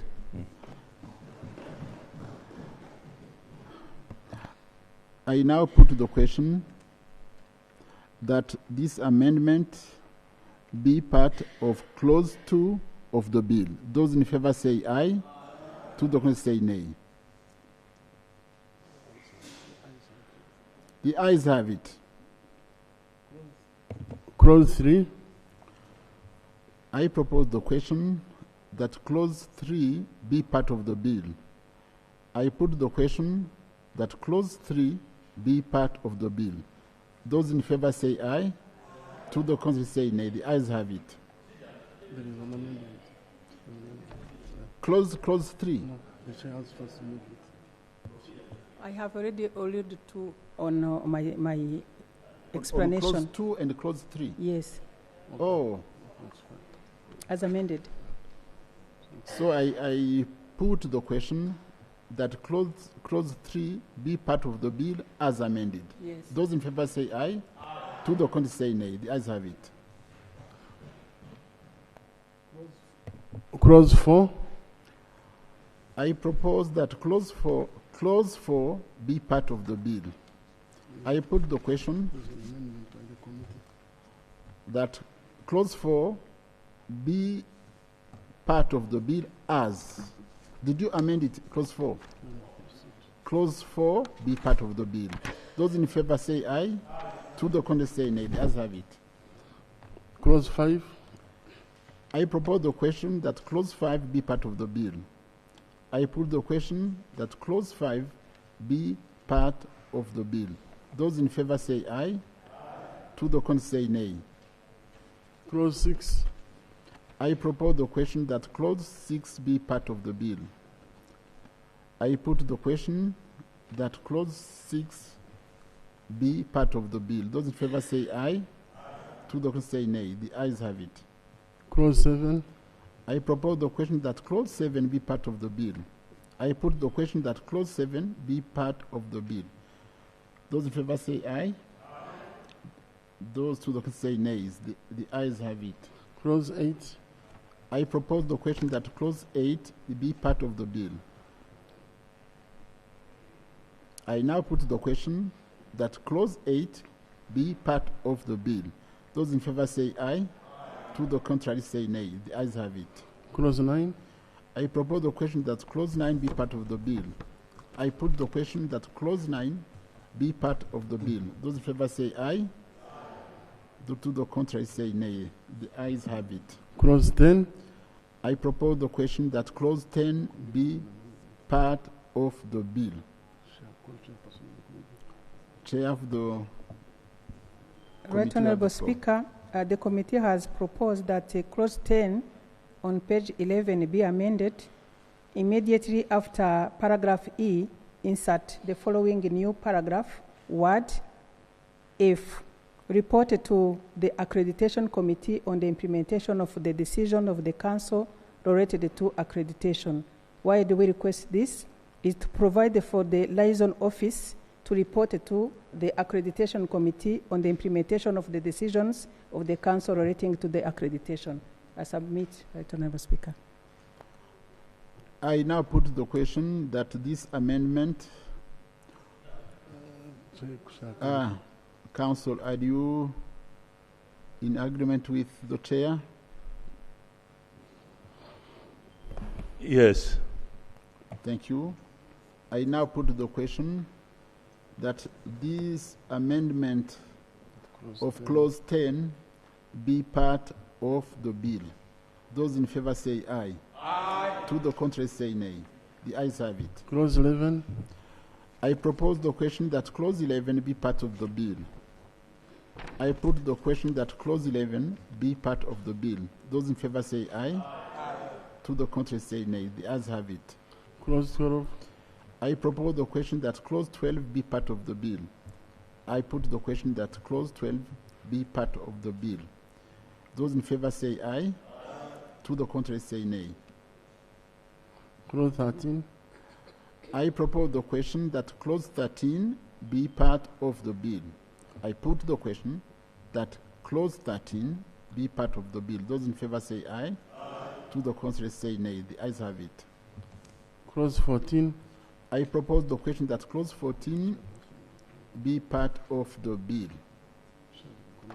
Chair, you have the floor. Right Honourable Speaker, the committee has proposed to amend clause 14.1 on page 13 immediately after the word body and insert the word all national accreditation focal points to reconcile the provision with the clause 7.2a to ensure that these activities are also undertaken in partner states which have not yet established accreditation bodies by the focal points responsible for accreditation in those partner states. I submit, Right Honourable Speaker. Honourable Minister. I agree with. Thank you. I now put the question that this amendment be part of clause 14. Those in favor say aye. Aye. To the contrary say nay. The ayes have it. Clause 15. I propose the question that clause 15 be part of the bill. I put the question that clause 15 be part of the bill. Those in favor say aye. Aye. To the contrary say nay. The ayes have it. Clause 16. I propose the question that clause 16 be part of the bill. I put the question that clause 16 be part of the bill. Those in favor say aye. Aye. To the contrary say nay. The ayes have it. Clause 17. I propose the question that clause 17 be part of the bill. And I put immediately the question that clause 17 be part of the bill. Those in favor say aye. Aye. To the contrary say nay. The ayes have it. Clause 18. I propose the question that clause 18 be part of the bill. I put the question that clause 18 be part of the bill. Those in favor say aye. To the contrary say nay. The ayes have it. Clause 19. I propose the question that clause 19 be part of the bill. I put the question that clause 19 be part of the bill. Those in favor say aye. Aye. To the contrary say nay. The ayes have it. Clause 20. I propose the question that clause 20 be part of the bill. Chair. Right Honourable Speaker, the Clause committee 20, clause 20, page 16, the committee has proposed an amendment to delete subclause 5 and insert the following. A technical regulation shall not take effect unless it is published in the Gazette and the notice specifies the regulatory authority responsible for implementing the technical regulation. Why do we request this? Is the provision does not provide a timeline within which the publication in the Gazette should be made. The purpose of the publication is to notify the public of the technical regulations. To ensure that the publication is made, the technical regulation should not be implemented until the publication has been done. For transparency, The publication should clearly specify the national implementing agencies. I submit, Right Honorable Speaker. Honorable Minister. I agree with amendment. Thank you. I now put the question that this amendment be part of clause 20. And those in favor say aye. To the say nay. The ayes have it. Clause 21. I propose the question that clause 21 be part of the bill. Chair. Right Honorable Speaker, the committee has proposed that clause 21(1), page 17, immediately after the word publish, insert the word updated, to ensure that the Register of Conformity Assessment Service providers in the community is kept up to date. Thank you. Honorable Minister. I agree. Thank you. I put the question that this amendment be part of clause 21. Those in favor say aye. To the contrary say nay. The ayes have it. Clause 22. I propose the question that clause 22 be part of the bill.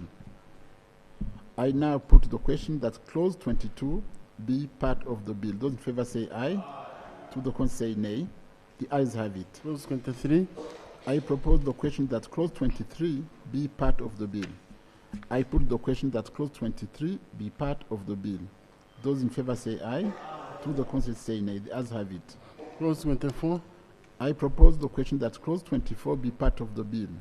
I put the question that clause 24 be part of the bill. Those in favor say aye. Those to the contrary say nay. The ayes have it. Clause 25. I propose the question that clause 25 be part of the bill. I put the question that clause 25 be part of the bill. Those in favor say aye. To the contrary say nay. The ayes have it. Preamble. I propose that preamble be part of the bill. I put the question that preamble be part of the bill. Those in favor say aye. To the contrary say nay. The ayes have it. The title. I propose the title to be part of the bill. I now put the question that the title be part of the bill. Those in favor say aye. To the contrary say nay. The ayes have it. Motion for the House to resume. Honorable Minister.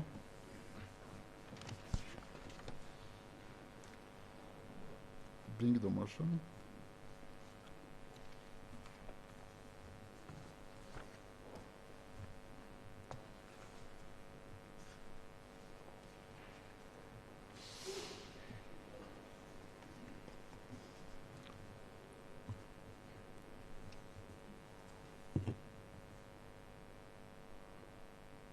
Mr. Speaker, I beg to move that House adopts a report of Committee of the whole House. This is the motion. The motion is, which motion do you have? Mr. Yes. Chairman,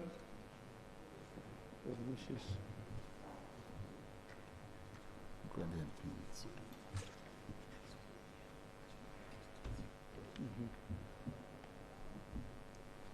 I beg to move that the House do resume and Committee of the whole House reports there too. Honorable members, the motion is that the House do resume and the Committee of the whole House reports thereto. Those in favor say aye. Aye. To the contrary say nay. The ayes have it. Report from the Committee of the whole House. Honorable members, I put the question that the House do resume and the Committee of the whole House reports too.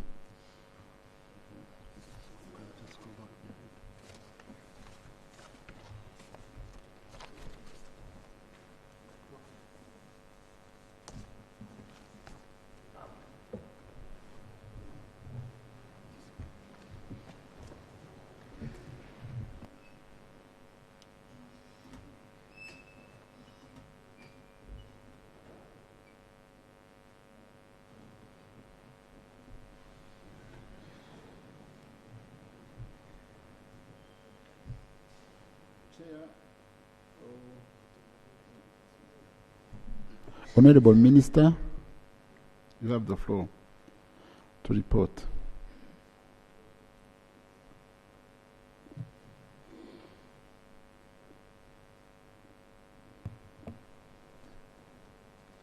I beg to report that the Committee of the Whole House has considered the bill entitled the East African Community Standardization, Accreditation and Conformity Assessment Bill 2023 and pass it with amendments.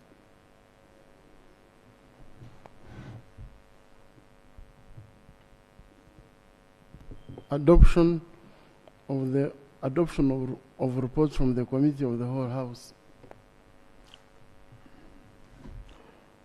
Chair, Honorable Minister, move the motion. I beg to move that the House adopts the report of Committee of the Whole House. I now put the question that the report of the Committee of the Whole House be adopted. Those in favor say aye. To the contrary say nay. The ayes have it. We got item 5 on the order paper, the East African Community Standardization, Accreditation and Conformity Assessment Bill 2023, third reading by way of motion. Honorable Minister, move the motion. I beg to move that the East African Community Standardization, Accreditation and Conformity Assessment Bill 2023 be read the third time and do pass. I beg to move. Do you have seconders? The whole House. I now put the question. I now propose the question that the East African Community Standardization, Accreditation and Conformity Assessment Bill 2023 be read a third time and do pass. I now put the question that the East African Community Standardization, Accreditation and Conformity Assessment Bill 2023 be read a third time and do pass. Those in favor say aye. To the contrary say nay. The ayes have it.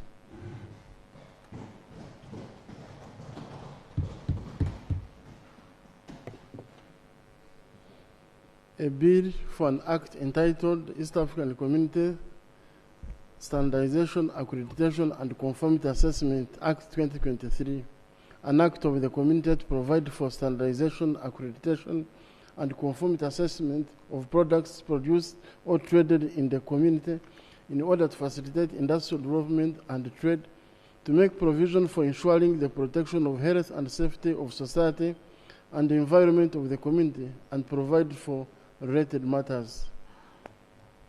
I have to declare that the East African Community Standardization, Accreditation and Conformity Assessment Bill 2023 has been duly passed by this Assembly.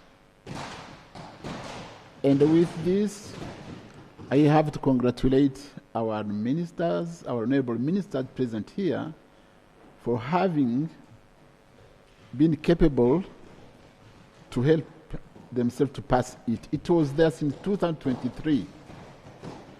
It has passed today, December, 4th December, 3rd December 2025, after 2 years. The only reason has been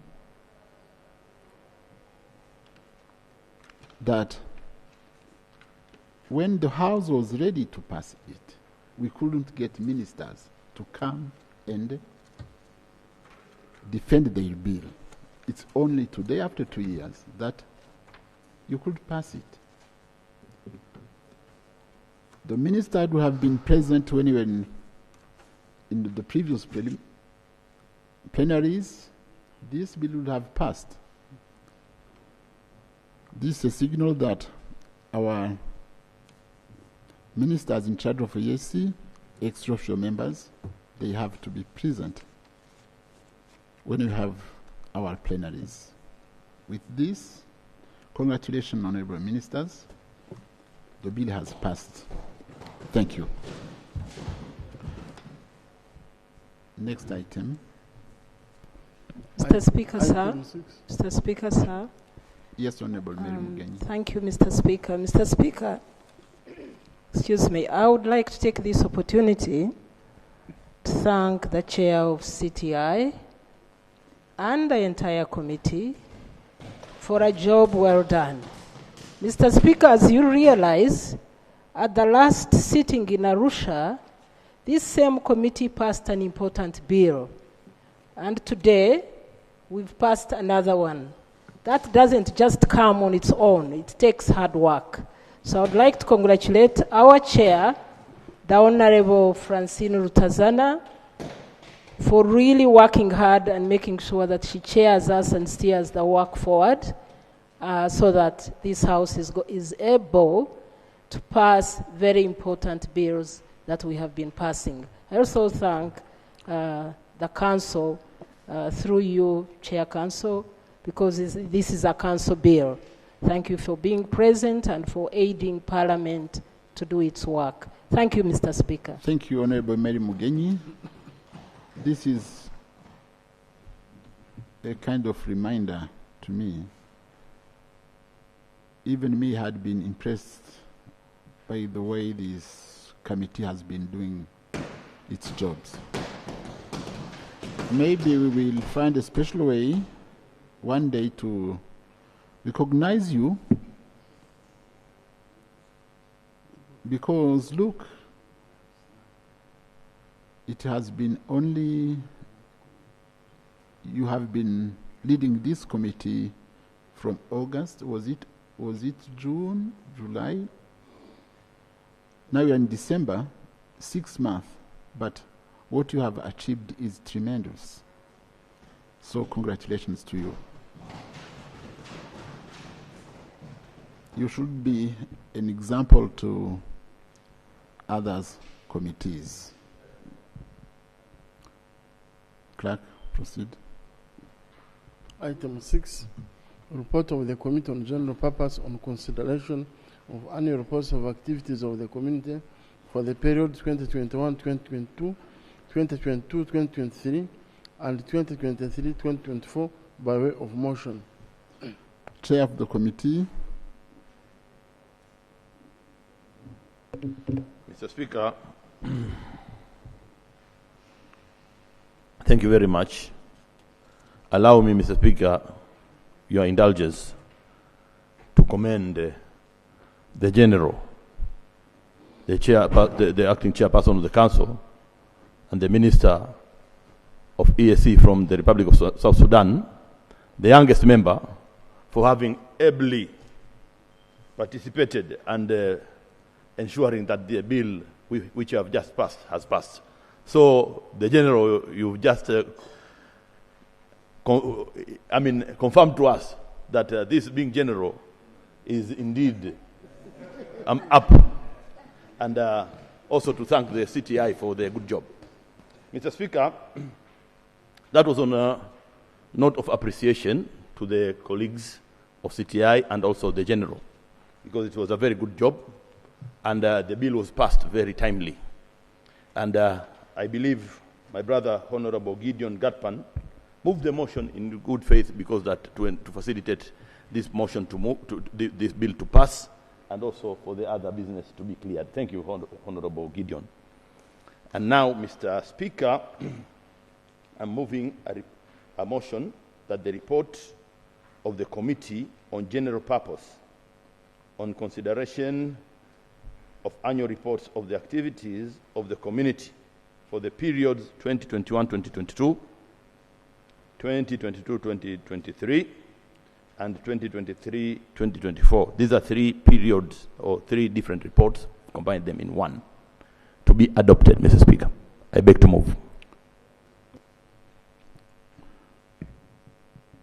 Do you have seconders? Aisha and others. Now you can justify your motion. Mr. Speaker, I'm justifying the motion through the presentation of the report. And the report, Mr. Speaker, is an annual report, which is statutory reports which are supposed to be laid in the House by the Council annually. And as you have seen, the chairperson of the Council laid 3 different reports indicating that there were indeed 3 reports which were covering 3 different periods, and indeed the Council did delay to submit the report for that number of periods. But Mr. Speaker, we had been engaging with the Council and the Secretariat so that they come up to speed and they get to the most current level of reporting. And for that particular reason, we'd like to appreciate the Council for submitting 3 reports, and those were done to this afternoon retrospectively. Our committee, the General Purpose Committee, did work through them since the time we were in Arusha, and we've managed to come with a report on the 3 annual reports. We've combined them in one. And Mr. Speaker, allow me, Mr. Speaker, not to read the report in its entirety, because that will take more time. And because this report was circulated to the members, along with the annual reports, I'd implore our members to continue going through so that they get to know what was happening in the community for those periods. But we are not doing a history class, and that's why we were imploring the honorable council members to come up to speed so that we are current. So, Mr. Speaker, with that said, and to save time for the House, and also because we have other business to undertake after this agenda is concluded, allow me, first of all, allow that the contents of this report for the Hansard editor to capture them in the Hansard, much as they won't be presented the entire report. Allow me to go straight to the conclusion so that also the ministers don't get bored. They just listen to the conclusions of what we found out, and then we can move forward. So, Mr. Speaker, we go to the. Actually, I wanted to go to the recommendations, and then we'll go to the conclusion. And if you move to page 34, number 6.0, that's where you will find the recommendations. But I can assure you that we did a job of engaging all the stakeholders as we arrive here. We engaged with the council, we engaged with the secretariat, and so that's why we're coming there. So allow me, Mr. Speaker, to read the recommendations. But as I read the recommendations, I might have to expand a bit on some issues. So, number 1, Mr. Speaker, the committee recommends to the Assembly to urge to the Council to ensure that the annual reports are tabled together with audited reports. Because usually we have the audited accounts reports that the Council usually tables in the House, and at that time the annual report could be ready. And this one, Mr. Speaker, we had a discussion with the team from the Secretariat who are preparing, and they are saying they are willing to comply because now they've done the backlog. So we hope that the Council will ensure that this is being observed so that we don't create another series of backlogs. Mr. Speaker, number 2 is to direct the Secretary General to submit information on grants and loans as required under the Section 8 of the Budget Act of 2008 when the budget is being presented to the Assembly or before June 30th of each financial year. Because this is a statutory requirement, we've had a deliberation on that. And Mr. Speaker, I can also confirm to this House that when we engage with the team from the Secretariat, they also confirm that this one will be observed. So the honorable ministers should take interest in this and follow that the Secretariat would comply in the next annual report.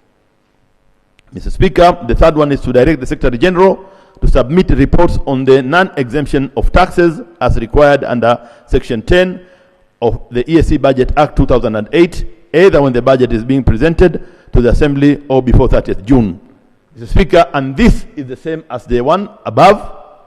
This one is Section 10, the other one is Section 8, and the team confirmed.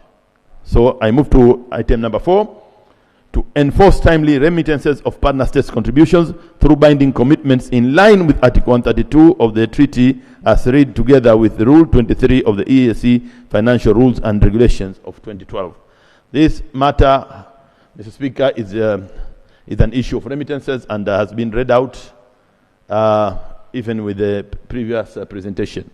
So no need to repeat much on it, but I had some good news in the corridors, and probably the Honorable Minister might want to confirm this one when he gets a chance to contribute to our report. Good news. Yeah, maybe some kind of commitment. So let's wait for the Honorable Minister, the General, to speak. Mr. Speaker, number 5, procedure. Mr. Speaker, sir, I rise to raise a procedural matter because I personally not feeling comfortable. This is our report. I'm a member of GP, and I really appreciate the work we have been going through with the chair, as I appreciate. But the chair reading just recommendations, I think we are missing something important about how the committee worked, especially general observations. They will inform recommendations because they're coming like from nowhere when we worked very hard. So we should tell the audience, the Augusta House, about the observations, and then we bring the recommendation because they are part of, they go hand in hand. Mr. Speaker, I beg to submit. Thank you. Another hand of procedure, Mr. Speaker. Another, yes. Mr. Speaker, in line with what Honorable Francois has said, actually I wanted to raise it before Honorable Francois has raised. Our rules has clearly provided on how we shall present our reports. If you read Rule 37, Sub-Rule 6, Rule 37, Sub-Rule 6 provide that a member shall not read his or her speech, but may read short extracts from written and printed paper. Mr. Speaker, I thought this honorable, the chair of GP should have prepared the extract of the report, and it has been our custom, Mr. Speaker. You normally said members should read your extract of the report. So I thought Honorable Makame had prepared an extract of the report and should have presented before the House an extract so that we understand the entire report instead of reading observation. Thank you, Mr. Speaker. Honorable Member, I think that what you are, this rule we have brought is not maybe put in the right place, because this is when a member is contributing, not when he is reporting to the House. But Honorable Chair, as the members are requesting you to be more deeper than you are, so that they can maybe be taken into this activity you have. Honorable Mary, procedure? Procedure, Mr. Speaker. I first of all want to thank the Honorable Francois for raising this matter because I was restraining myself. Mr. Speaker, I'm also a member of the General Purpose Committee, and I think that for the sake of those who are not members, it's important at least to start with general observations.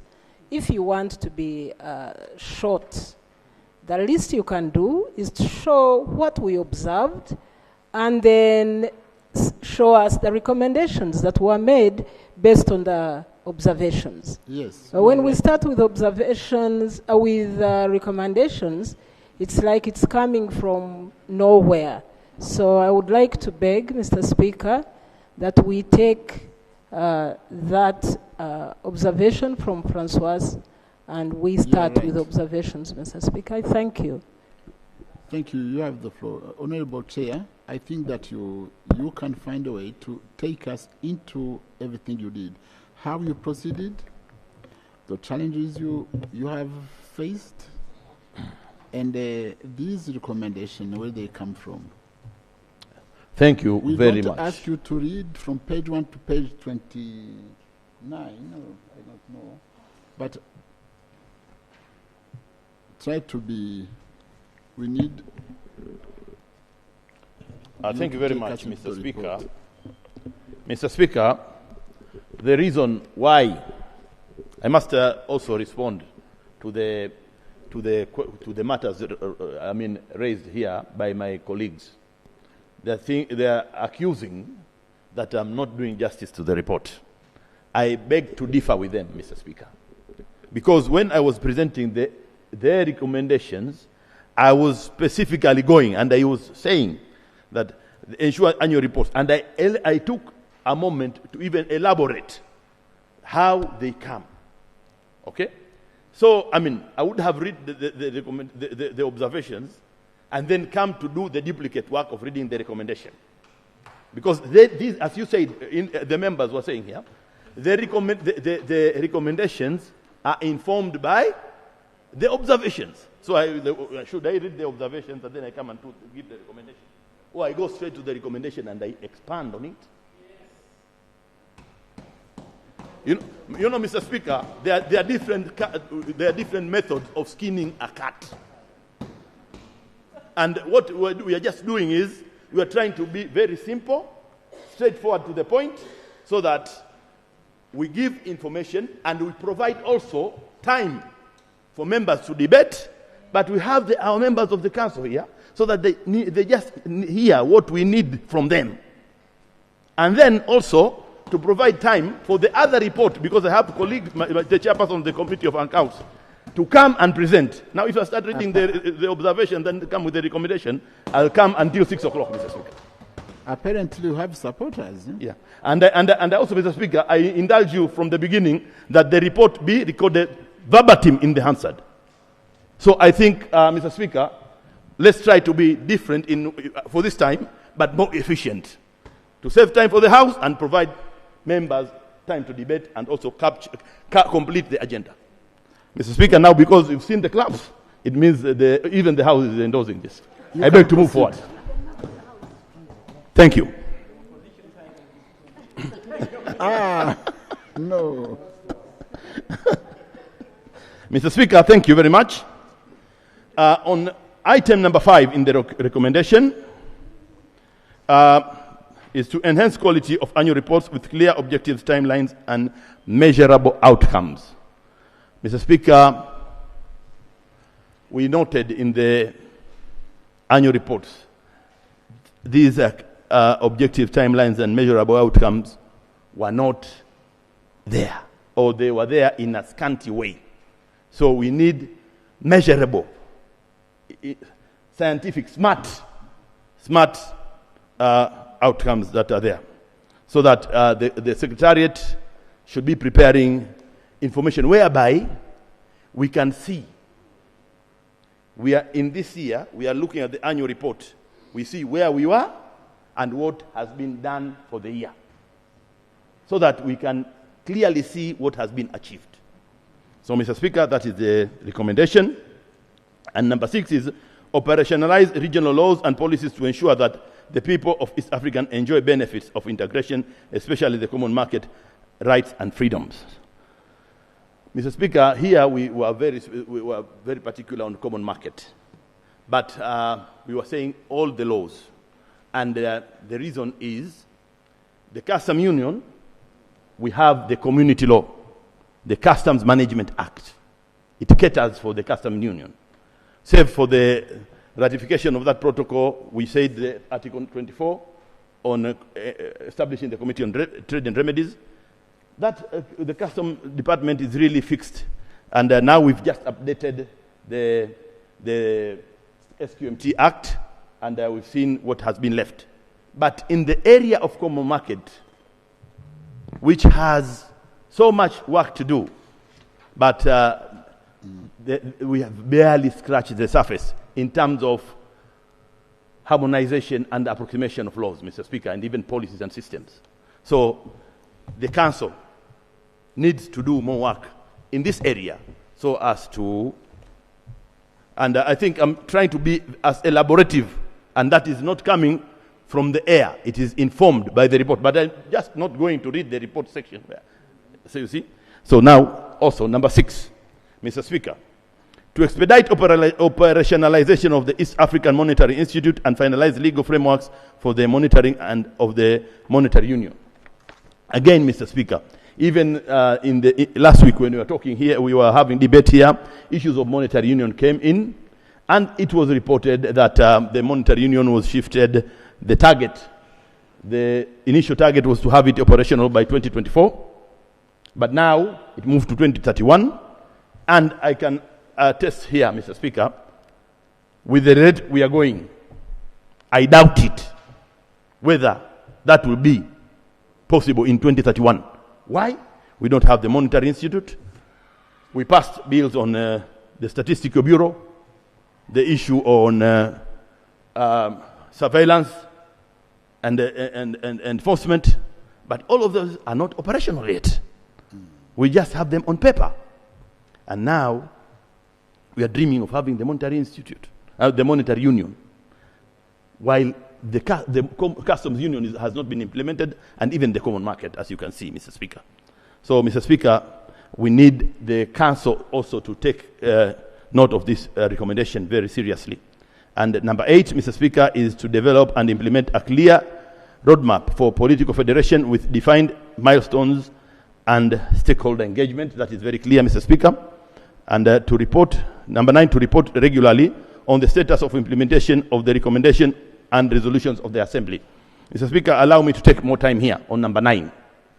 There was an extensive discussion and deliberation at the committee.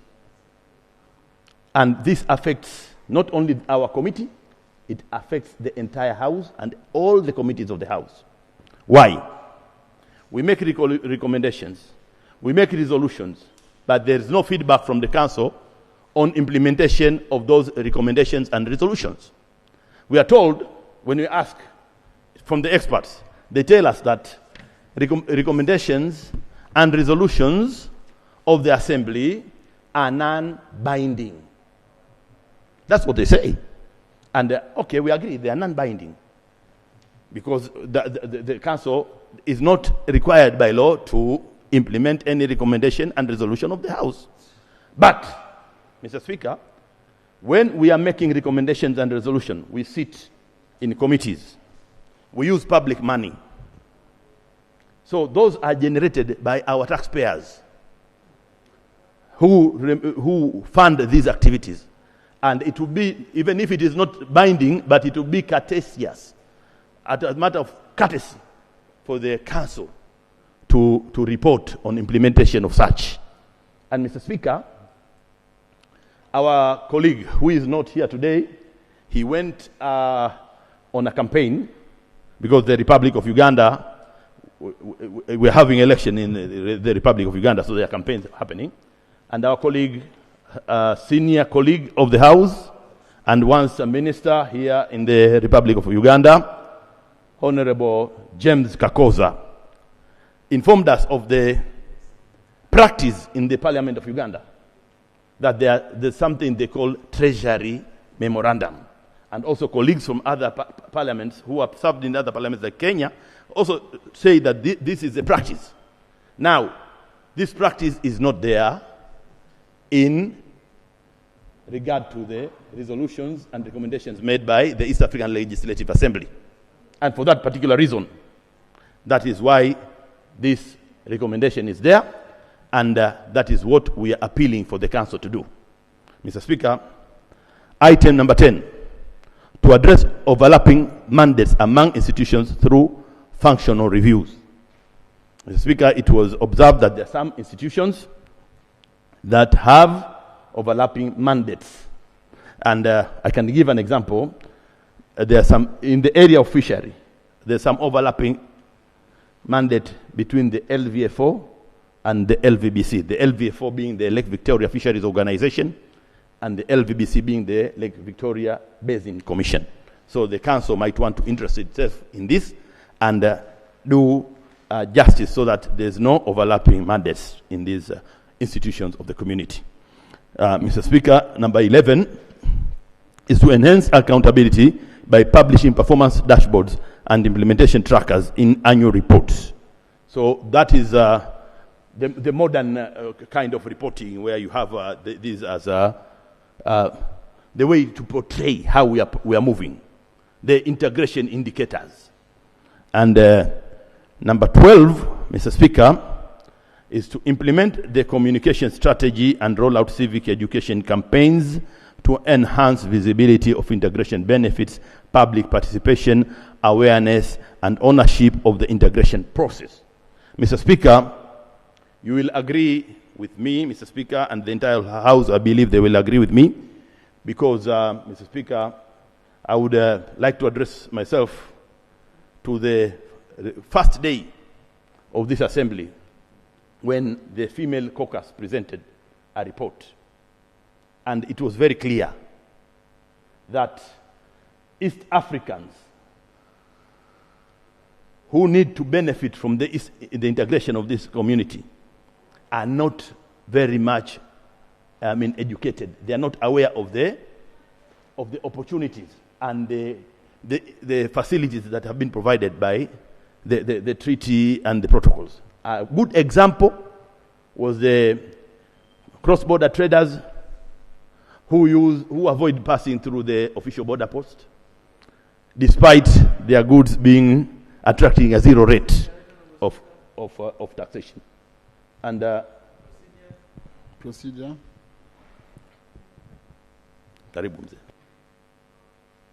Right Honourable Speaker, the Honourable Makame has given us a paper which we are following. He is supposed to be reading a report according to what he's written here. And Right Honourable Speaker, we avoided all the others where I would have said that. But inside is again taking us where, and what he's speaking, I don't follow anything in what is written here, Right Honourable Speaker. Is he proceeding? Are we proceeding where, Right Honourable Speaker?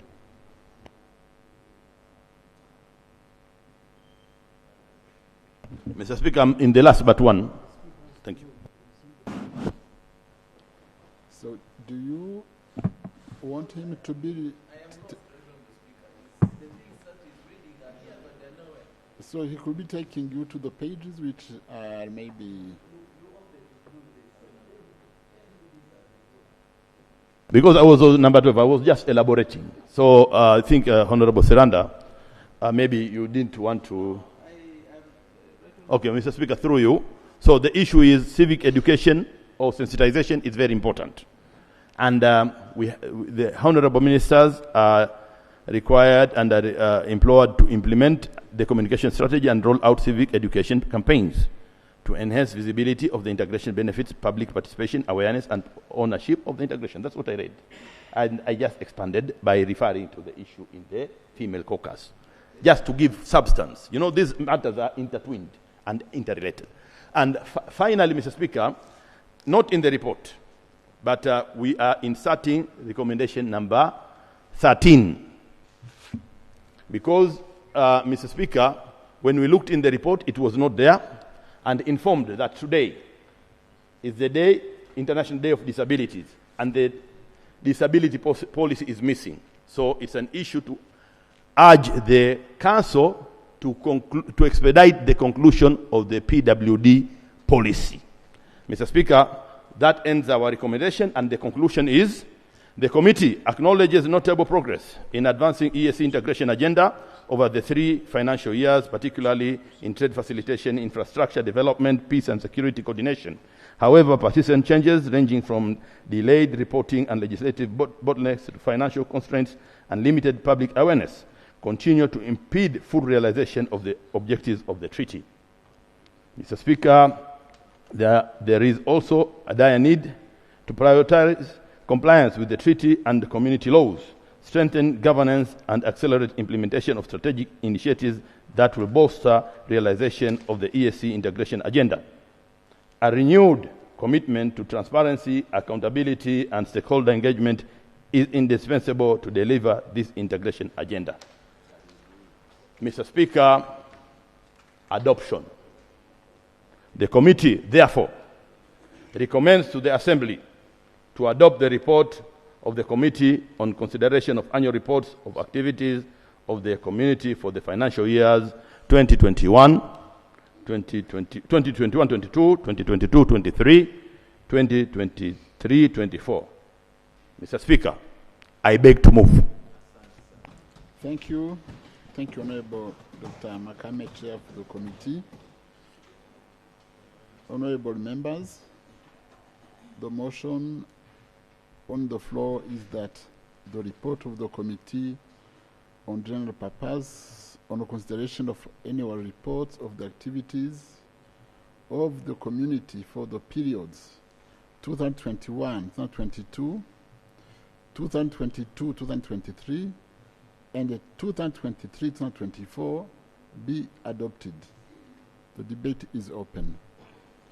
We will give the floor to the members who are not members of this committee. Those members of the committee should come later. So, clerk, take the names of the honorable members. We'll start by giving me the list.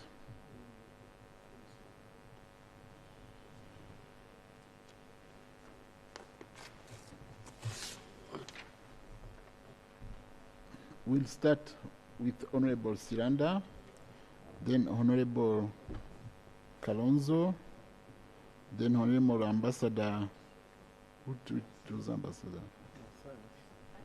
Matthias, Honorable Francine Françoise, then Honorable Musanga Batware.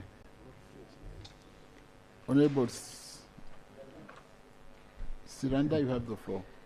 Right, Honorable Speaker, I want to appreciate you for the opportunity granted to me to make my little contribution to this very important report. From the onset, I want to appreciate the Honorable Makame and the entire team for this very good report.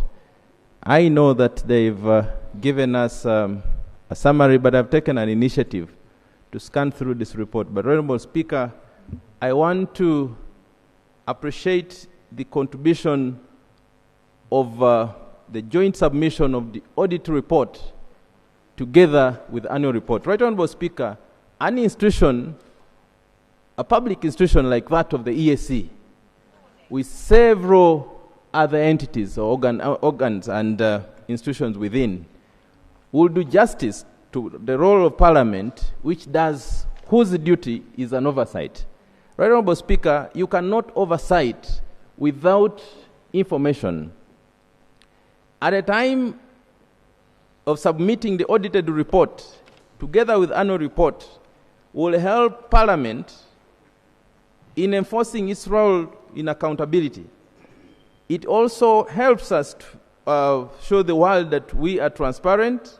It enables us to have effective oversight, as it ensures that there is responsible use of public resources across the institutions of the ESC.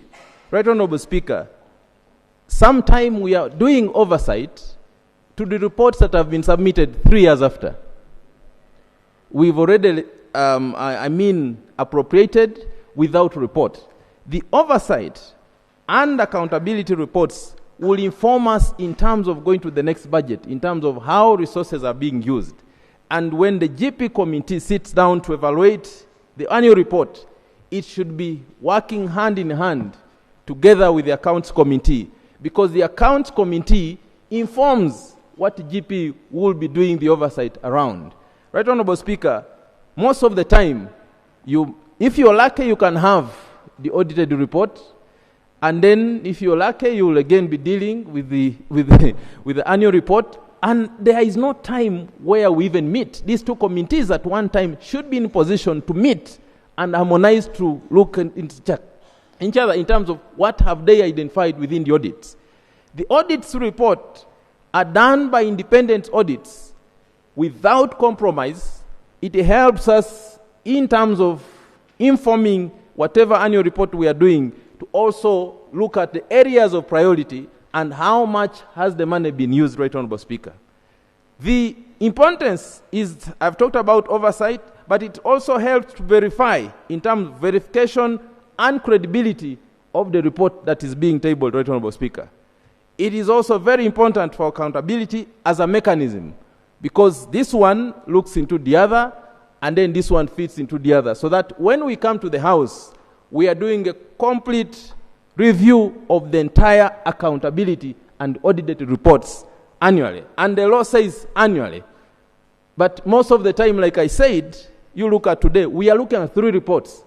And remember, you have less than 7 days or a number of days that you have to look at volumes of the document that have been presented. Right, Honorable Speaker, the technical people hide a lot of information by when you're about to, when they see that you're very critical on particular issues, then they submit all those reports. And you're not going to be, you will not jump the first report, for instance, 2023, and do 2024. You will have to start from report 1, and sometimes some issues are already overtaken by event, and at the end of the day, you keep reappropriating for the same thing where you have already appropriated money, and they will say Parliament is not doing their job. Right, Honorable Speaker, I want to appreciate you, Honorable Makame, because this recommendation will help us to work in tandem, but also timely action, because audits and annual reports are to help us to do timely actions so that we don't deal with the mistakes that have happened. Also, it will build confidence in the people that, in the partner states that contribute this money to the community. But it will also help if we are looking for funding in terms of who are these donors that are giving the ESC money.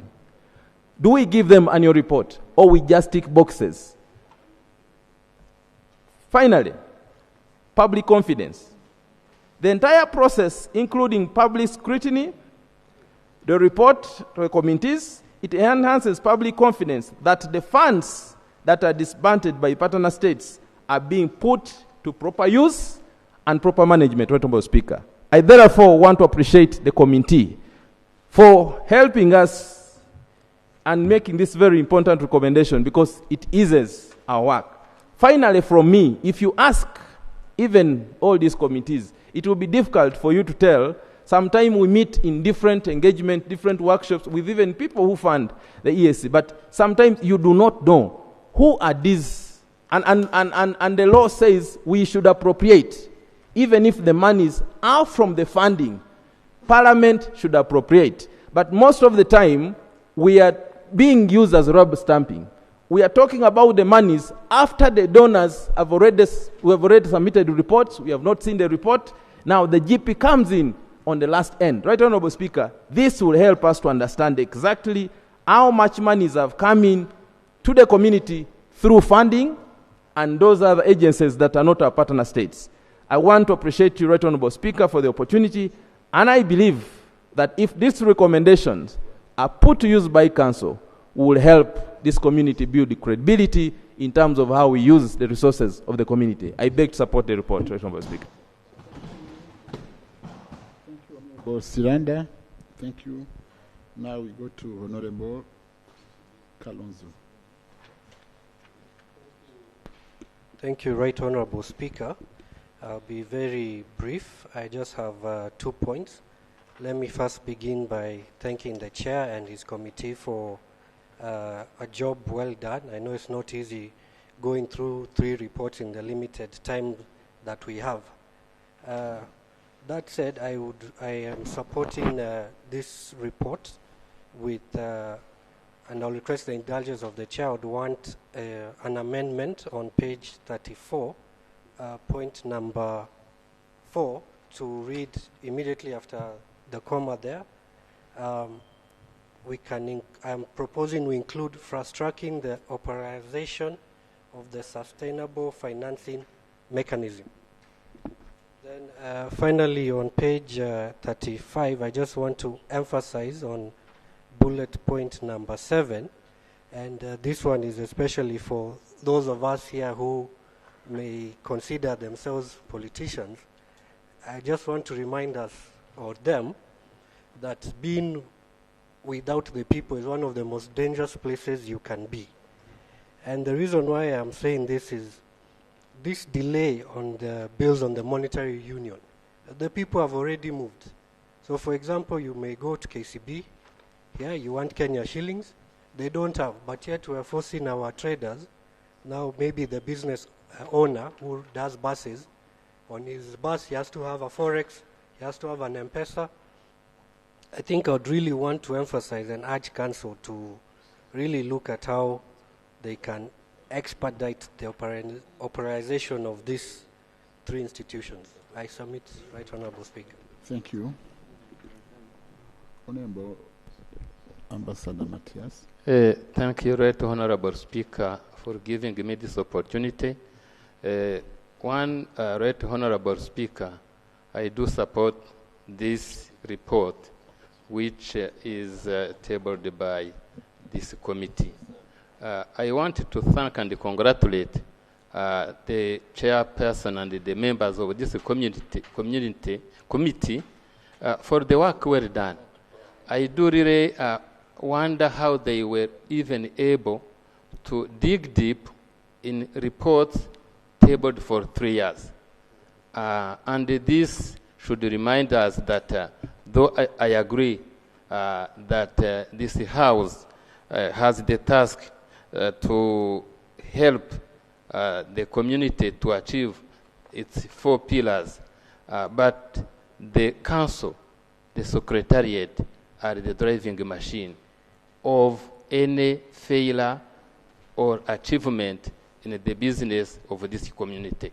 Right Honourable Speaker, when we go through the general observation, the general observations, we read that there is no compliance with the provisions of the treaty and community laws.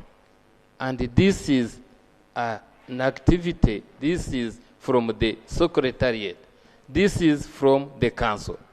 Yet they are the one to be holding people accountable.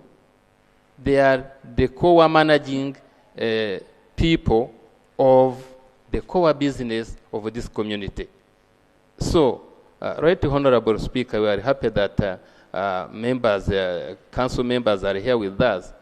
We should remind them that they are the one to be responsible for any step that we should achieve in this community. Before we point out to the summit, Right Honourable Speaker, the chair of this community, of this committee, didn't go through the all general observations. Yet they are so informative, and they would have consult with their colleagues and see how we may move in our pockets. However, I think and I will recommend that the Secretariat do work on this issue without reach out to the community. What would be serving to this East African community? Right Honourable Speaker, I support this report and I beg to submit. Thank you, sir. Thank you, Honourable Matthias.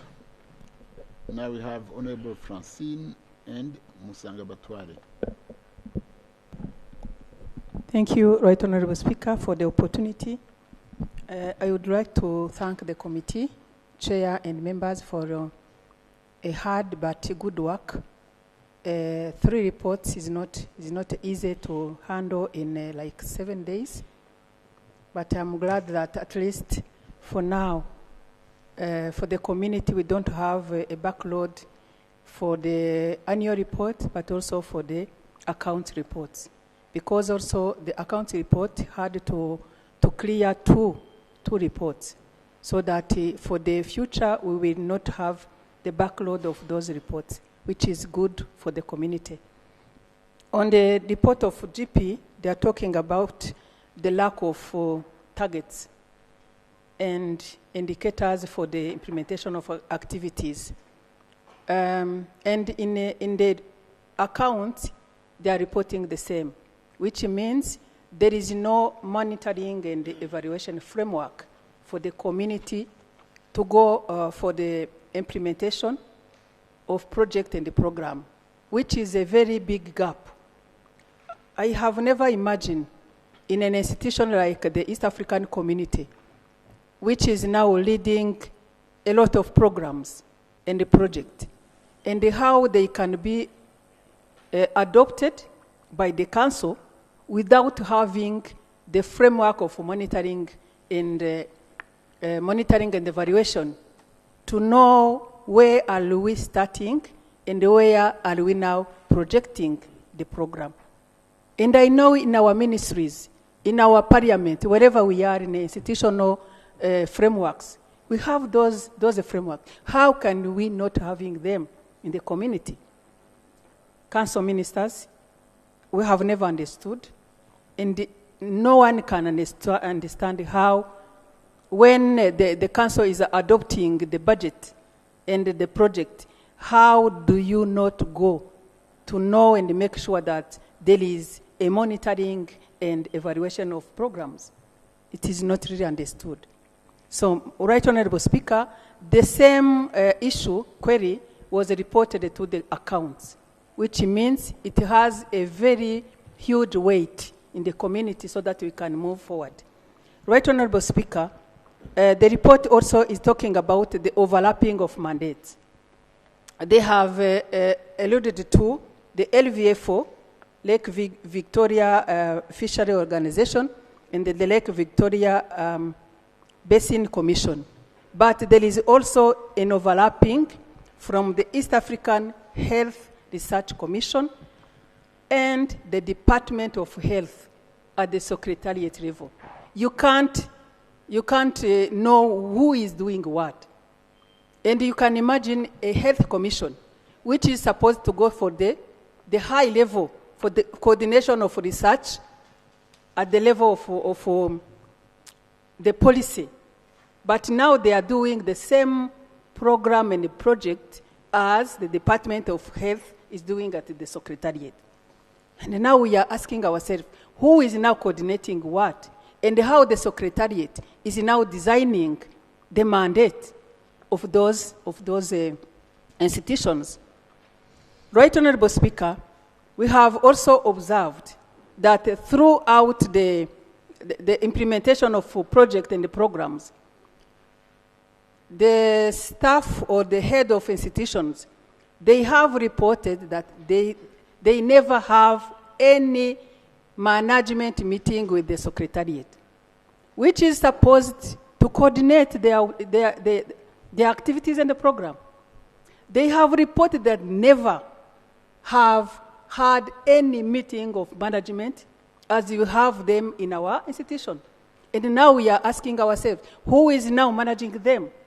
They are there, they don't have money, they don't execute the activities, they just have the salaries and the money for rent of the offices.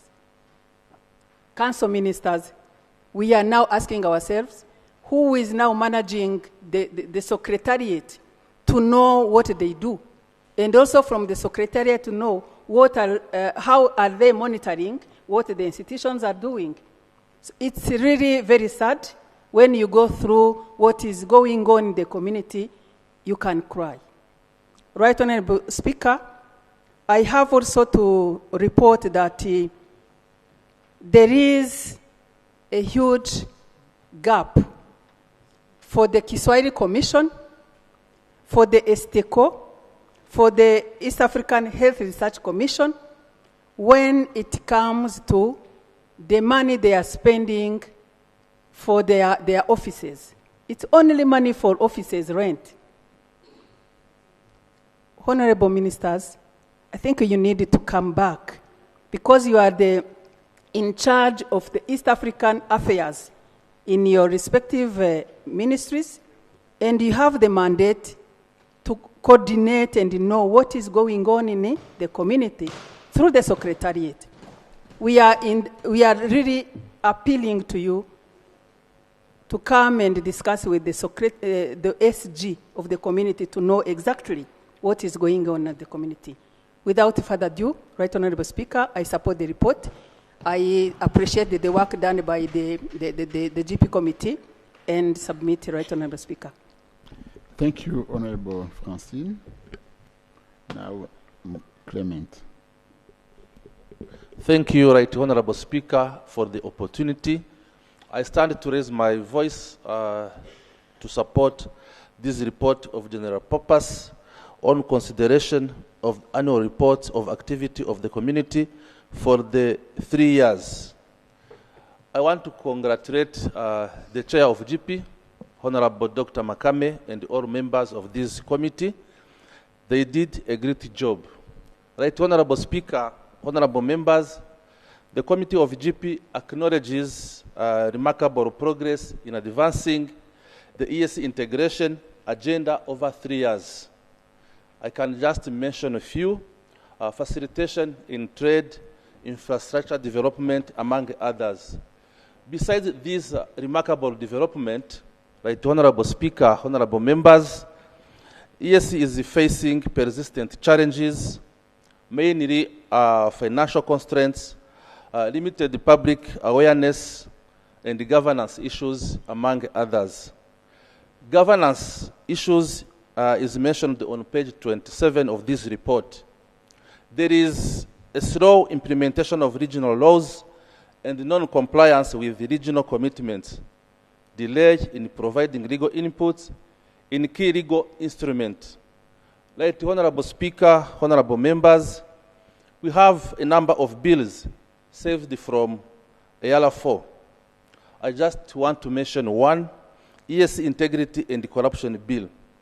I take this opportunity to urge the Council of Ministers to fast-track all laws passed by Eala and make timely inputs on bills passed by Eala.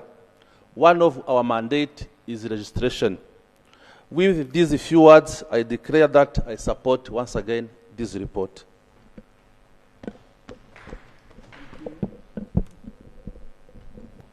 Thank you. Now we have Honorable Gideon. Do you want to contribute? And we have it. Take the list of all. We have the 2 others members. Sorry?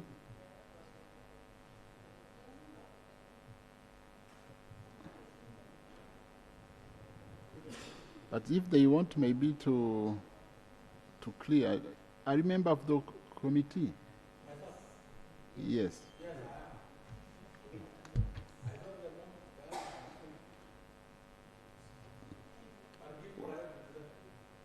To the 2 ones. Thank you, Right Honorable. I will be brief because I know time is not on our side. I would like to start by thanking the Committee on General Purpose for work well done here, and particularly the chair of the GP, my friend Dr. Makame. I will have brief contribution into 3 areas. 1, integration performance. I want to focus on the monetary union. There is a big animal in the community called the primary convergent criteria for integration of money. I extend this request to the members of the council that the House need, and perhaps it can be an amendment, a recommendation to the report, that the council provides an update on the status of the primary convergent criteria. How far have we gone, so that we can be certain whether we are going to achieve this in 2031 or there are some roadblocks on the way. That is the first contribution. Second, is on accountability. There's a statement, that is a statement number 1, under, this is page 13 on accountability. Financial statements are included but lack detailed analysis of budget absorption and program efficiency. This is key. You know, we are a model. The East African community is a model of good governance. So we see something like this, despite the fact that we have financial challenges, we cannot take that as an excuse to compromise our institutional ability and operability or performance. Because the major indicators of how we are progressing are here under accountability. So if we cannot be able to have detailed analysis, and then it will be very difficult for us to tell the future generation how efficient, how effective, and how good the East African community is as a better option to when we were separate as sovereign nations, because we are heading towards political confederation and ultimately to political federation using the East African community as a model of good governance. That's my contribution. Number 2. Number 3 is on the governance issue. The absence of, that is number 3 on the governance issue, the absence of EAC ministers during committee sittings hindered political accountability and strategic dialogue. I appeal to the members of the council. The members of the council should utilize the technology, because we know they are really engaged also in their partner states, especially if there are national activities taking place, for example, elections or anything. But there should be a priority for East African community. You can use virtual connections. You can converse and among yourself to divide yourself for a member from a certain partner state to attend on behalf of the council when the councils have consulted through the means of communication that we have. So we really indulge you, the council, that you look into that, because it's a big compromise to our governance stability and progress. I submit, Right Honorable, and I support the report. Thank you, Honorable Chair. Now, Honorable Sankok, then Honorable Francoise, then Honorable Bahati. Thank you very much, Honorable Speaker. And I think I will just take 1 minute. I want to inform the House that how we were able to achieve this step of having 3 reports within a very short time and with limited resources is that the chair will elaborate. We divided ourselves into 3 groups and we work tirelessly with the little resources that we have. That is why the Council of Ministers who are present today should actually try and make sure that every state honor their financial obligation for us to be able to move forward. With your enlarged Honorable Speaker, I want still to congratulate Francine Rutazama Nna for a record 5 months. You said 2 bills, but actually she have been able to lead the group led by Kina Alodin, Her Excellency Honorable Ndangiza. I've also seen George Odong and the rest, Honorable Speaker. They have passed the bill of the ESC Statistic Bill 2025, ESC Custom Management Act 2025, and today's the Standardization Accreditation Bill 2025. You can imagine, in a record 5 months, the Honorable Francine led a team that have passed those bills, 3 of them. It have never happened in any parliament. It is only in this parliament. Let us congratulate and honor ones of our own who have done. So the Committee on CTI, we honor you, we love you, we cherish you, we respect you. My chairman of General Purpose, Tekulu, my also chairman of Agriculture and Tourism, Natural Resources, Tekulu. Thank you very much.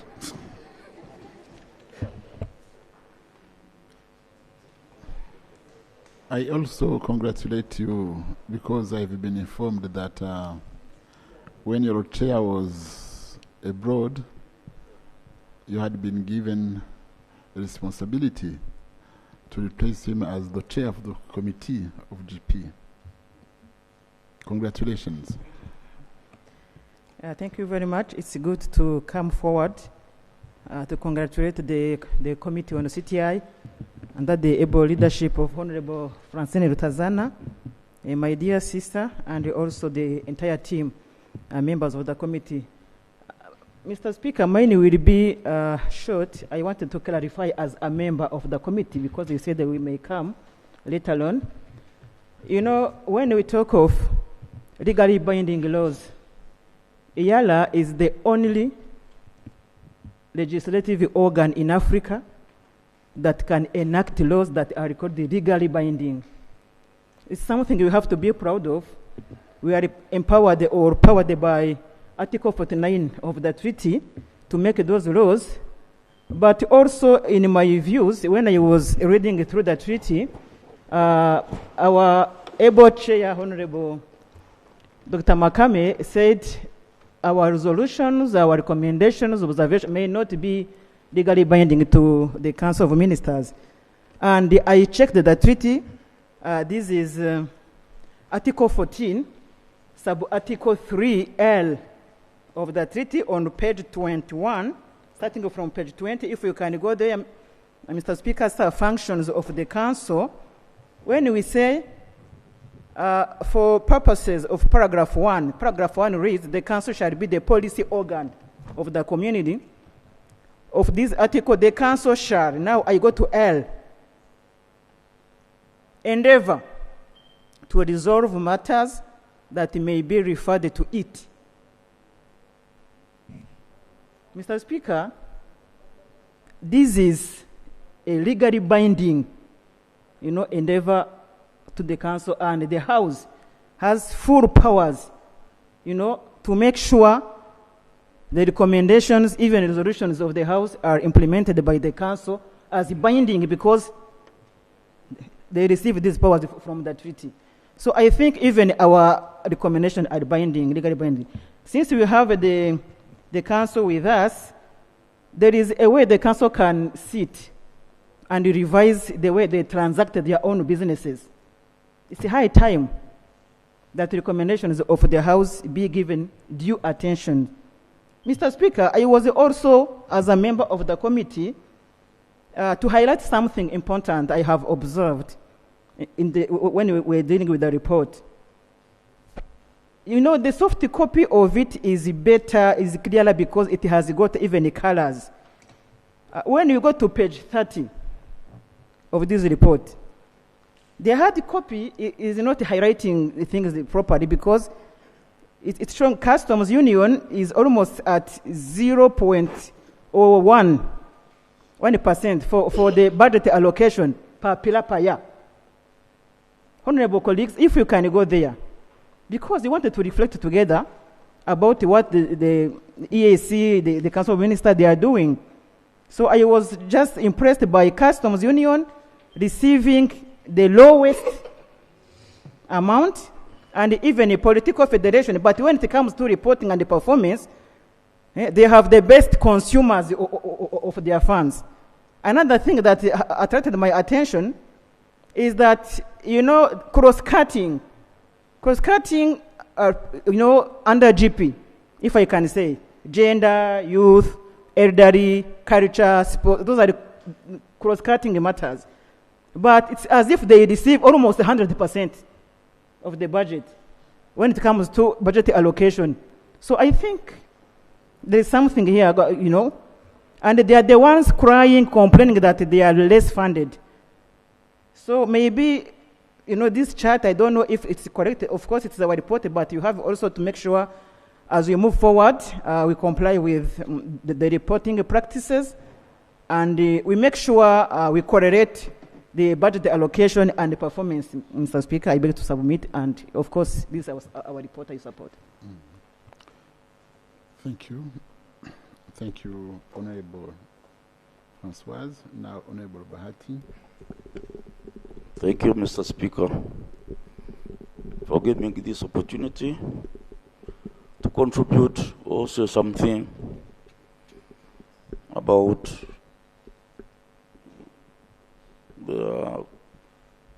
what happened today. First of all,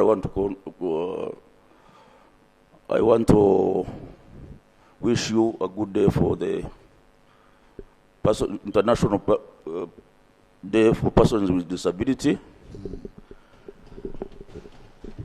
And it's very good that my colleague, Honorable Sangok, became so proactive and said something about it.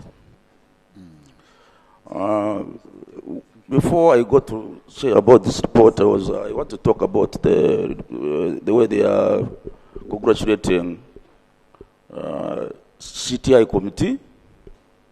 It's really good. They have done a good job. But let us congratulate them.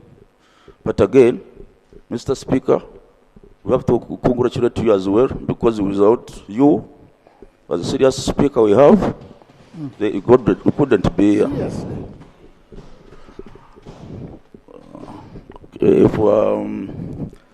Mr. Speaker, mine is on the onset. I have to congratulate the GP committee for the work hard they have done, and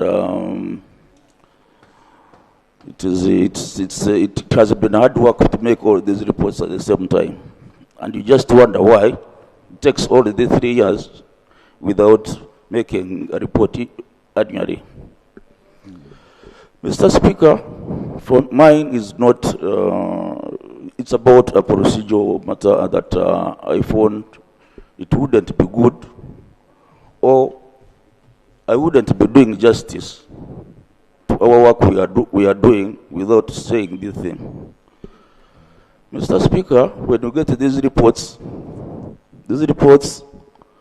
most of them, if you don't read them, I'm not against Makame for having to make sure that we get some good time for us to debate, but we can debate on something that is so different and inside, even when he has not known what is inside. Mr. Speaker, I remember one day when we were last here, there was a report, I think it was a GP, and they talked about something like related to Republic of Burundi. And Honorable Momo was there. I said, okay, we have read the report, but what I know, I'm a member of this committee, we did not do anything about it, or we never said about the thing. So it is in this regard that I feel that we have at least to take time to read the entire report. Then maybe we let some few people to debate about it, because we are losing a meaning here. When we report here, we give out a report here, it is already gone. We can't bring it back. Second, Mr. Speaker, as you can see, the report behind it is just signed. No date, nothing. Somebody can make a copy and just put it there, amend it there, and give it out. So I think my suggestion is that we should be putting date and initialize all the pages such that they are authentic, and all the reports we know that they are correct, and we have signed them. Mr. Speaker, without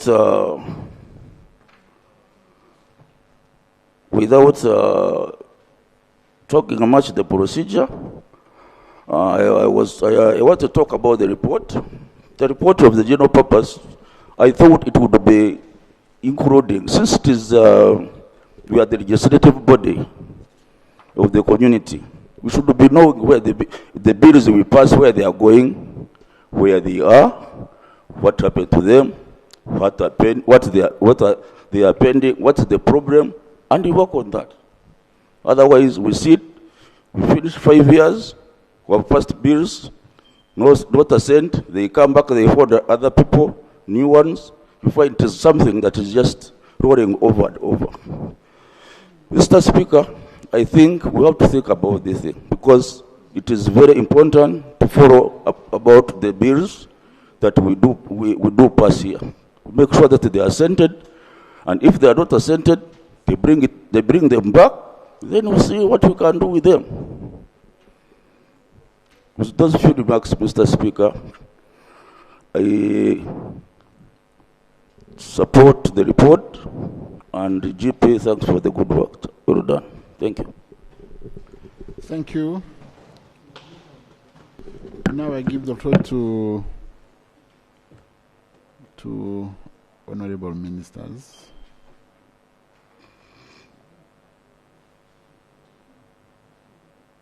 If any, we go back to the mover. Sorry, to the chair of the committee.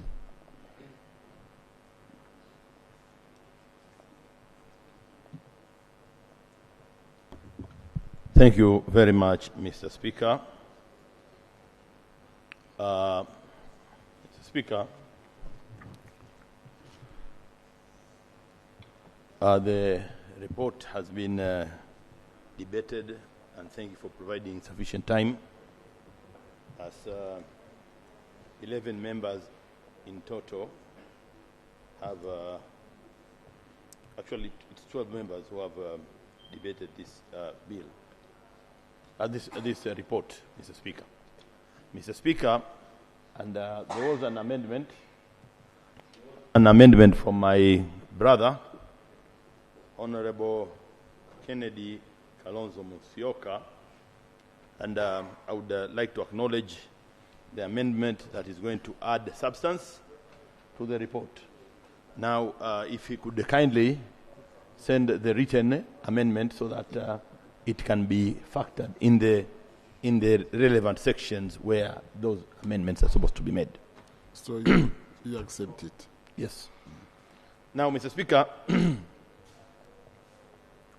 you know, Mr. Speaker, when you are trying to skin the rat differently, sometimes it may not be very pleasant. And as it is a different way of approaching things. But, Mr. Speaker, your commission and yourself communicated in this assembly that we should be trying to take lesser time in presenting so that we tackle more agenda. And Mr. Speaker, if you look at the order paper of other parliaments, you'll find maybe sometimes they even have 30 items and they manage to conclude all of them. So we have to devise methods. If this is not the best, then we can think of other methods on how we can expedite presentation of the agenda so that we capture what is necessary to be captured by the House. Mr. Speaker, without much ado, but allow me, where necessary, to just compliment something. I'd like to thank the following members for contributing to the report, but I'm also thanking the entire House for being there here, and also they are in support of the report. And also, in particular, Mr. Speaker, before I name the members, to thank the entire GP members who assisted in generating this report. And especially those chairpersons of those three subcommittees that my brother, Olegwanan, Dr. David Olesankok, explained. You know, he spoke about many things, Dr. Sankok, this morning, that people see him with a disability, they don't recognize that he's a doctor, they don't recognize that, he's a member of parliament, but they also forget that he's a man from the Maasai ethnicity. And that's also another plus. Olaiguanan. So now, Mr. Speaker, having thanked the members of the committee, the chairpersons of the subcommittees, and allow me to name them, Mr. Speaker, the chairpersons who assisted us, Madam Caroline Kanyonga there, and Honorable Dr. David Ole Sankok. He was there, Mr. Speaker, and that's why he came to, this is an important recognition. And my brother, Omukama Alhaj Ansar Kachwamba. Mr. Speaker, now in the contributions was the Secretary General of our political party, the Right Honorable Gerald Siranda Blacks. a key person also in a political party, the Honorable Kennedy Kalonzo Musyoka, who also moved an amendment. Nyakubwawa, His Excellency, Ambassador Mathias Haberamungu. Nyakubwawa, Honorable Francine Rutazana, Chairperson of CTI. But, Honorable Chair. Yes. Do you know what means Nyakubahwa? Yeah. Do you know what it means? Yes, the Honorable. But okay. Everyone is Nyakubahwa. Okay, Mr. Speaker. Now, and this chairperson of CTI spoke about two very important things which I wanted to reflect, Mr. Speaker. One, she spoke about the issue of monitoring and evaluation. And the Council should take note of this matter because it's also a requirement of Article 50 of the Common Market Protocol. And we've always been insisting to the Council that where you do not inspect, do not expect. So, the Council should be implementing this monitoring and evaluation. It is there in the protocol. It is signed by the heads of state. The partner states ratified the protocol. Now, why are we not implementing? And we agreed to implement. So, this issue of monitoring and evaluation is very important. And the issue of overseeing that the Secretariat undertakes management meetings with organs and institutions. Mr. Speaker, I'd like also to thank Honorable Clement Musanga Batware, who also raised an issue on the ESC Integrity and Corruption Bill, which is very important. And also, there was an issue, when he raised the issue of bills, and along with my brother, Honorable Bahati, there's a bill which we spoke about. There are many bills which have not been assented, but this one, on ESC Holidays Bill, it talks about the ESC Day. It is very important to have the ESC Day, which is 30th November, for the purposes of sensitizing the public in the spirit of sensitization, but also to set it aside for ESC business. Like, as we've recently seen, postponement of summit meetings. Probably if the summit members have committed themselves to 30th November, they would have done all their efforts to ensure that they attend to the community business on that date, and that would mean that we don't exceed a span of a year before we do the reflection of what has taken place. Mr. Speaker, Honorable Gideon Gatpan, we'd also like to thank him, the chairperson of the Agriculture Committee. Honorable David Olesankok Daktari, I've already spoken about him, Olegwanan. And Honorable Mashaka Halfani Ngole, the commissioner who was endeavoring to guide us in issues of the law, of the rules. Honorable Francoise Umuchiza, who spoke about also particularly on Article 14.3L. But she said that she was talking about the council should what? Should envisage to implement. So you see, yeah, should what? There's a word. That is to endeavor. Endeavor is not binding. Endeavor is to try its best. You see? So it's not binding. And that's why you're saying, in trying its best, it should be reporting through the Treasury Memorandum, and that is captured in the report. And also that is a matter which was raised by my brother, Honorable Bahati. Honorable Mary Mugenyi, who also contributed a bit in trying to issue, contribute where we should go on. And Honorable Alex Bahati, who contributed and also spoke about reading the entire report, which I've already explained to earlier. And thanking also the members of the council for being here. They've listened through. They've heard of the recommendation. They have the report. And I'm quite sure the clerk has sent them also the soft copy, because Honorable Francoise was very particular, because there are some graphs and charts which have color. And in this black and white, they are not very clear. So, Mr. Speaker, after having said that, I beg to thank you very much, Mr. Speaker, and to give way for my sister, Honorable Kadogo. Thank you. Thank you, Honorable Chair. I now put the question that the report of the Committee on the General Purpose on consideration of annual reports of the activities of the community for the periods 2021-2022, 2022-2023, and 2023-2024 be adopted. Those in favor say aye. Aye. Those against say nay. The ayes have it.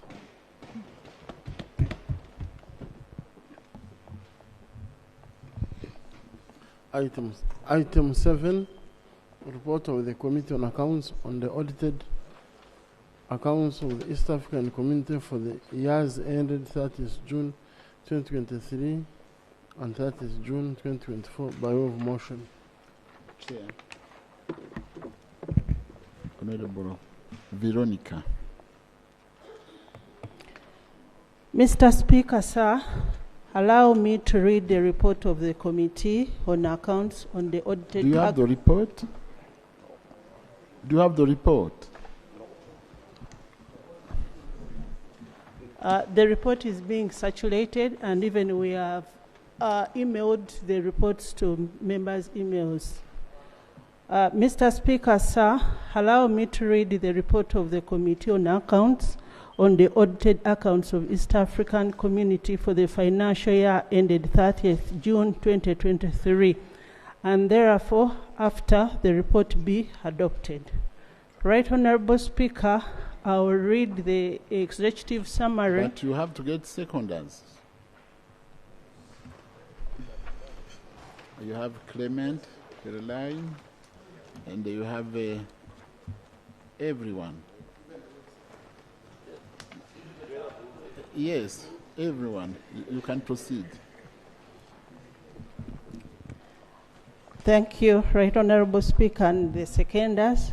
Right Honorable Speaker, our Committee on Accounts handled two reports, the report of 2023 and the report of 2024. We did that in order to offset the backlog that was there, and today we shall only be in position to read the report of 2023. Right Honorable Speaker, our report has the executive summary, has the findings, general observation, and recommendations to the ministers.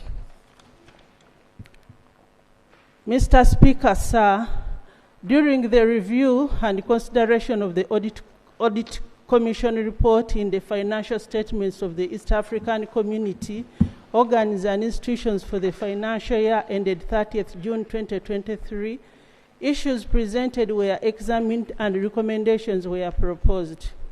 The community had a budget of US $115,741,802, and the actual expenditure was USD $77,741,995. Hence, an overall budget performance of 67%.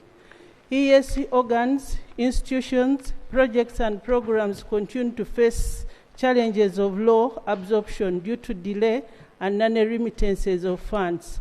This calls for proper budgetary planning, coherence, consistency in budgeting process. It is imperative that the ESC puts in place an ESC single projects coordination unit to ensure proper management of the growing ESC projects and programs. Coupled with that, it is critical that the ESC puts in place an annual appraisal forum involving all institutions, organs, and council to evaluate itself on the performance of its programs and activities. The follow-up process will be a great opportunity for the institutions and organs to review the progress being made in implementation of integration agenda for ESC.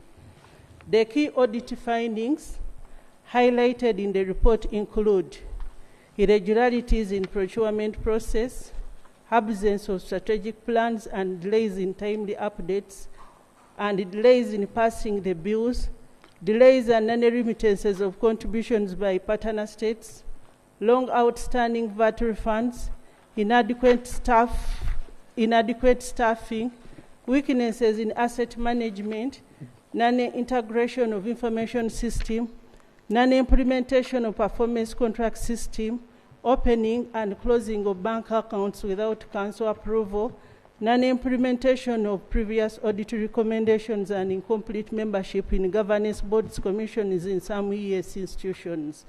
Nevertheless, the EAC organs and institutions and projects received unqualified opinions, which imply that these financial statements presented were fair in all material respects, and financial positions of EAC organs and institutions for the year ended 30th June 2023. Their financial performance and cash flows for the period were in accordance with the international public sector accounting standards. Introduction. In accordance with the provisions of Article 134, subsection 3 of the Treaty of the Establishment of East African Community, EAC, the chairperson of the EAC Council of Ministers on 6 November 2024 in Kampala, Republic of Uganda, led before the Assembly the following reports for the Audit Commission for EAC organs, institutions, projects and programs for the year ended 30th June 2023. The institutions and the organs are listed below. I think you are aware of them. I don't need to read. In accordance with the Rules 74, subsection 1, 81C, and Annex 5 of A of the Rules of the Procedures of the Assembly, the Right Honourable Speaker referred the audited reports to the Committee on Accounts to review. The committee met for the purposes from 17th to 31st October 2025 in Arusha, in Tanzania, and produced a report. The report covers the committee's findings and recommendations on the main issues raised. Objectives of the activity. The objectives of the activity were: examine the EAC financial statements and management letters for EAC organs and institutions for financial year ended 30th June 2023. Follow up on the level of implementation for previous audit and assembly recommendations for financial year ended 30th June 2022. Assess the level of compliance for EAC financial rules and other statutory provisions, and examine the management and governance frameworks for EAC organs and institutions. Methodology. The committee used the following methodology in analyzing and reviewing the audited accounts for financial year ended 30th June 2023. Review of the documents. The following documents were reviewed: the Treaty for East Africa of East African Community, the 6th EAC Development Strategy, the strategic plans of the East African Community organs and institutions, the rules of procedure of East Africa Legislative Assembly, the EAC Financial Rules and Regulations 2012, the EAC Staff Rules and Regulations 2006, Council decisions and Audit Commission reports on the accounts of the EAC organs, institutions, projects, programs for the year ended 30th June 2023. The committee interacted with members of the Audit Commission and management teams of the EAC organs, institutions, projects, and programs. The key audit findings on the financial statements of EAC organs, institutions, projects, programs for the financial year ended 30th June 2023. Funding sources. The budget of the EAC is mainly funded through partner states contributions, development partners support. The activities of the community during the financial year 2023 were funded by budgetary appropriation of $115,741,802 compared to $105,004,766 in 2022. This was an increase of $10,737,036, or 9.3%, as shown in the table below. The EAC budget analysis for the year 2022-2023. The budget for 2022 was $100 and 5,004,766. And then the budget for 2023 was 115,741,802. It was also noted that expected development partner contributions increased from 43,232,604 in financial year 2022 to US 45,007,681 in financial year 2023. Budget performance for financial year 2023. During the ended year 30th June 2023, the total approved budget of the community, inclusive of reserve and supplementary budget, was USD 115,741,802. However, the organs and institutions of the community managed to absorb 77,741,995, representing an overall absorption rate of 67%.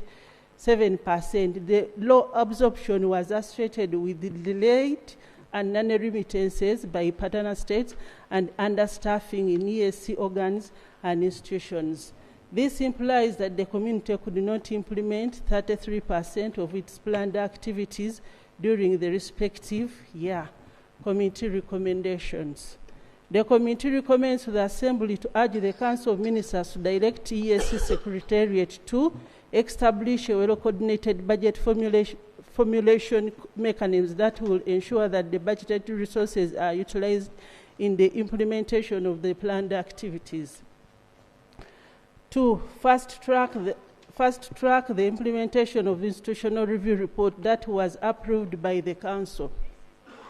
Engage partner states and development partners to ensure timely remittances of funds to the ESC. Review the procurement and harmonize supportive ICT systems to enhance operability, efficiency, and effectiveness. 5, expedite the implementation of sustainable funding mechanism in accordance with the summit decision. 4.3, budget trajectory for the last 10 years. The gross estimated expenditure has increased over the last 10 years from US dollars 349,402 in 2013-2014 to US dollars 115,741,802 in 2023. This approximately a decrease of 13.2 over the last decade, as indicated in the table below. Below we have a table of budget movement for the last 10 years from 2013 to 2023. Outstanding contributions from partner states. During the financial year 2022-2023, a total of 37,968,462 remained outstanding from the partner states, representing a decrease by 46.7% compared to the US dollars 71,328,663 reported for the financial year 2022 as depicted in the table below. The table below, we are having outstanding contributions from partner states at 30th June 2023. And the figures which are outstanding for each partner states are indicated. The partner state with the highest outstanding amounts is the Republic of Burundi with 17,913,391, followed by Democratic Republic of Congo with 8,529,874, followed by Republic of South Sudan with 7,996,367. The countries with the least list balances all the countries which have performed well in remitting their contributions to the ESC. The Republic of Kenya with the outstanding balance of only 597, followed by the Republic of Tanzania with 113, followed by Republic of Uganda with 112, 550, and also followed by Republic of Rwanda with 3,396,570. Committee recommendations. The persistent delays and non-remittances significantly hinder the implementation of planned activities and pose serious challenges to operational effectiveness and regional integration goals of the East African community. Committee recommends the Assembly to urge the Council of Ministers to urge partner states to submit formal commitments to fulfill their outstanding contributions. Direct the ESC Secretariat Management to enhance follow-ups on the outstanding contribution through timely and continuous reminders and issuance of demand and receipt notes to the respective partner states of what is outstanding to the ESC. Institute alternative mechanism to motivate partner states to remit their contributions in a timely and adequate manner, and also enforce penalties and sanctions in partner states defaulting on remittances of contributions to the ESC.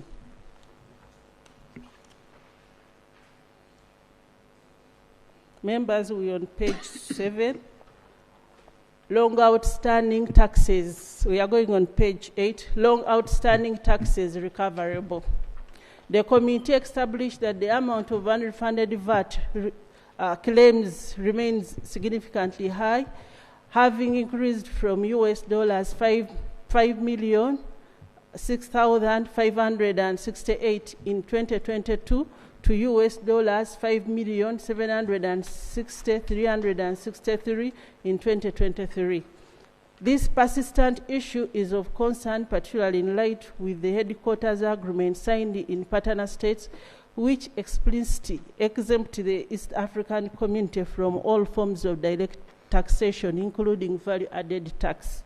We have a table of the summary of unrefunded VAT. In 2023, we have 5,760,363. And then in 2022, we have outstanding unrefunded VAT of 5,006,568. Committee recommendations. The committee recommends to the Assembly to urge the Council of Ministers to urge partner states to direct and immediately remit VAT refunds to the various organs and institutions of ESC. Fast-track enforcement of immunities and privileges protocol such that there is uniform harmonization of privileges and immunities that accord to ESC organs institutions across partner states. Ring-fence VAT recovered from the revenue authorities in a reserve fund for appropriation by the Assembly before expanding it by ESC organs and institutions. 4.6. Absence of strategic plans and delays in their timely updating. The Audit Commission reported that the strategic plan of the ESCG expired 3 years ago, while those of the East Africa Health Research Commission and East Africa Kiswahili Commission expired 4 years ago. Management associated the delays due to liquidity challenges and procurement of consultants. Committee observations. The above ESC institutions have continued to operate without strategic plans, a situation that is likely to undermine their overall performance and financial management. Committee recommendations.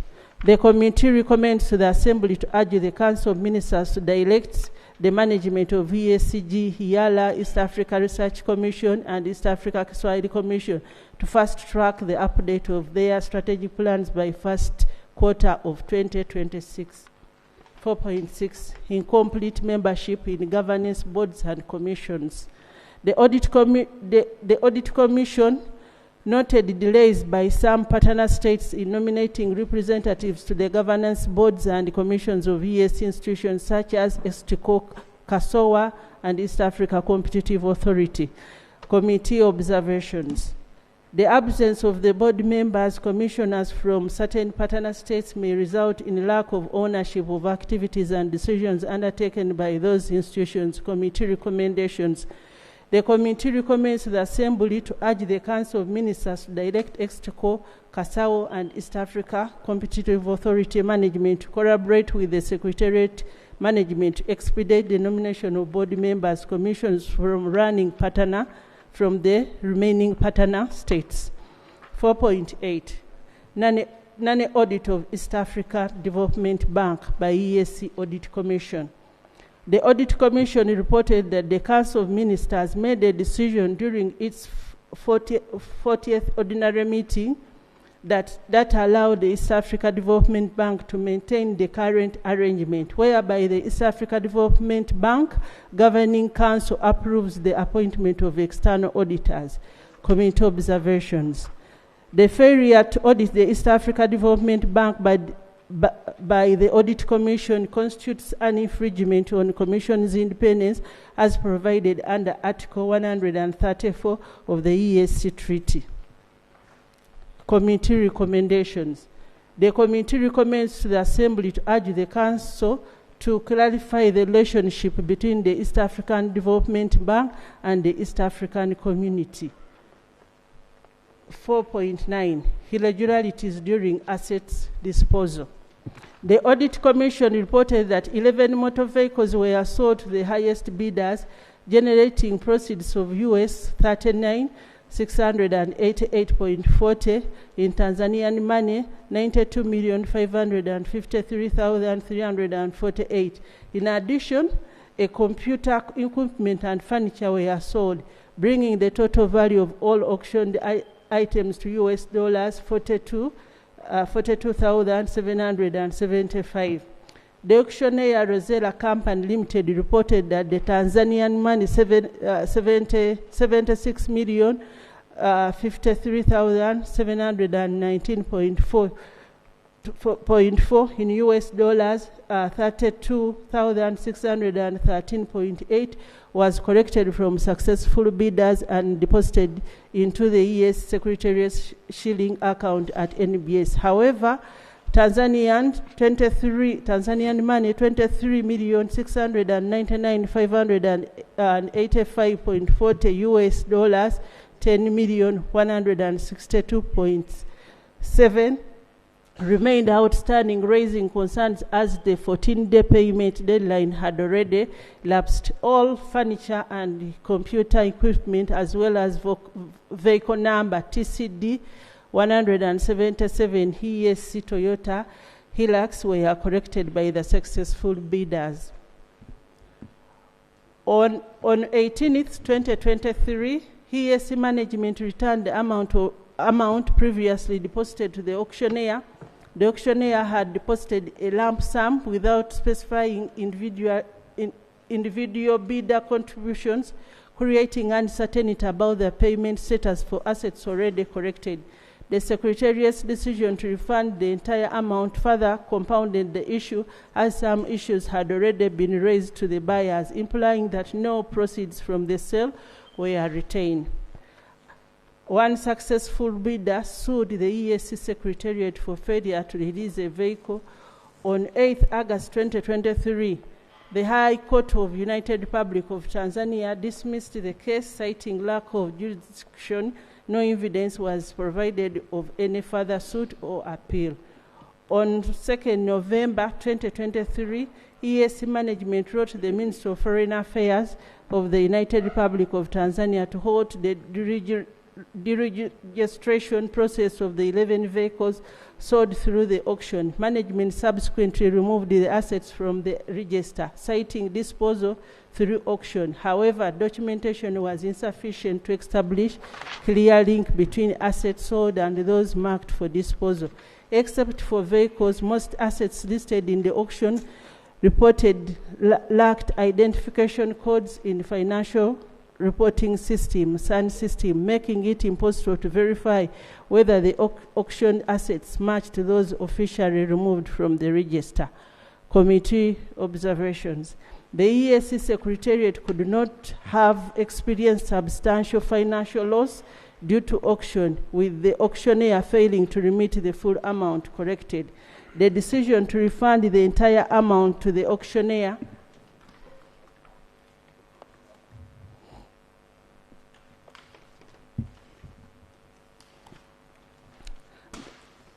the whole amount to the questionnaire was questionable, especially considering that some assets had already been collected by the buyers, resulting in no returns for the community from its assets.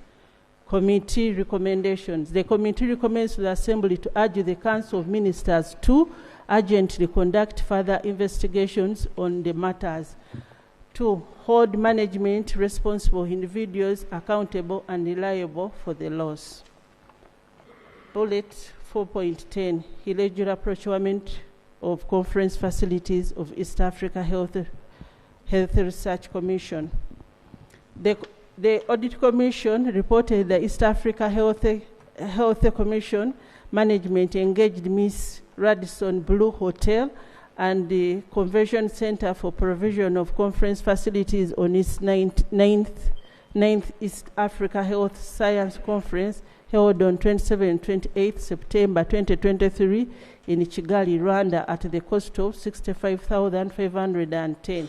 The Audit Commission noted that there was neither evidence of advertisement for the call of bids nor adherence to open the bidding threshold as provided by the Section 61, subsection 1 and 7 of the East Africa Financial Rules and Regulations 2012. Committee observations. Lack of competition could lead to procuring services at uneconomical prices. Committee recommendations. The committee recommends to the Assembly to urge the Council of Ministers to direct the East Africa Health Research Commission management to adhere to procurement procedures, fast track the assent to the East Africa Integrity and Anti-Corruption Bill 2023 and enactment of the EAC Public Finance Management Bill. 4.11, doubtful recovery of advance payments made to Tariff Enterprises Limited construction of Lake Victoria Basin Commission headquarters. The Audit Commission reported that on 14th December 2022, Lake Victoria Basin Commission signed a contract worth $1,116,558 with the Tariff Enterprises Limited for the construction of office block of Lake Victoria Basin Commission headquarters phase 1. The initial contract execution period was 52 weeks. The contractor was given 2 extensions. The first one ended on 11th May 2022 and the second one ended 31st August 2022. The contract was terminated. Lake Victoria Basin Commission, the Audit Commission noted that 12th January 2022, Lake Victoria made payment of advance of $111,656 to Tariff Enterprise Limited, and the amount of 73 million, the amount of $73,996.56 was recovered from the contractor since the start of the contract implementation. The amount of US dollars $36,659.44 was not yet recovered. The matter is currently before the Dispute Adjudication Board and Lake Victoria Basin Commission. Committee observation. The failure of Lake Victoria Basin Commission management to recover the advance paid to Tariff Enterprise Limited may result in loss of funds that would be used to finance the new contract. Committee recommendations. The committee recommends to the Assembly to urge the Council of Ministers to direct Lake Victoria Basin Commission management to urgently follow the matter with the Dispute Adjudication Board in order to guarantee recovery of advance payment. 4.12, anomalies in recording and management of assets. During the year under review, the Audit Commission noted that 4 motor vehicles with total value of 225,579.90 were insured as assets owned by the East Africa Secretariat, but they were not included in the asset register. This raises uncertainty about the accuracy of the reported property, plant, equipment balance in the financial statement, as it is apparent that these assets were omitted from the EAC Secretariat financial records. The assets associated with the anomaly are detailed in the table below. Members, we have the table. The table below has insured, the assets insured but not recorded in the EAC Secretariat's books. The Audit Commission further noted that 3 assets with the total value of 162,278 recorded in the assets register were not insured. The situation suggests potential discrepancy, indicating the recorded assets may not actually exist and could imply a loss of motor vehicles. The assets associated with this situation are outlined in table below. Members, we have the table, assets not insured but recorded in the EAC Secretariat books. Committee observation. The deficient controls over assets management raise concerns about the potential for asset misappropriations leading to losses for the community. Committee recommendations. The committee recommends to the Assembly to urge the Council of Ministers to direct EAC Secretariat to undertake a thorough investigation to establish the accurate status of the community's assets, including lost assets and those held by the third parties, and carry out a complete review and clean up of the asset register by retaining only the existing assets while recognizing losses for those confirmed as lost.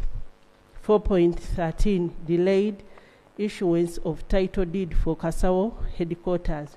The Audit Commission reported that Kasao headquarters on plot number 41 to 43 Circular Road in Entebbe municipality was granted with an initial lease period of 5 years effective 1st January 2012 with an extension period of 49 years. On the completion of the building covenant, the Audit Commission noted that the Uganda Land Commission granted the agency a lease of 49 years commencing 1st January 2012. The Uganda Civil Aviation Authority paid the fees in August 2023, but the Uganda Land Commission had issued a lease to the agency. Committee observations.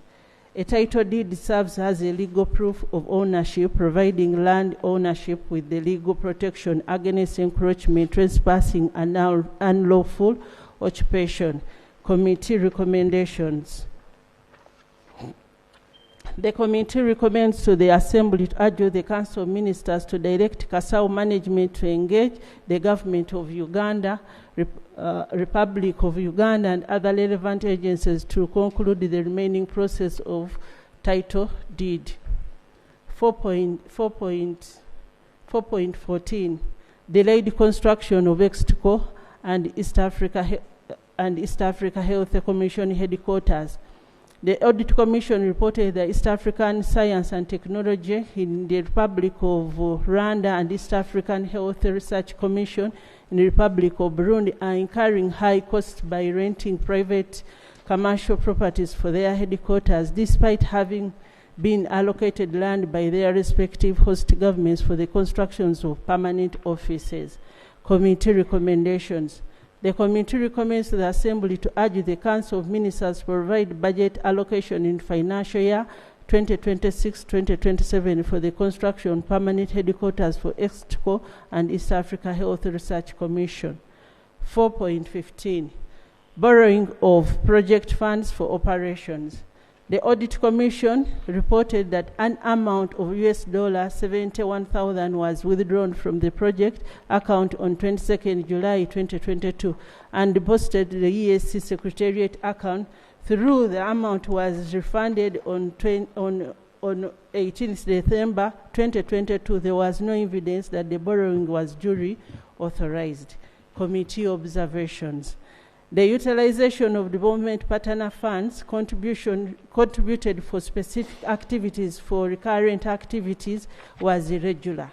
Committee recommendation. The committee recommends to the Assembly to urge the Council of Ministers direct the EAC Secretariat to ensure that any borrowing or transfer of funds from development bank accounts is duly approved by the Council.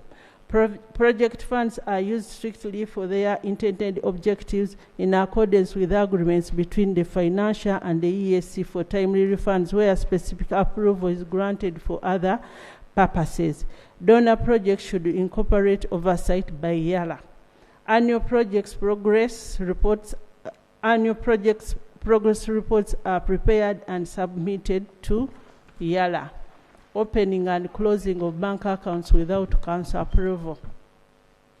The Audit Commission reported that during the financial year ended 30th June 2023, the Secretariat opened 7 new bank accounts and closed other 18 accounts as indicated in the table below. However, no evidence was provided to the Audit Commission to confirm that the opening and the closing of accounts were approved by the Council as required by regulations. The Audit Commission noted that the non-compliance was attributed to inadequate planning and projections on development projects, since all accounts opened and closed were in respect to the partner, to the development partners' projects. New and closed bank accounts. The table below shows the new and the closed bank accounts. Committee observations. There was non-compliance with the rules and regulations governing the opening and closing of bank accounts. The committee recommends to the Assembly to urge the Council to direct the EAC Secretariat to undertake projections on projects requiring new bank accounts or account closures and to seek approval for opening project bank accounts at the time funding is approved. 4.17. Unreconciled payable balance with the Arusha International Conference Center. Audit Commission reported that payment of US dollars 83,874.40 was made to Arusha International Conference Center on 27th March 2023 for the office rent of 5 months from October 2022 to February. Mr. Speaker, sir, procedure. Mr. Speaker, sir, I would like to raise the point of procedure on Rule 16, Part 1, that the Speaker shall, in accordance with the direction of the Commission, determine the order of the business of the House. Now, according to the business which was transacted to us, it looks, the motion before this House is that the report of the Committee on Accounts on the audited accounts of East African Community for the years ended 30th June 2023 and 30th June 2024 be adopted. But as I can see, the mover is moving only the motion for one report, and at the end I doubt that we are going to adopt a quite different motion. And therefore, Mr. Speaker, sir, I indulge your wisdom and the clarification on the matter. Thank you, Mr. Speaker, sir. What we will do, I will propose you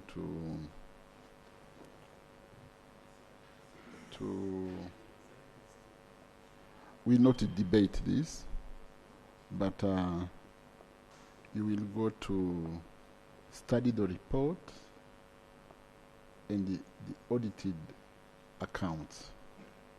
We shall debate it at an appropriate time.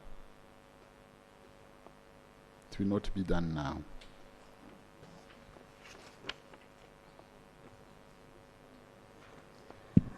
Thank you, Right Honorable Speaker. And also I started by explaining that both financial year were handled But for the interest of doing justice to the report, we decided that today let us read and lay 2023, and 2024 will be done at a later stage. Procedure. Yes, Honorable Makame. Mr. Speaker, based on the submission of the chairperson of Accounts Committee and the previous notice issued by Honorable Kachwamba, is that the Hansard now, the order paper should reflect the amendment, because the chairperson of Accounts is proposing an amendment to the orders that we are considering for the year ending 2023. And the one for 2024 is expunged. So we are not considering two reports. And what is being presented is the one for 23.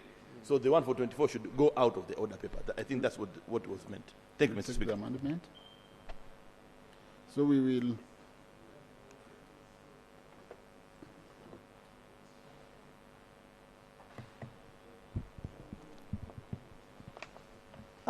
the report that we are reading is of 2023, and I request that the order paper be amended to read 2023. Thank you. I proceed.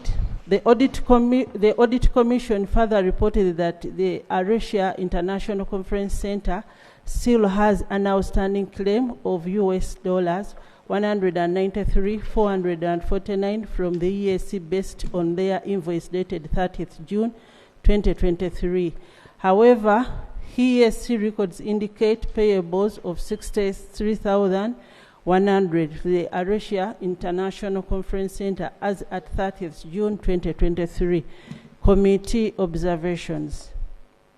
Paying rent for offices not required by the EAC leads to wasteful expenditure.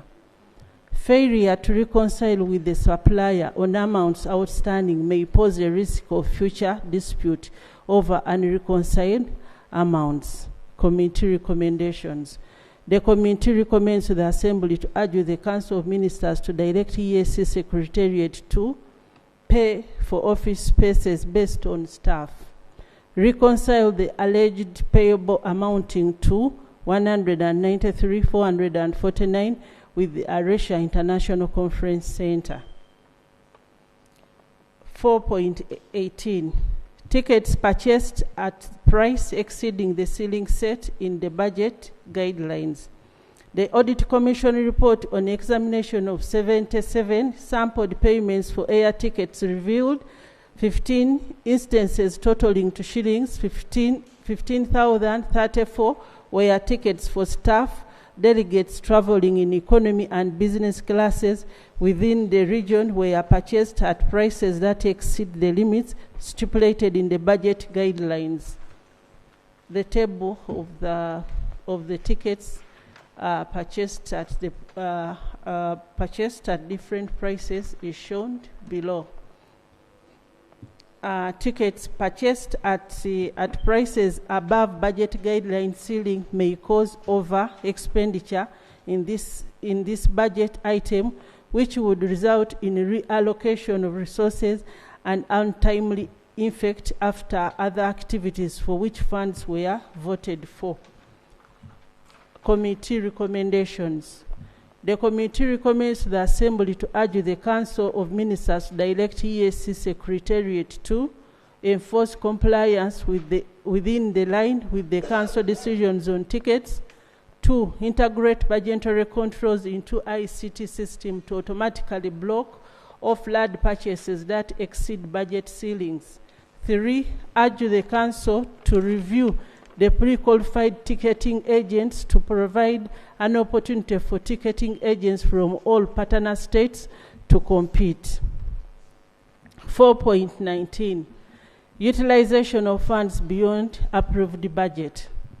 The Audit Commission reported that Lake Victoria Fisheries Organization Management utilized funds allocated to 5 specific budget lines without adhering to the appropriation lines in the organization's budget. This led to the utilization of funds surpassing the approved budget as depicted in the table below. Funds utilized beyond approved budget. The table is provided for. Committee observation. The utilization of funds beyond the approved budget violates the established financial regulations, leading to non-compliance. Exceeding approved budgets undermines financial transparency and accountability. Well, inaccurate financial reporting may result in misinterpretation and poor decision-making. Committee recommendations. The committee recommends the Assembly to urge the Council of Ministers to enforce accountability measures for deviations from the approved budget. 2. Enforce implementation of EAC Budget Act and financial rules and regulations. 4.20. Under absorption of project funds in form of donations and grants. The Audit Commission noted that the funding agreements were signed between the funding partners and Lake Victoria Basin Commission, specifying when the projects were to start and end, and the project projected budgets. The agreements have been renewed since inception, including for the financial year under review. The Audit Commission noted that Lake Victoria Basin Commission had delays in project implementation, mainly caused by factors that are both internal and external to the Commission. This leads to under-absorption of the project funds, under-absorptions of projects funds. The table is provided for below. Committee observations. The Lake Victoria Basin Commission is at the risk of losing and retaining funds from Lake Victoria Basin Commission is at the risk of losing and returning funds from development partners, mostly conditional grants and restricted contributions. The under-absorption may potentially lead to reduction of future donor funding and undermine the potential partnership and service delivery to citizens within the community. Committee recommendations. The committee recommends to the Assembly to urge the Council of Ministers to direct Lake Victoria Basin Commission. Accepted.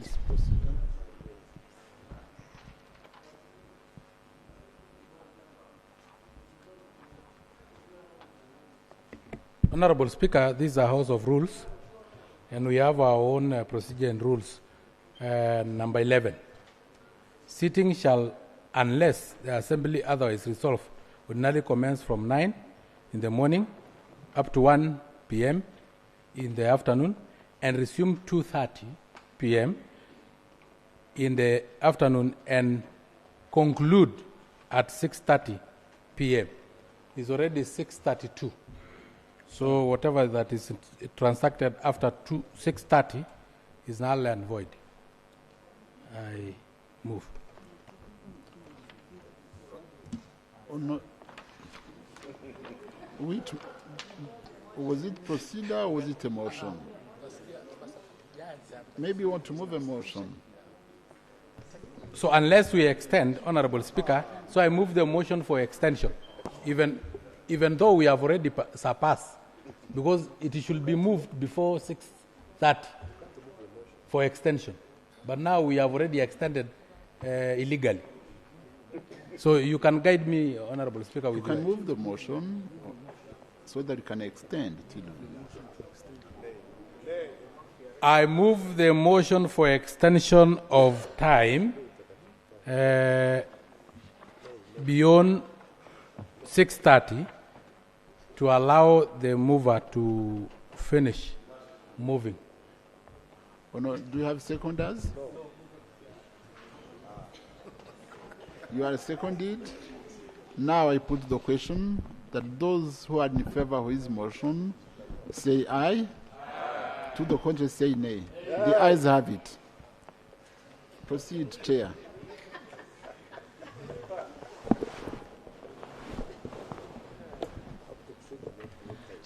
Committee recommendations. Honorable Sankok and the Honorable Ngode.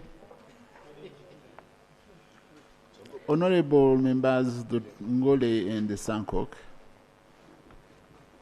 Order.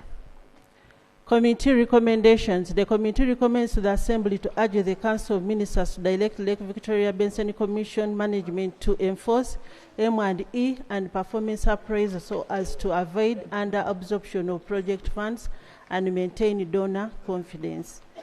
2. Ensure, where appropriate, projects should have specific staff to enhance effectiveness. 4.21. Concerned over Kiswahili research report granted to postgraduate students. The Audit Commission reported that the East Africa Kiswahili Commission supported 5 postgraduate students undertaking Kiswahili with the research grants.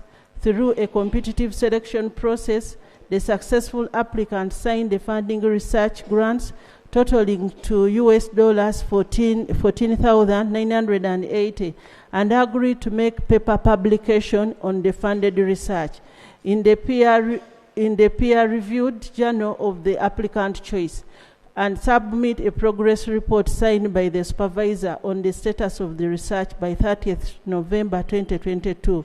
Disseminate the findings in an online seminar to be organized by East Africa Kiswahili Commission not later than December 2022, and acknowledge the support of East Africa Kiswahili Commission in publication and final thesis, and submit a copy of thesis on the completion of the study. However, Audit Commission was not provided with the evidence of achievement for the above terms to confirm that they were compelled with after almost 1 year period up to the time of audit in November 2023. Committee observation. The delay in producing Kiswahili research reports by successful applicants may lead to failure to achieve the intended objectives within the set timelines. No value for money has been realized from the expenditure on Kiswahili research support granted to postgraduate students. Committee recommendation. The committee recommends to the Assembly to urge the Council of Ministers to direct the East Africa Kiswahili Commission management to follow up with the applicants, supervisors in order to ensure that the intended objectives of the research grant are achieved within the implementation of the time frame. 4.22. Lack of policy for allocating partner states' contributions between organs and institutions. The audit report commission reported that a total of $17,685,816 was budgeted to enable Eala to implement its mandate activities. The Audit Commission further noted that Eala only gets 30% of partner states' contributions, which may not enable Eala to execute its mandate. Committee observation. The Eala's intended strategic objectives may not be fully attained, and this may deny her the opportunity to progressively grow. Committee recommendations. The committee recommends to the Assembly to urge the Council of Ministers prioritize funding for Eala and East Africa Court of Justice, since these organs solely rely on partner states' funds. 4.23. Delays in passing of the bills. The Audit Commission reported that 8 bills were assented to during the year. Advance copies for 16 bills were submitted to the summit, while 3 council bills were introduced in the Assembly. However, as at 30th June 2023, the Assembly had 19 bills that were still pending in the House. Committee observation.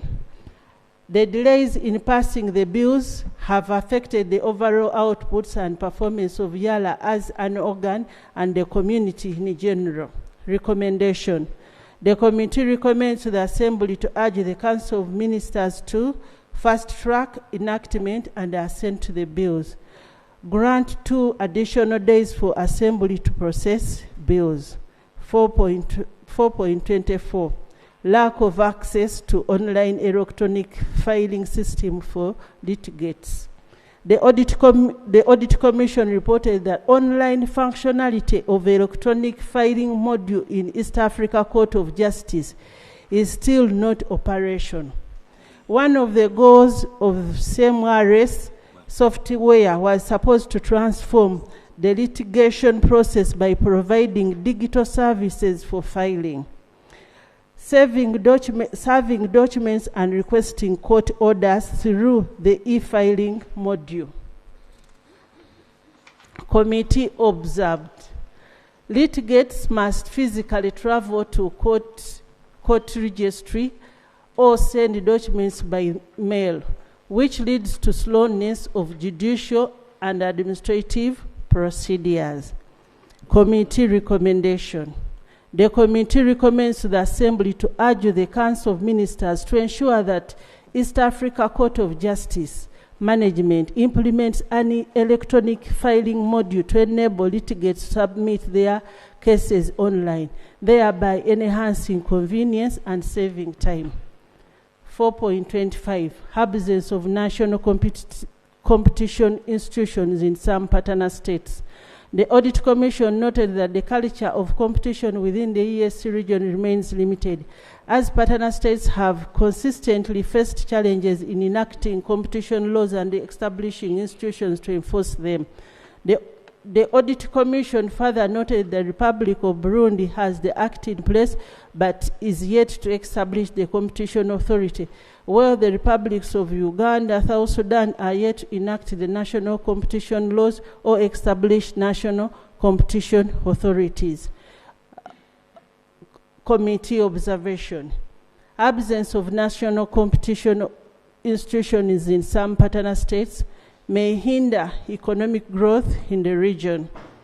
Committee recommendation. The committee recommends to the Assembly to urge the Council of Ministers to urge respective partner states to establish national competition authorities and consumer protection laws.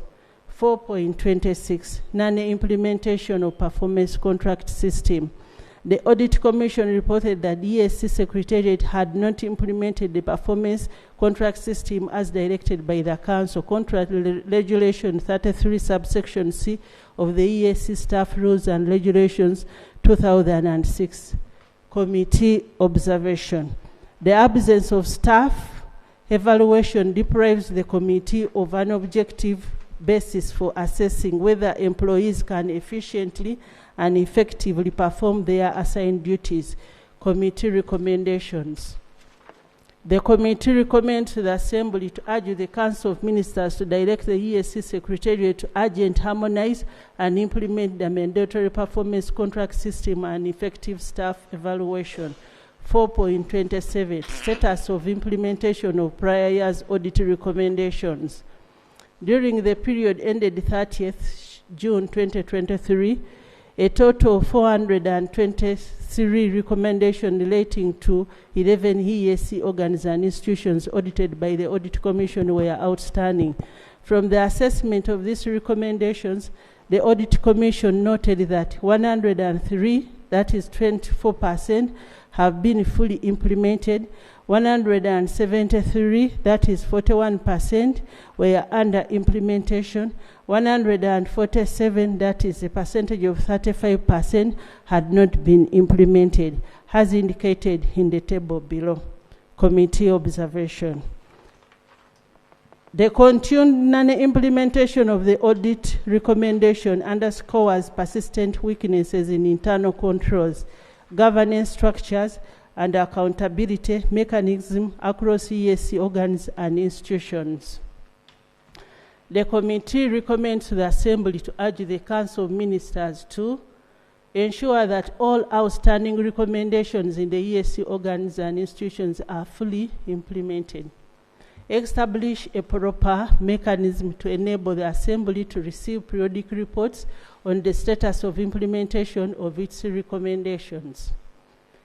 3, provide quarterly reports to the Assembly on the status of implementation of previous audit recommendations. 4, enforce accountability measures on Eala, EAC Secretariat, East Africa Kiswahili Commission, and ESTECO management for poor performance on the implementation of the previous year audit. Conclusion. Despite the fact that all EAC organs and institutions received unqualified audit opinions, the committee observed serious governance issues, including non-compliance with the EAC financial rules and regulations, which has resulted in financial management. The committee further noted that recurring issues such as understaffing, non-compliance with procurement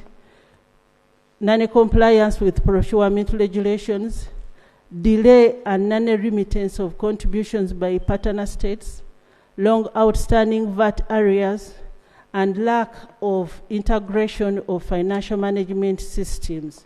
The committee therefore calls for urgent attention from the Council to address these matters in order for the community to fully realize the integration agenda.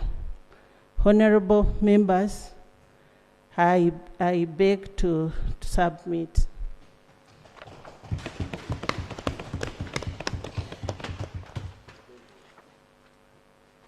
Thank you, Honorable Chair. And as I said before, I request the members to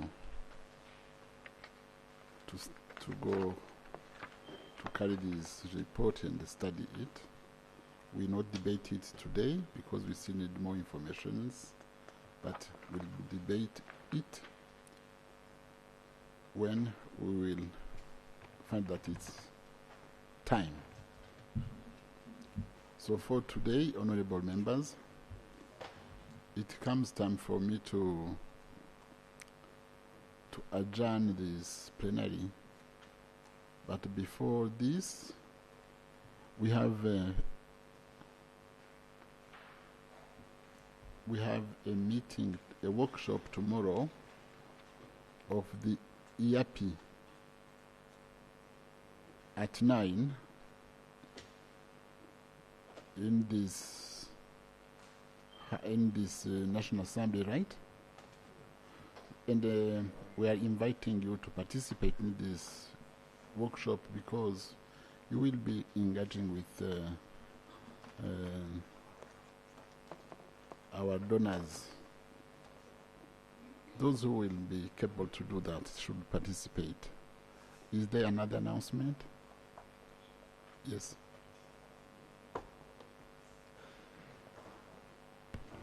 Thank you, Right Honourable Speaker, for the wise guidance. I was actually going to make a motion under Rule 30C to suspend the debate on this very important report, but I want to appreciate the mover. This is a very tangible report, and I want to appreciate you for the good work. Right Honourable Speaker, the announcement I want to do is that we have concluded with drawing of the fixtures, and the Eala women, the honourable colleagues from Eala, will be doing the tug of war because there is no netball, Right Honourable Speaker, because all the players seems to be injured and all that. So there will be tug of war, which will be done on the 14th and 15th. But you need to train, honourable colleagues. It's not, you need to train. And we will be doing volleyball, we will be doing athletics, walking race, we will be doing golf, and that's Right Honourable Speaker. The men as well could not raise a football team. So we will not, as well as per the fixture, participate in football because it was only our coach, the Honourable, who was stepping in, the Honourable Musanga Batwale, it was Honourable Saidi Kibea, it was myself, the Honourable Musamali, the Honourable Makame, and Honourable Ali Machano that were showing up. So we could not even raise, for you to have a football team, and Honourable Olivier, for you to raise a football team, you must need, at least you need 7 players, Right Honourable Speaker. by international standards and FIFA rules, for you to raise a football team, you must have 7 players to go to the pitch. Technically, we could not even raise the 7. We have the numbers, but honorable colleagues, we are not showing up for training. And I want to request that we show up for training. Otherwise, we'll lose the moral authority of being the host, the convener for these games, Very Honorable Speaker. So we have registered ourselves to participate in those games, but all games require training. So let's show up in the morning, even those of walking race, even those of cheering. Pickup starts at 6. And by 6:30 we are training for only 2 hours. And by 8 we are leaving to go and prepare to come for plenary, Right Honorable Speaker. I also want to appreciate you, Right Honorable Speaker, for supporting our coaches and our doctor.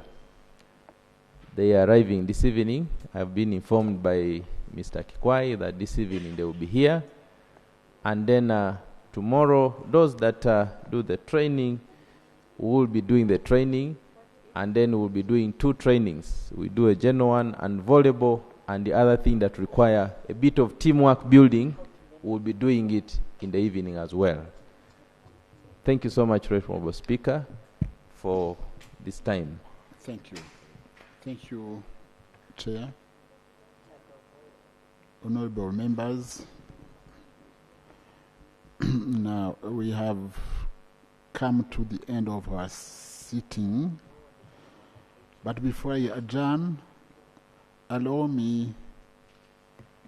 Right Honorable Speaker. Yes. I'm just inquiring as a chairperson of the committee. Members in here have spent sleepless nights in trying to produce this report for this sitting, and you've not been in position to discuss, and also the recommendation to be done by the Council of Ministers. I'm just inquiring from you, when will this report be debated?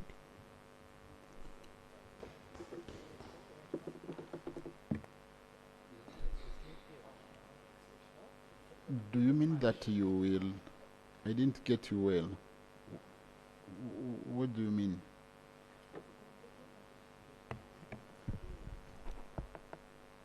Right Honorable Speaker, I've presented the report.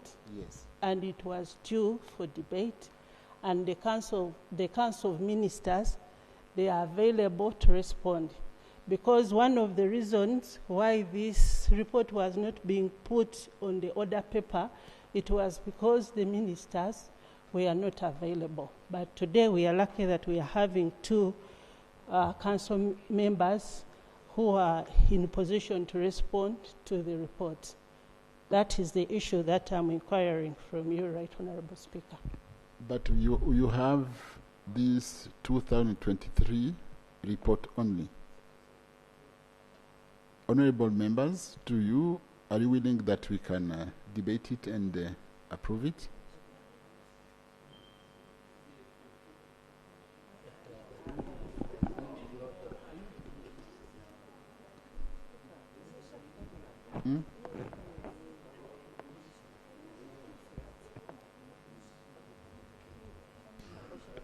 Mr.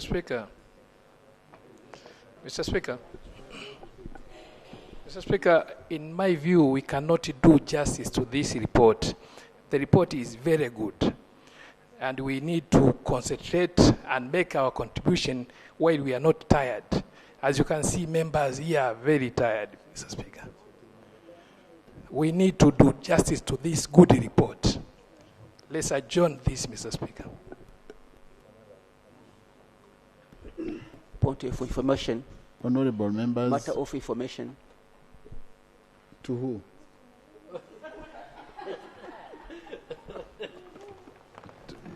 Information to who? To the presenter, to the House, or to the chair of Accounts Committee. Is she taking it? Yes, I'm taking it. Right Honorable Speaker. Honorable Kibeya, when you are talking, you have to stand up. Next time. when you are requesting to give us an information. Thanks, Right Honourable Speaker. Right Honourable Speaker, the two reports, the one of financial year ended 2023, and the second one for financial year ended 2024, they are somewhere related because there are a number of audit recommendations that are going to be again repeated, not implemented by the year 2023. I think for good debate, we may debate this report presented here when the report for the year ended 2024 will be presented. I submit, Right Honourable Speaker. Point of procedure, Right Honourable Speaker. Honourable members, Procedure. yes, you have the floor. Thank you, Right Honourable Speaker. I think our Chair, Honourable Kadogo, what she wanted to know is when this report can be debated. And of course, hearing from members, but also looking at the numbers, it would be shameful for the entire assembly of 63, less than 20 members debating this a report on accounts, because we should first hold ourselves accountable. So I was proposing, Right Honourable Speaker, that maybe in the next plenary, the two reports, that is March, the two reports of accounts, both the 2023 and 2024, be the first item on the agenda. And I want to urge our honourable ministers to be here, because without you, the issues that are raised in the report, it's just like speaking to ourselves, and we want really critical changes on matters of accountability and governance. So this is my proposal moving forward. Thank you, Right Honourable Speaker. Thank you. That's what I has proposed, Honourable Chair. We'll give priority to your reports in the next plenary. They'll be prioritized as items number one. So, honourable members, allow me in a special way to extend our sincere gratitude to the following. One, His Excellency the President, the government and the people of Uganda for allowing us to have a smooth plenary in Uganda. To Right Honourable Anita Among, the Speaker, and the Right Honourable Thomas Tayebwa, the Deputy Speaker, and the Clerk and staff of the Parliament of Uganda for according us excellent facilities of the Parliament of Uganda. In fact, we were given all the necessary support we requested, and even beyond. We made our stay and walk a very memorable one.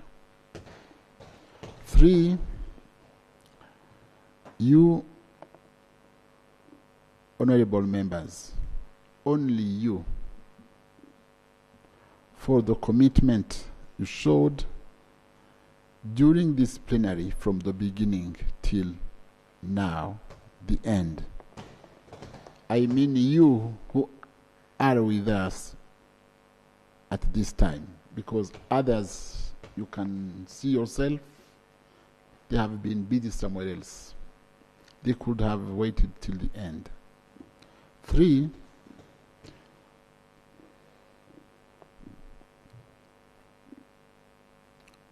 our good friend, General Akandwanwaho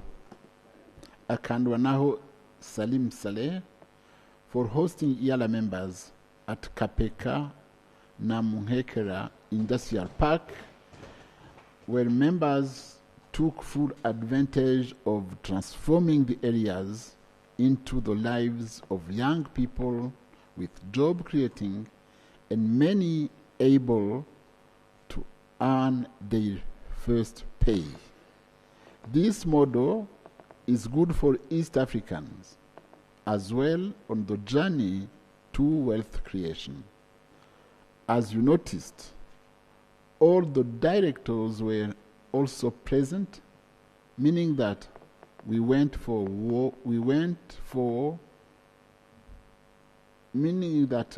went for was so important to East Africans.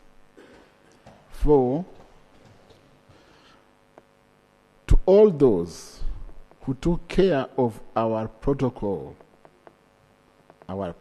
teams, the media, refreshments, security, drivers, staff, we recognize your good efforts. For staff of Eala, we thank you for all your efforts, even you got overwhelmed at times. And with this, I adjourn this House sine die. Thank you.